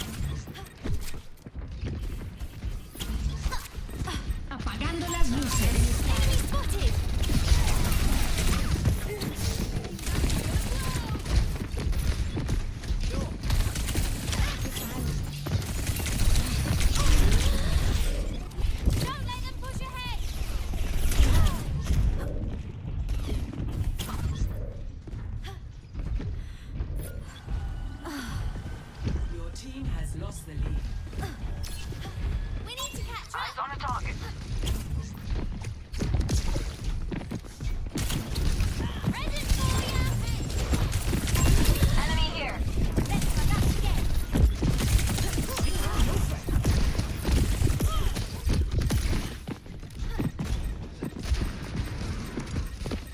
Time for the reckoning.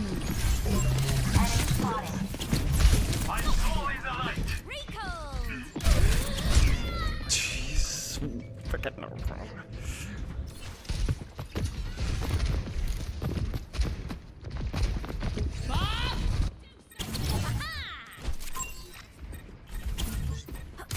Keep an eye out. Enemy over here. Got one here. Frick, I lost the track.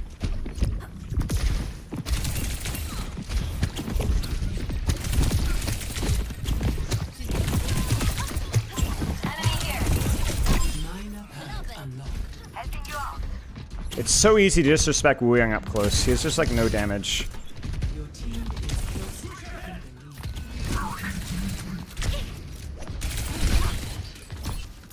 Over here.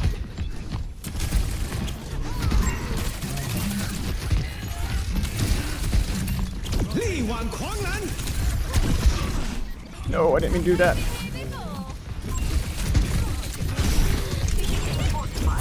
Yoy. Group up here. That was really messy. Much better.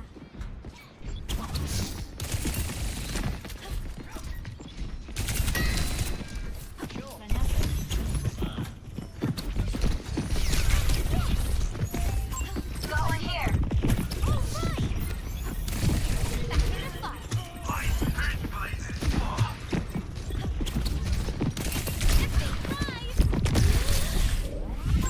Enemy spotted. Keep pushing for the lead.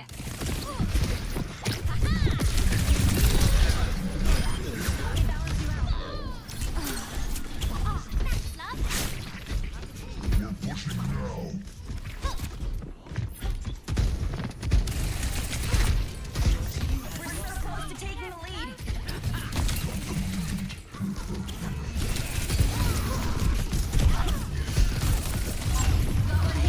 Let's get an EMPD. My soul is dragon behind.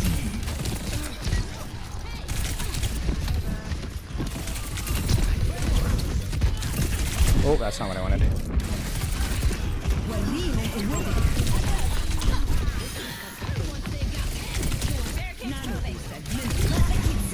Guide you.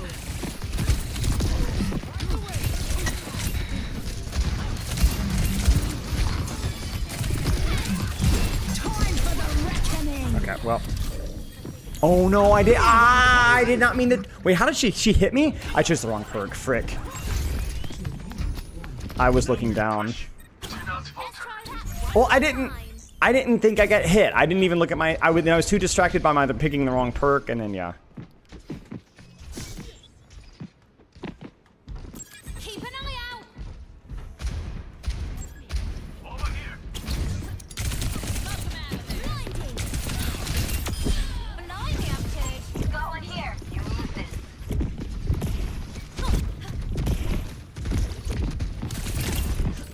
Watch here.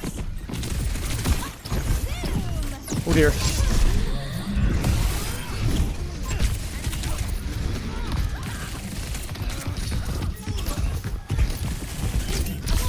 No, I was mid-league. Enemy here. Frick. Do something. Enemy here.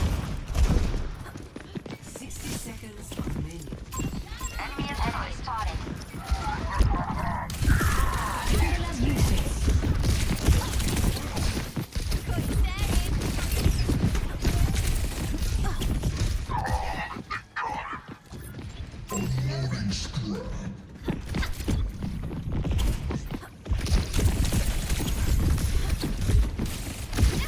Oh dear. Bro, I've had this in the backline this entire time.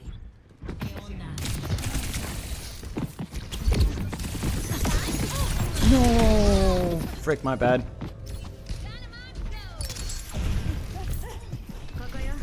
They're pushing the barricade.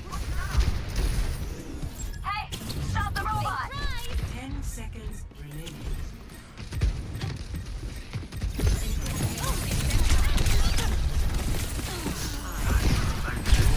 Overtime. Stop them and it's over. Last chance to take the robot. Let the Kitsune guide you. Administer.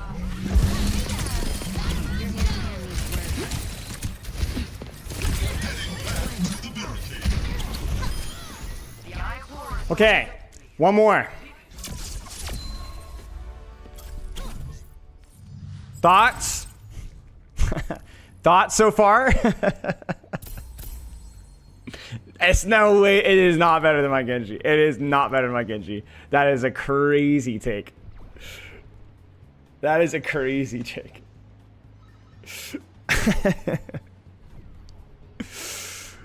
How'd you rate your bling management? Bro, I don't know. I'm not even aware of what mistake. Dude, I'm so bad and inexperienced with this character. I don't even know what I'm doing half the time. Like, I mean, I do. I'm vaguely aware of some principles, but probably not good. I have like no hours in this character, bro. Like, I haven't even avoided this character. I think it's like in my bottom 8 or something. 1, 2, 3, 4, 5, 6, 7, 8. So it's not that bad. It's like 25 or something. I'm surprised it's even as high as that. I've not played any Tracer in Overwatch 2. Any. And so that must be like, I don't even know when I played it. I have more hours on, almost more hours on Moira than I have. I don't even remember playing Tracer. I have more hours on freaking Widowmaker and Doomfist and Junkrat. And I have more hours on Roadhog. Cheers, love. It's time to save the world. Think right. Keep moving out there. Don't want to give him any easy shots, do we? Pepper 1v1s? Maybe, yeah. I hate to work on vacation.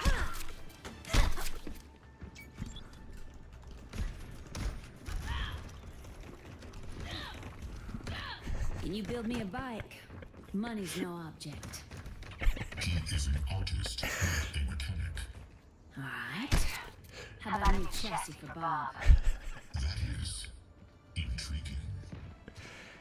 5, 3, 2, 1. Attackers incoming. Defend objective A. Let's keep each other safe.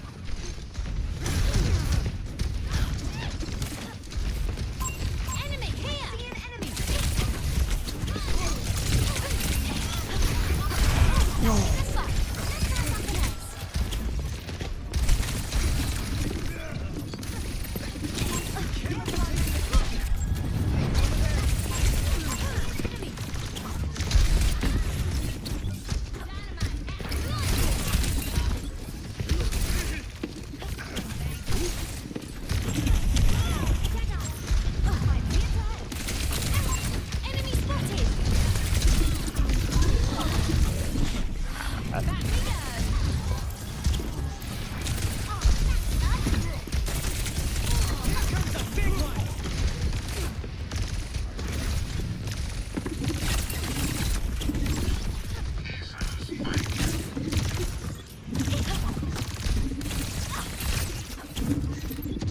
Heroes never die. We gotta stop them.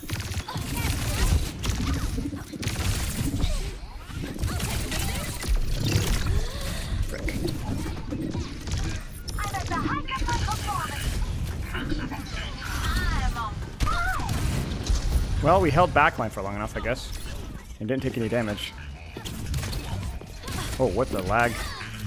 You guys see that? Like a diag blink. That was weird. Thanks. And they say 0 eliminations. That's crazy.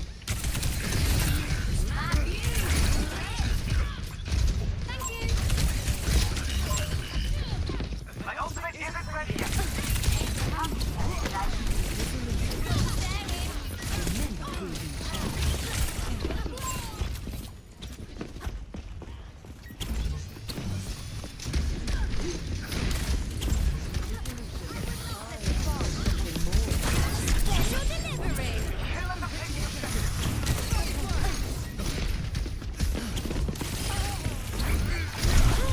Oh, what?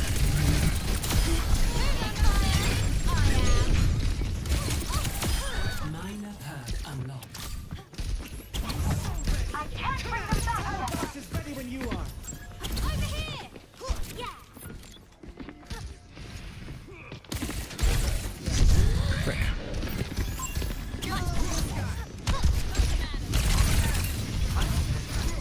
Battle blast is ready when you are. Reverse the time.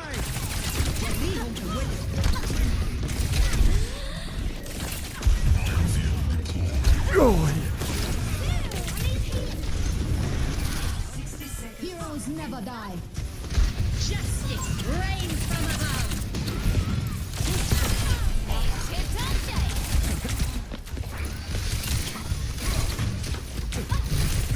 Big prize. Much for you to do.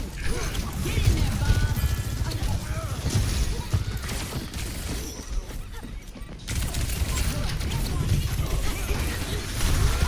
Oh, what are these punches? I feel like I'm rubber banding every. I think I got AoE'd. I think I got AoE'd. Oh no, it was just me. You can't keep me away. Much obliged.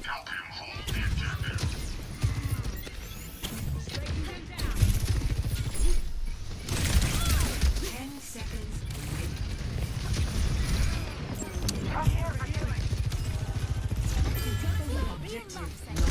Oh, frick, frick, frick, frick, frick, frick. Holy crap. Back in the fight.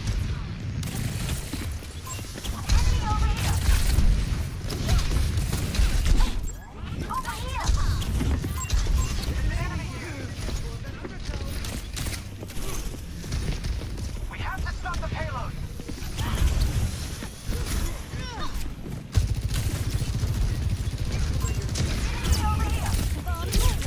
Ah, I cheated. I cheated. I did not set it up responsibly, and then I needed to blink through her first. Our work is not done.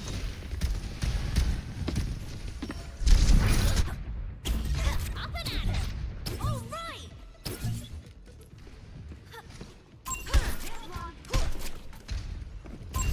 Enemy over here.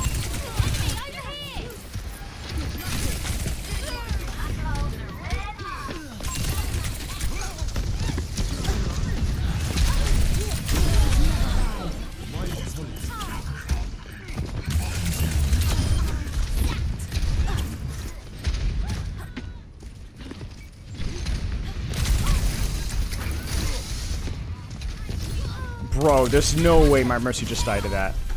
Are you serious?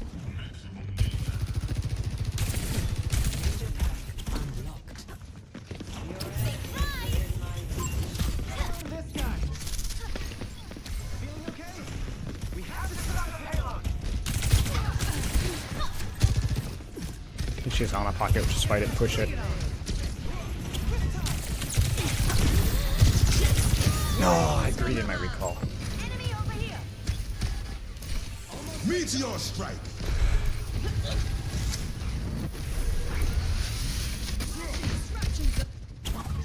Let's try that one more time.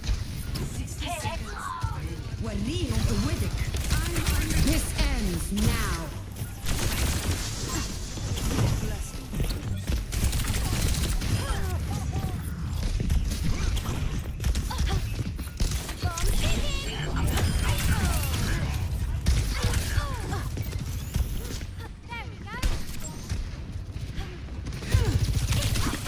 There we go. 30 seconds remaining. You're a real lifesaver. Stand your ground. This one's ours. My ultimate's ready. Get in there, Bob. Back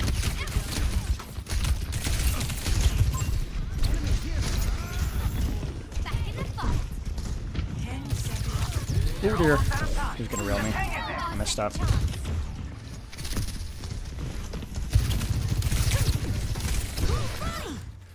Nice. Oh. Okay, thoughts? Rank guesses? I would say like Plat 1, honestly. It depends on the energy with which I'm playing, but Plat 1, Diamond 5 maybe? I don't know. Really hard to guess in quick play. Yeah, that's true. That is very true. Yeah, it's not really a fair, but...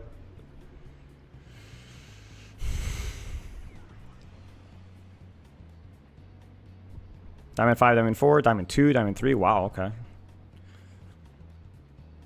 It was all off of that pulse bomb, right? Yeah, you can say the game, but we're not seeing the ranks of individual heroes. I mean, you know how it is, guys. It's meaningless. You have heroes you decompress on? I mean, characters that are easy for me to play, yeah. Like Hazard, I can pretty much autopilot on. Sombra, pretty much autopilot. Zen. GG's Cadenza, I don't care. Plat 1 mechanics need work, especially movement. Okay. Why don't we try Diamond 5?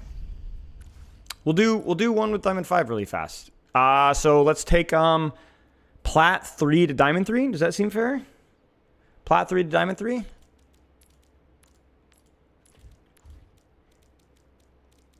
All right. Battle tag rank and roll. Let's roll it. Come on in, Wacky Yacky. We owe you from last time. I'll have you as my counterpart on the enemy team.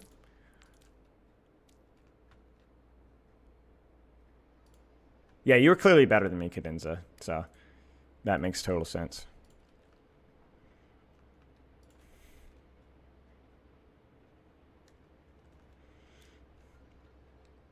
New people first?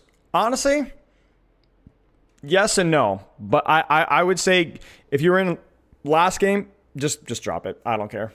I will prioritize new people, but it'll be a little bit of first come first serve. You know what I'm saying? Kata, just let me know what role we put you on, what rank. So I'm not gonna be picky.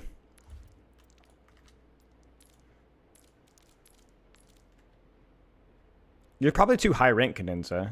Oh, you're Diamond 5 DPS? Yeah, then come on in.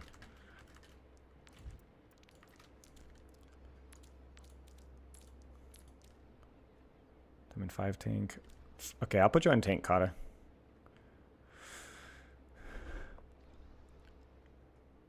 Flow on Plat 2 DPS.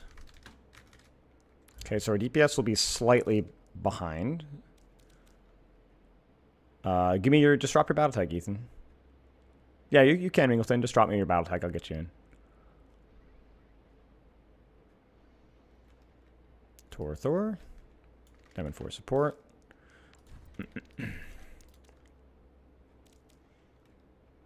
Spectate. Okay.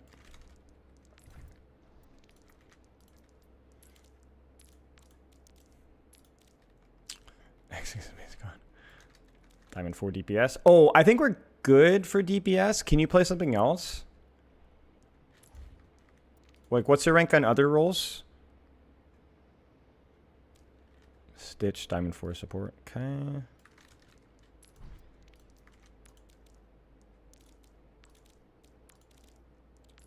I guess I should change stream title really fast. I think we need a tank and a support, I think. Yeah, that's guess, yeah. I guess this really is, unironically, is Spyro Tracer and Genji.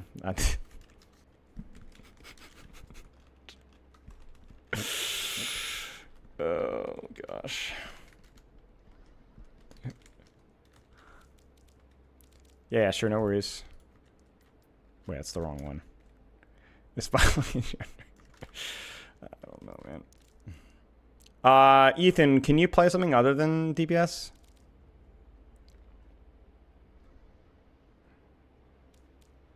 And we need support. Okay, what rank is your support? And then we need another tank. Plat 3 to... I guess I'll know what to ask for. No, I don't care, Cadenza. Play whatever you want. I don't care. Diamond 5, you believe? Okay, that's fine. All right, then we need one more tank. We need one more tank. Plat 3, Diamond 3. Somewhere in that spectrum. Let me stretch my legs for a second, actually. I'm actually going to turn off the light, too, so I'm not blinding myself. Any tankers in chat? I beg. Dude, it's freaking hot in here. Holy crap. Don't turn on the air.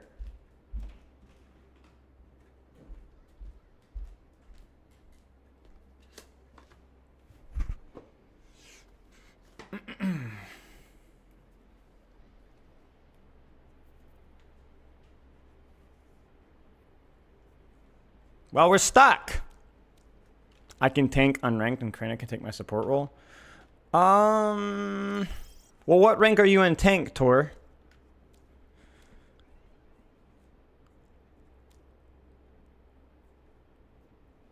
Explosions, what rank are you? You had a real job before that? That's alright, it's alright, it's alright. Being the responsible one here. You know, I want the OCE OTP Rhine? Maybe I do.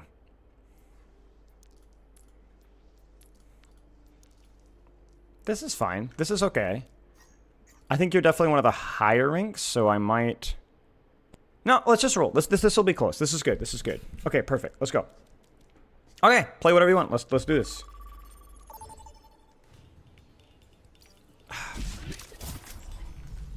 Man, I've never played Tracer in a pug before. Prepare your defenses. No, well... Select your hero. I think... Have I? I don't remember. I don't...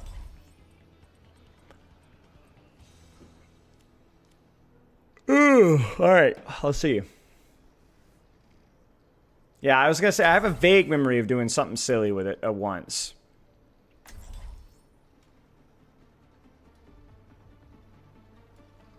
Oh, yeah. Freaking Swafty. We can play versus like a Masters 3 or Masters 2 Tracer. Just hunted me the whole game. Clip farmed me. Freaking tilting. Can I try something? Hey there.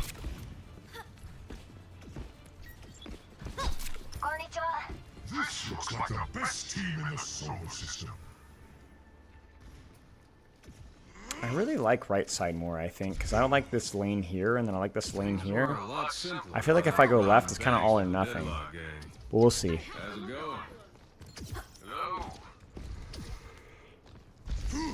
We are doing the chat guesses my rank, and then we test it out, kind of, sort of. So we'll see. This is probably one of my worst heroes. So we'll see how it goes. Genji? We're pushing up a little bit here. I might... Yeah, I'm gonna push it here a bit.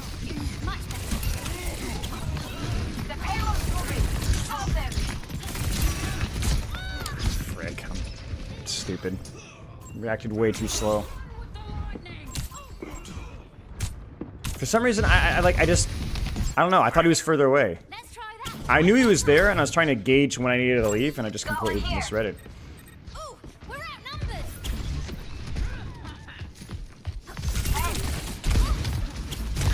gosh.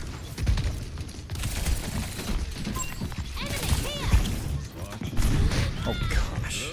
Dude, I keep getting surprised, man. I heard him, I thought he was on the floor. How was my hearing so bad? I'm getting smoked, man. The Diamond 5 dream is shattered.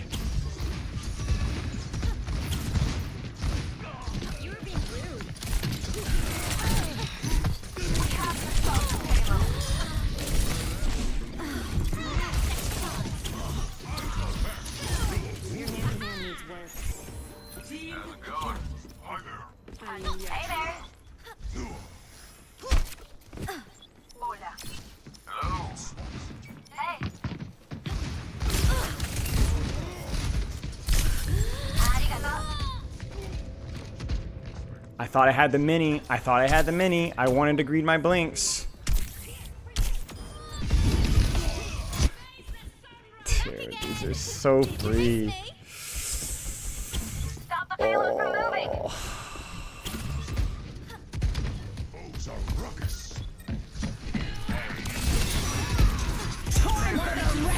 Got you.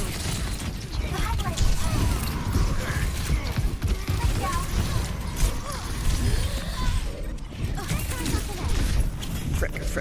What's up? Oh gosh. I'm I'm getting kind of fan behaviored right now, which is the only reason this is even close. If they just pushed card or shot my Winston, we would have already lost. Step right Like, it's ridiculous that that was even as close as it was. The battle ignites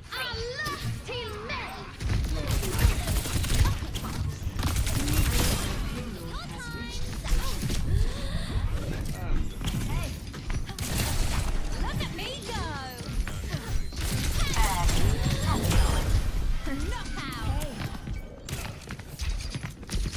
I knew she'd ego it.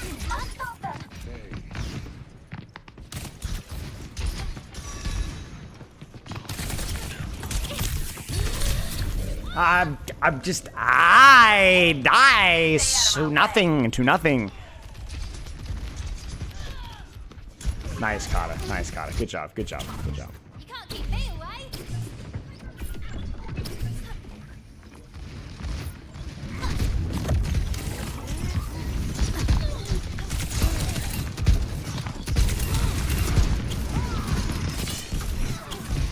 Frick, man. We're getting rolled, dude. We didn't have any good ult bank. We died to nothing. Kata teabagging me. That's just Right back up again.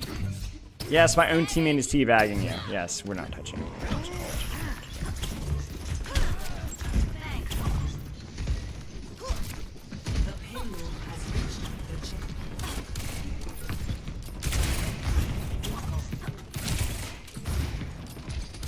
I'm really not experienced playing this map, especially. Hey.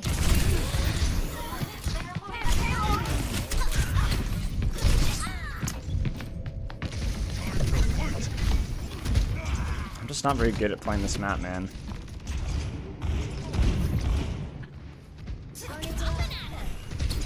I don't think this is the angle to play, honestly. I think this is the angle to play.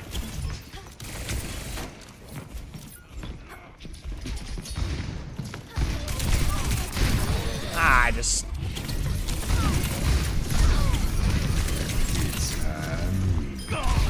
Oh, cheeks. These are just custom games. I am dying frequently. Try again. My ultimate is ready.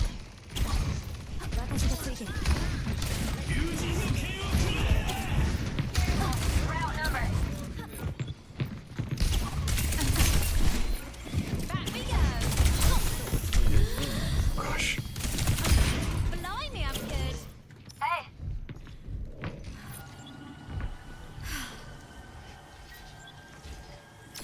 Let the Kitsune guide you.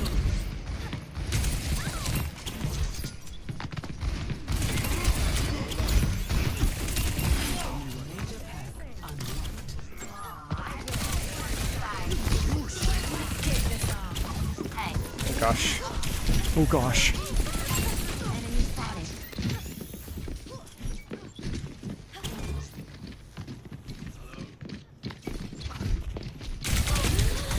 Gosh darn it.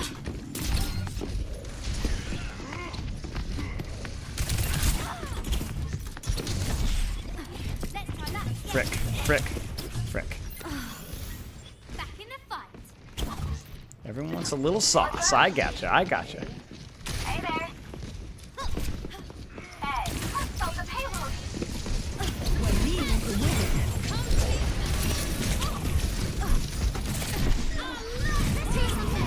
Frick, frick, frick. It's okay, I got Nano rallying Brig after me, and then we win the fight.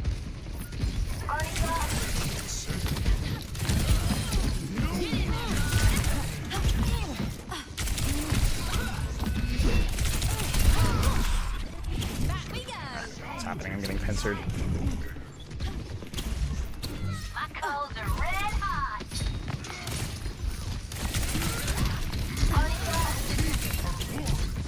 60 seconds remaining.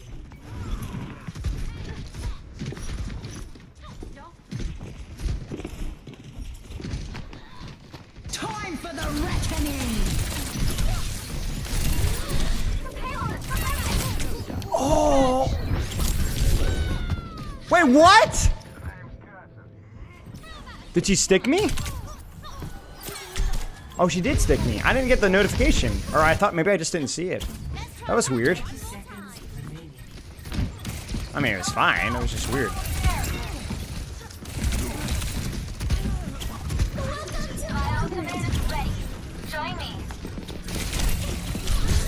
Dang it, my bad.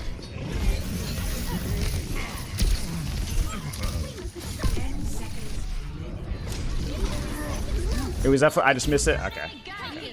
I was. Nice. What a weird game. I felt like I carried so many fights by pulling so many people's attention, so many resources, but then if I didn't, I just died instantly.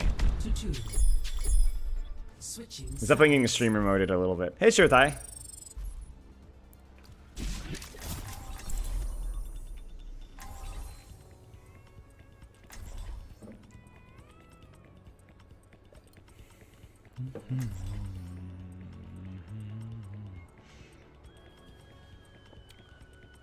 Water. Drinks water. Right now, anyway.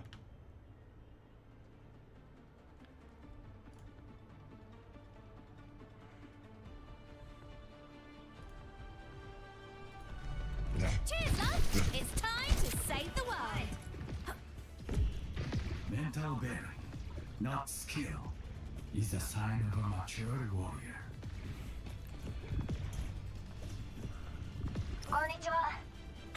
Keep moving out there. Don't want to give him any easy shots, do we? 10 and 10, baby. You want to join? Normally, yes, but we're this is the last one we're in for today. Hey.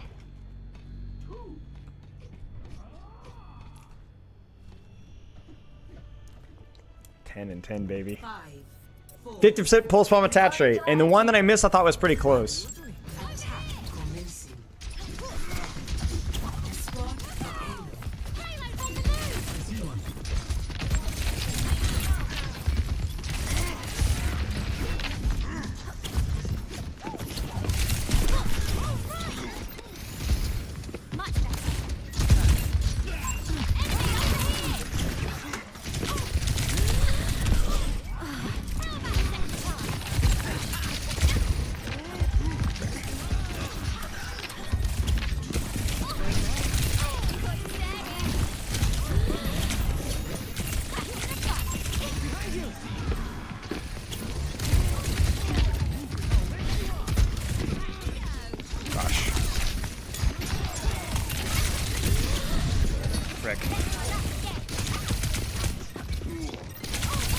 Wait, there's no way that queen lives.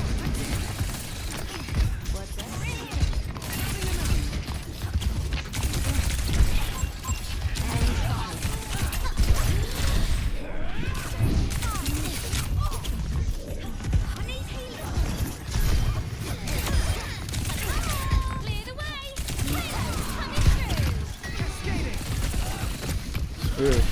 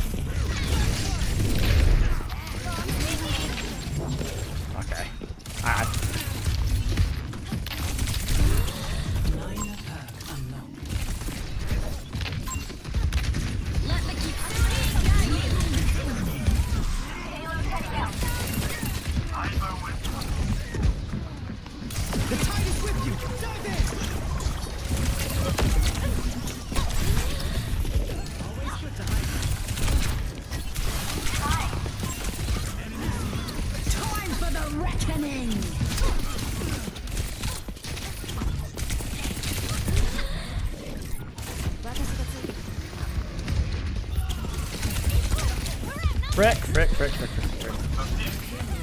Oh, we got it. That's crazy.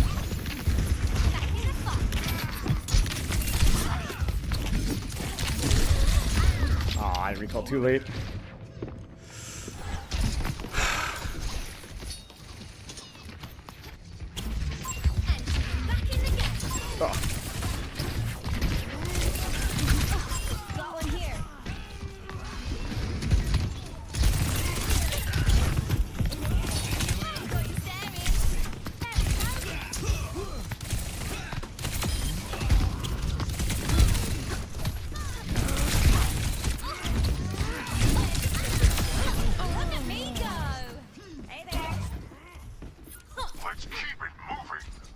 What's up?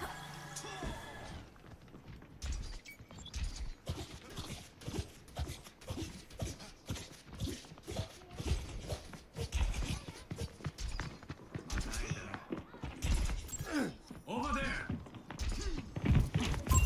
Enemy seen.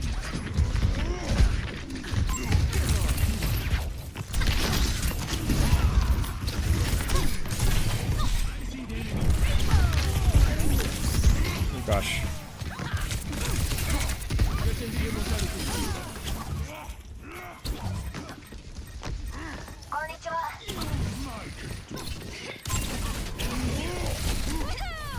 Payload's on the move! Enemy here. Hi.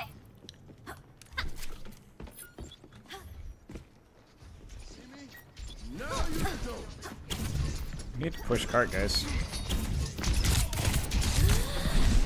Frick. Let's try that again. We did not.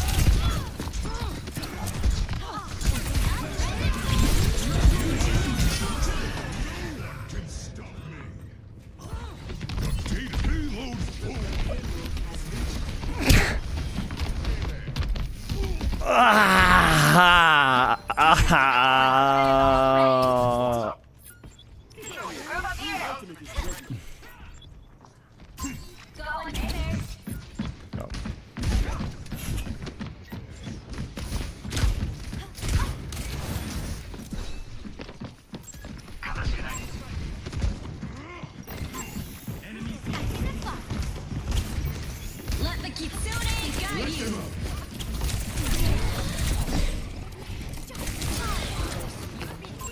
Enemy spotted. The winds of death are strong.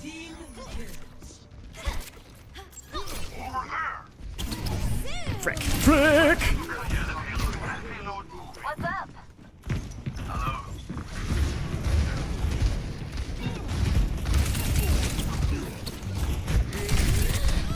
No! I mashed the recall button!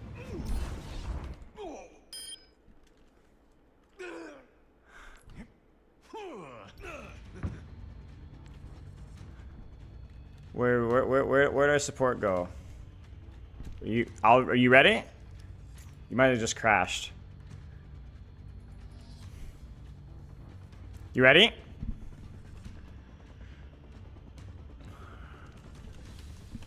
Okay. Frick. The payload is approaching its destination. Right back up again.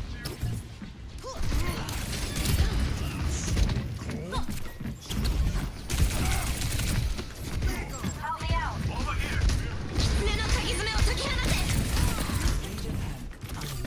My soul is alive.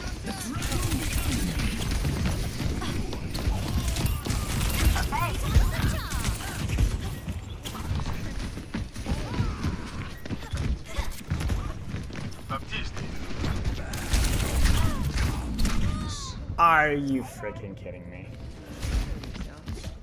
I died. Progress on the payload. I see one. As they say, try again. All right. No! I trolled. My bad. Still winnable actually, because we got everybody low. Then where should I? Winnable, winnable, winnable, winnable, winnable, winnable. Did you miss me? I'm with you.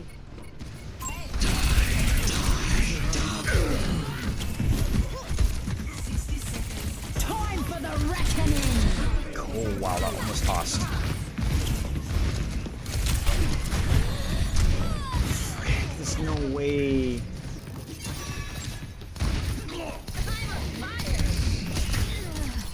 Dang it! Okay, I gotta lock in, boys. We have to actually do something here.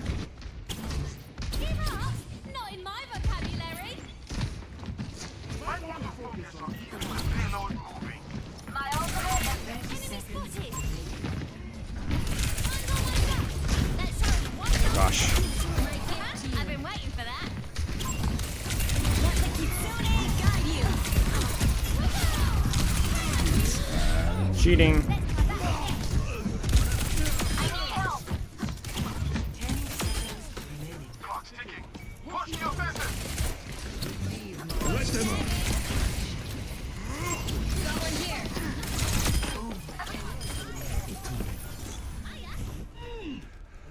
All right.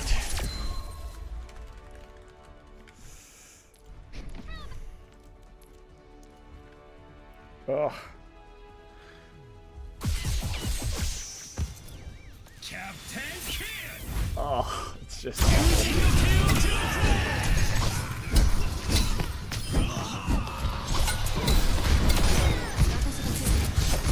Hey Jackson, thank you for the sub. Thank you for the sub. All right, last round. The Guion grind is done. It's been done for a while. It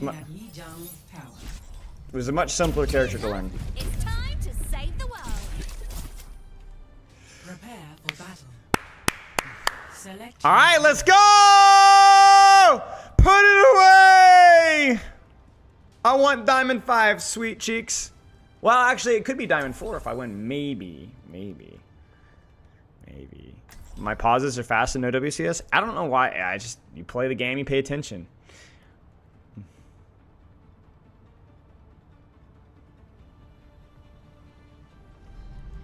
Cheers, love. It's time to save the Pie world. noises are pretty funny, though. Croissant, you're sitting out the next mission, Oxton. Emily made me promise you'd take it easy. Maybe you could look the other way this time? And get on her bad side? Not a chance. What's this about? Sure. 5, 4, 3, 2, 1. Round 1. Capture the objective. Frick. Hello. Go inside. I see an enemy.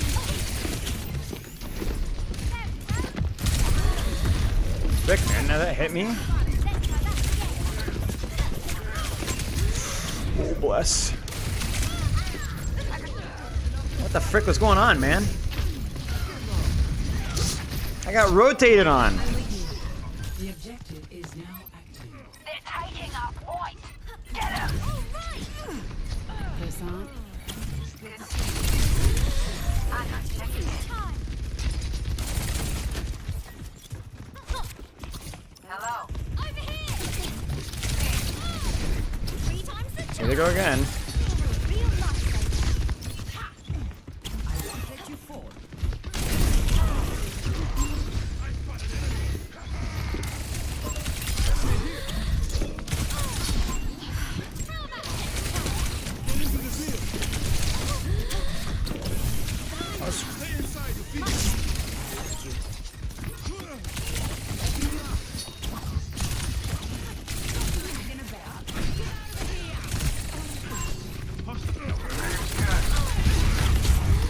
Backline train fricked.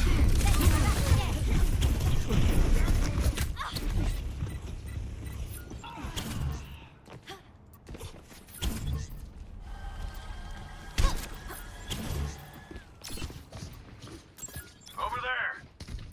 Hey.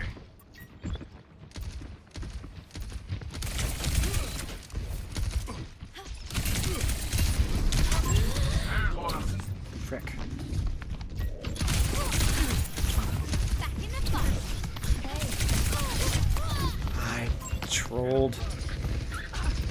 Man.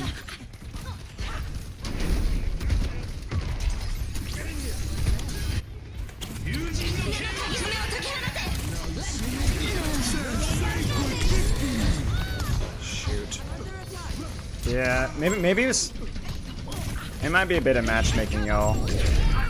We might have screwed up the matchmaking. I might have gotten carried last game. This feels pretty rough. You're powered up. Get in there.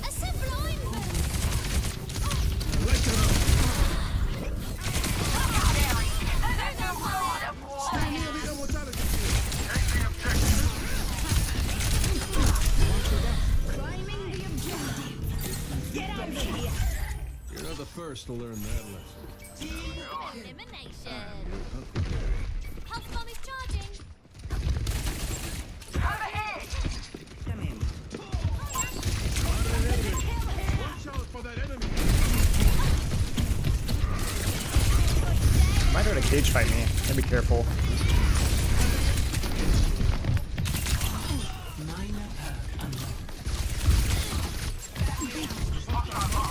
Come in.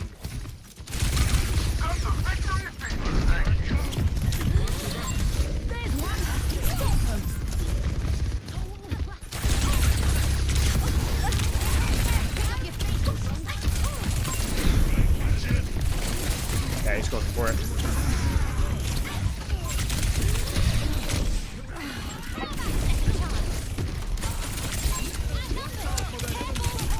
Yeah, our backman just getting rolled, man. Shoot. Wait, that's crazy. That's actually crazy. We can even give up point. We have time. Dude, we just... I can't. Yeah. Oh. Shoot. 0-1.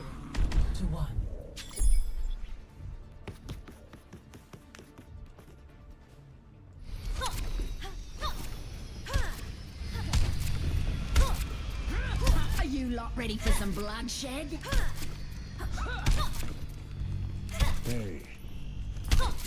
I'm your hooker. No, I haven't had any real competition at the range lately. There are plenty of moving targets on the battlefield. I'll take that as a no. Yes. Watch. 5, 4, 3, 2, 1. Round 2. Capture the objective. At least we're getting a free sightseeing tour. Yes. Back in the fight. Enemy spotted.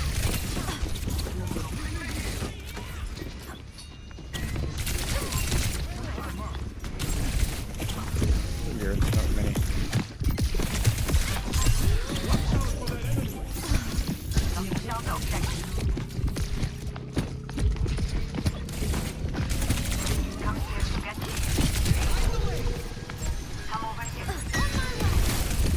Just cap the point. Cap the point. Guys! I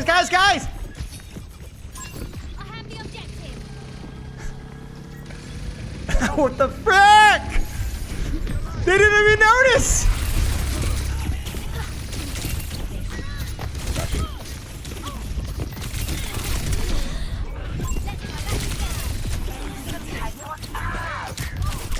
No. Okay, I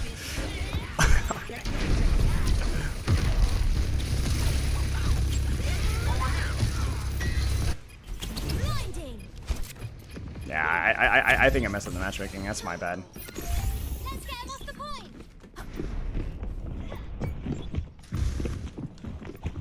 Brigitte at your service.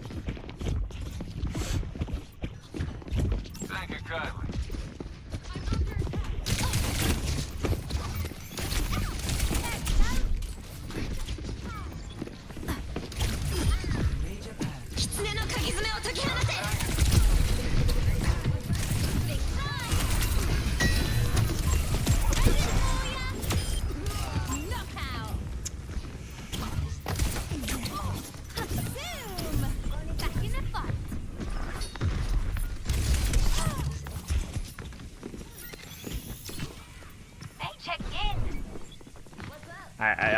I think we messed up the matchmaker, guys.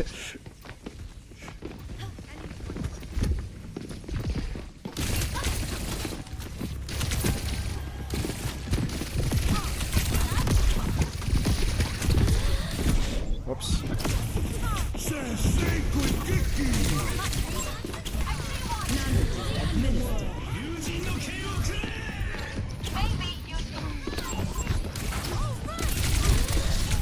Oh no, I messed up.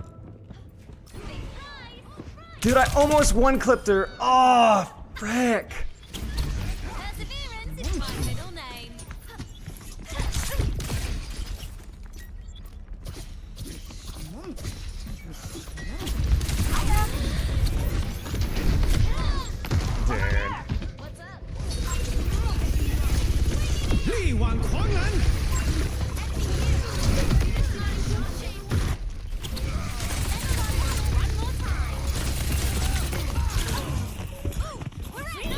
Don't move. There we go. The objective is mine.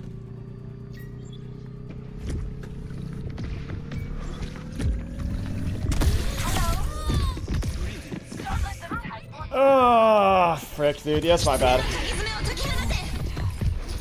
My bad in the matchmaking. That was not good. Yeah, there was the ranks were not even there. GG's. Well, I don't know. What do you guys think? I felt like Diamond 5 then. We'll say better than I thought. I thought I'll take Diamond 5 over Plat 1. Yeah, yeah, well, yeah. Diamond 5 seems relatively fair.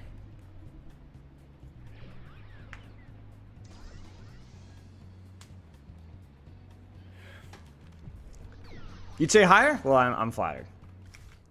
I was playing a little bit better towards the end. I felt like mechanically there's some moments there. Felt like I was able to comfortably win that Tracer duel in the room until she started getting pocket.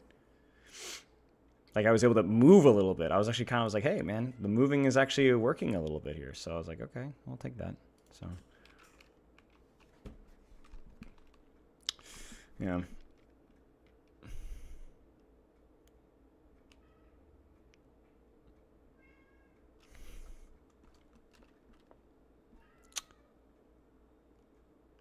Aim was messy. Aim was just depending on how used I am to moving around a lot. That was the big thing, which is not a surprise there. You know, it's not a huge surprise. So.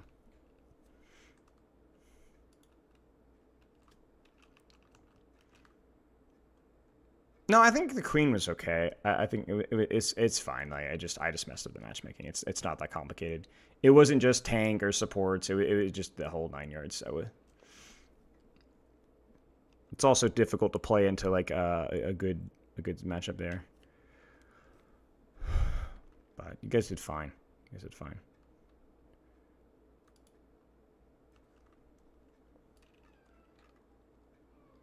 Okay, chat. I'm gonna head out. Loves and kisses. I'll see you guys later. Take care of yourself. Saturday we have OWCS. We don't have Hottie this Saturday. We'll have some other stuff that we'll do, but yeah. Fun stuff. Okay. I'll see you guys later. See you guys on Saturday. Bye YouTube, bye Twitch. Farewell. Another music stream? We'll see. I have a lot of stuff still ready to go. Am I ready for Hog? Yes, I'm ready for Hog.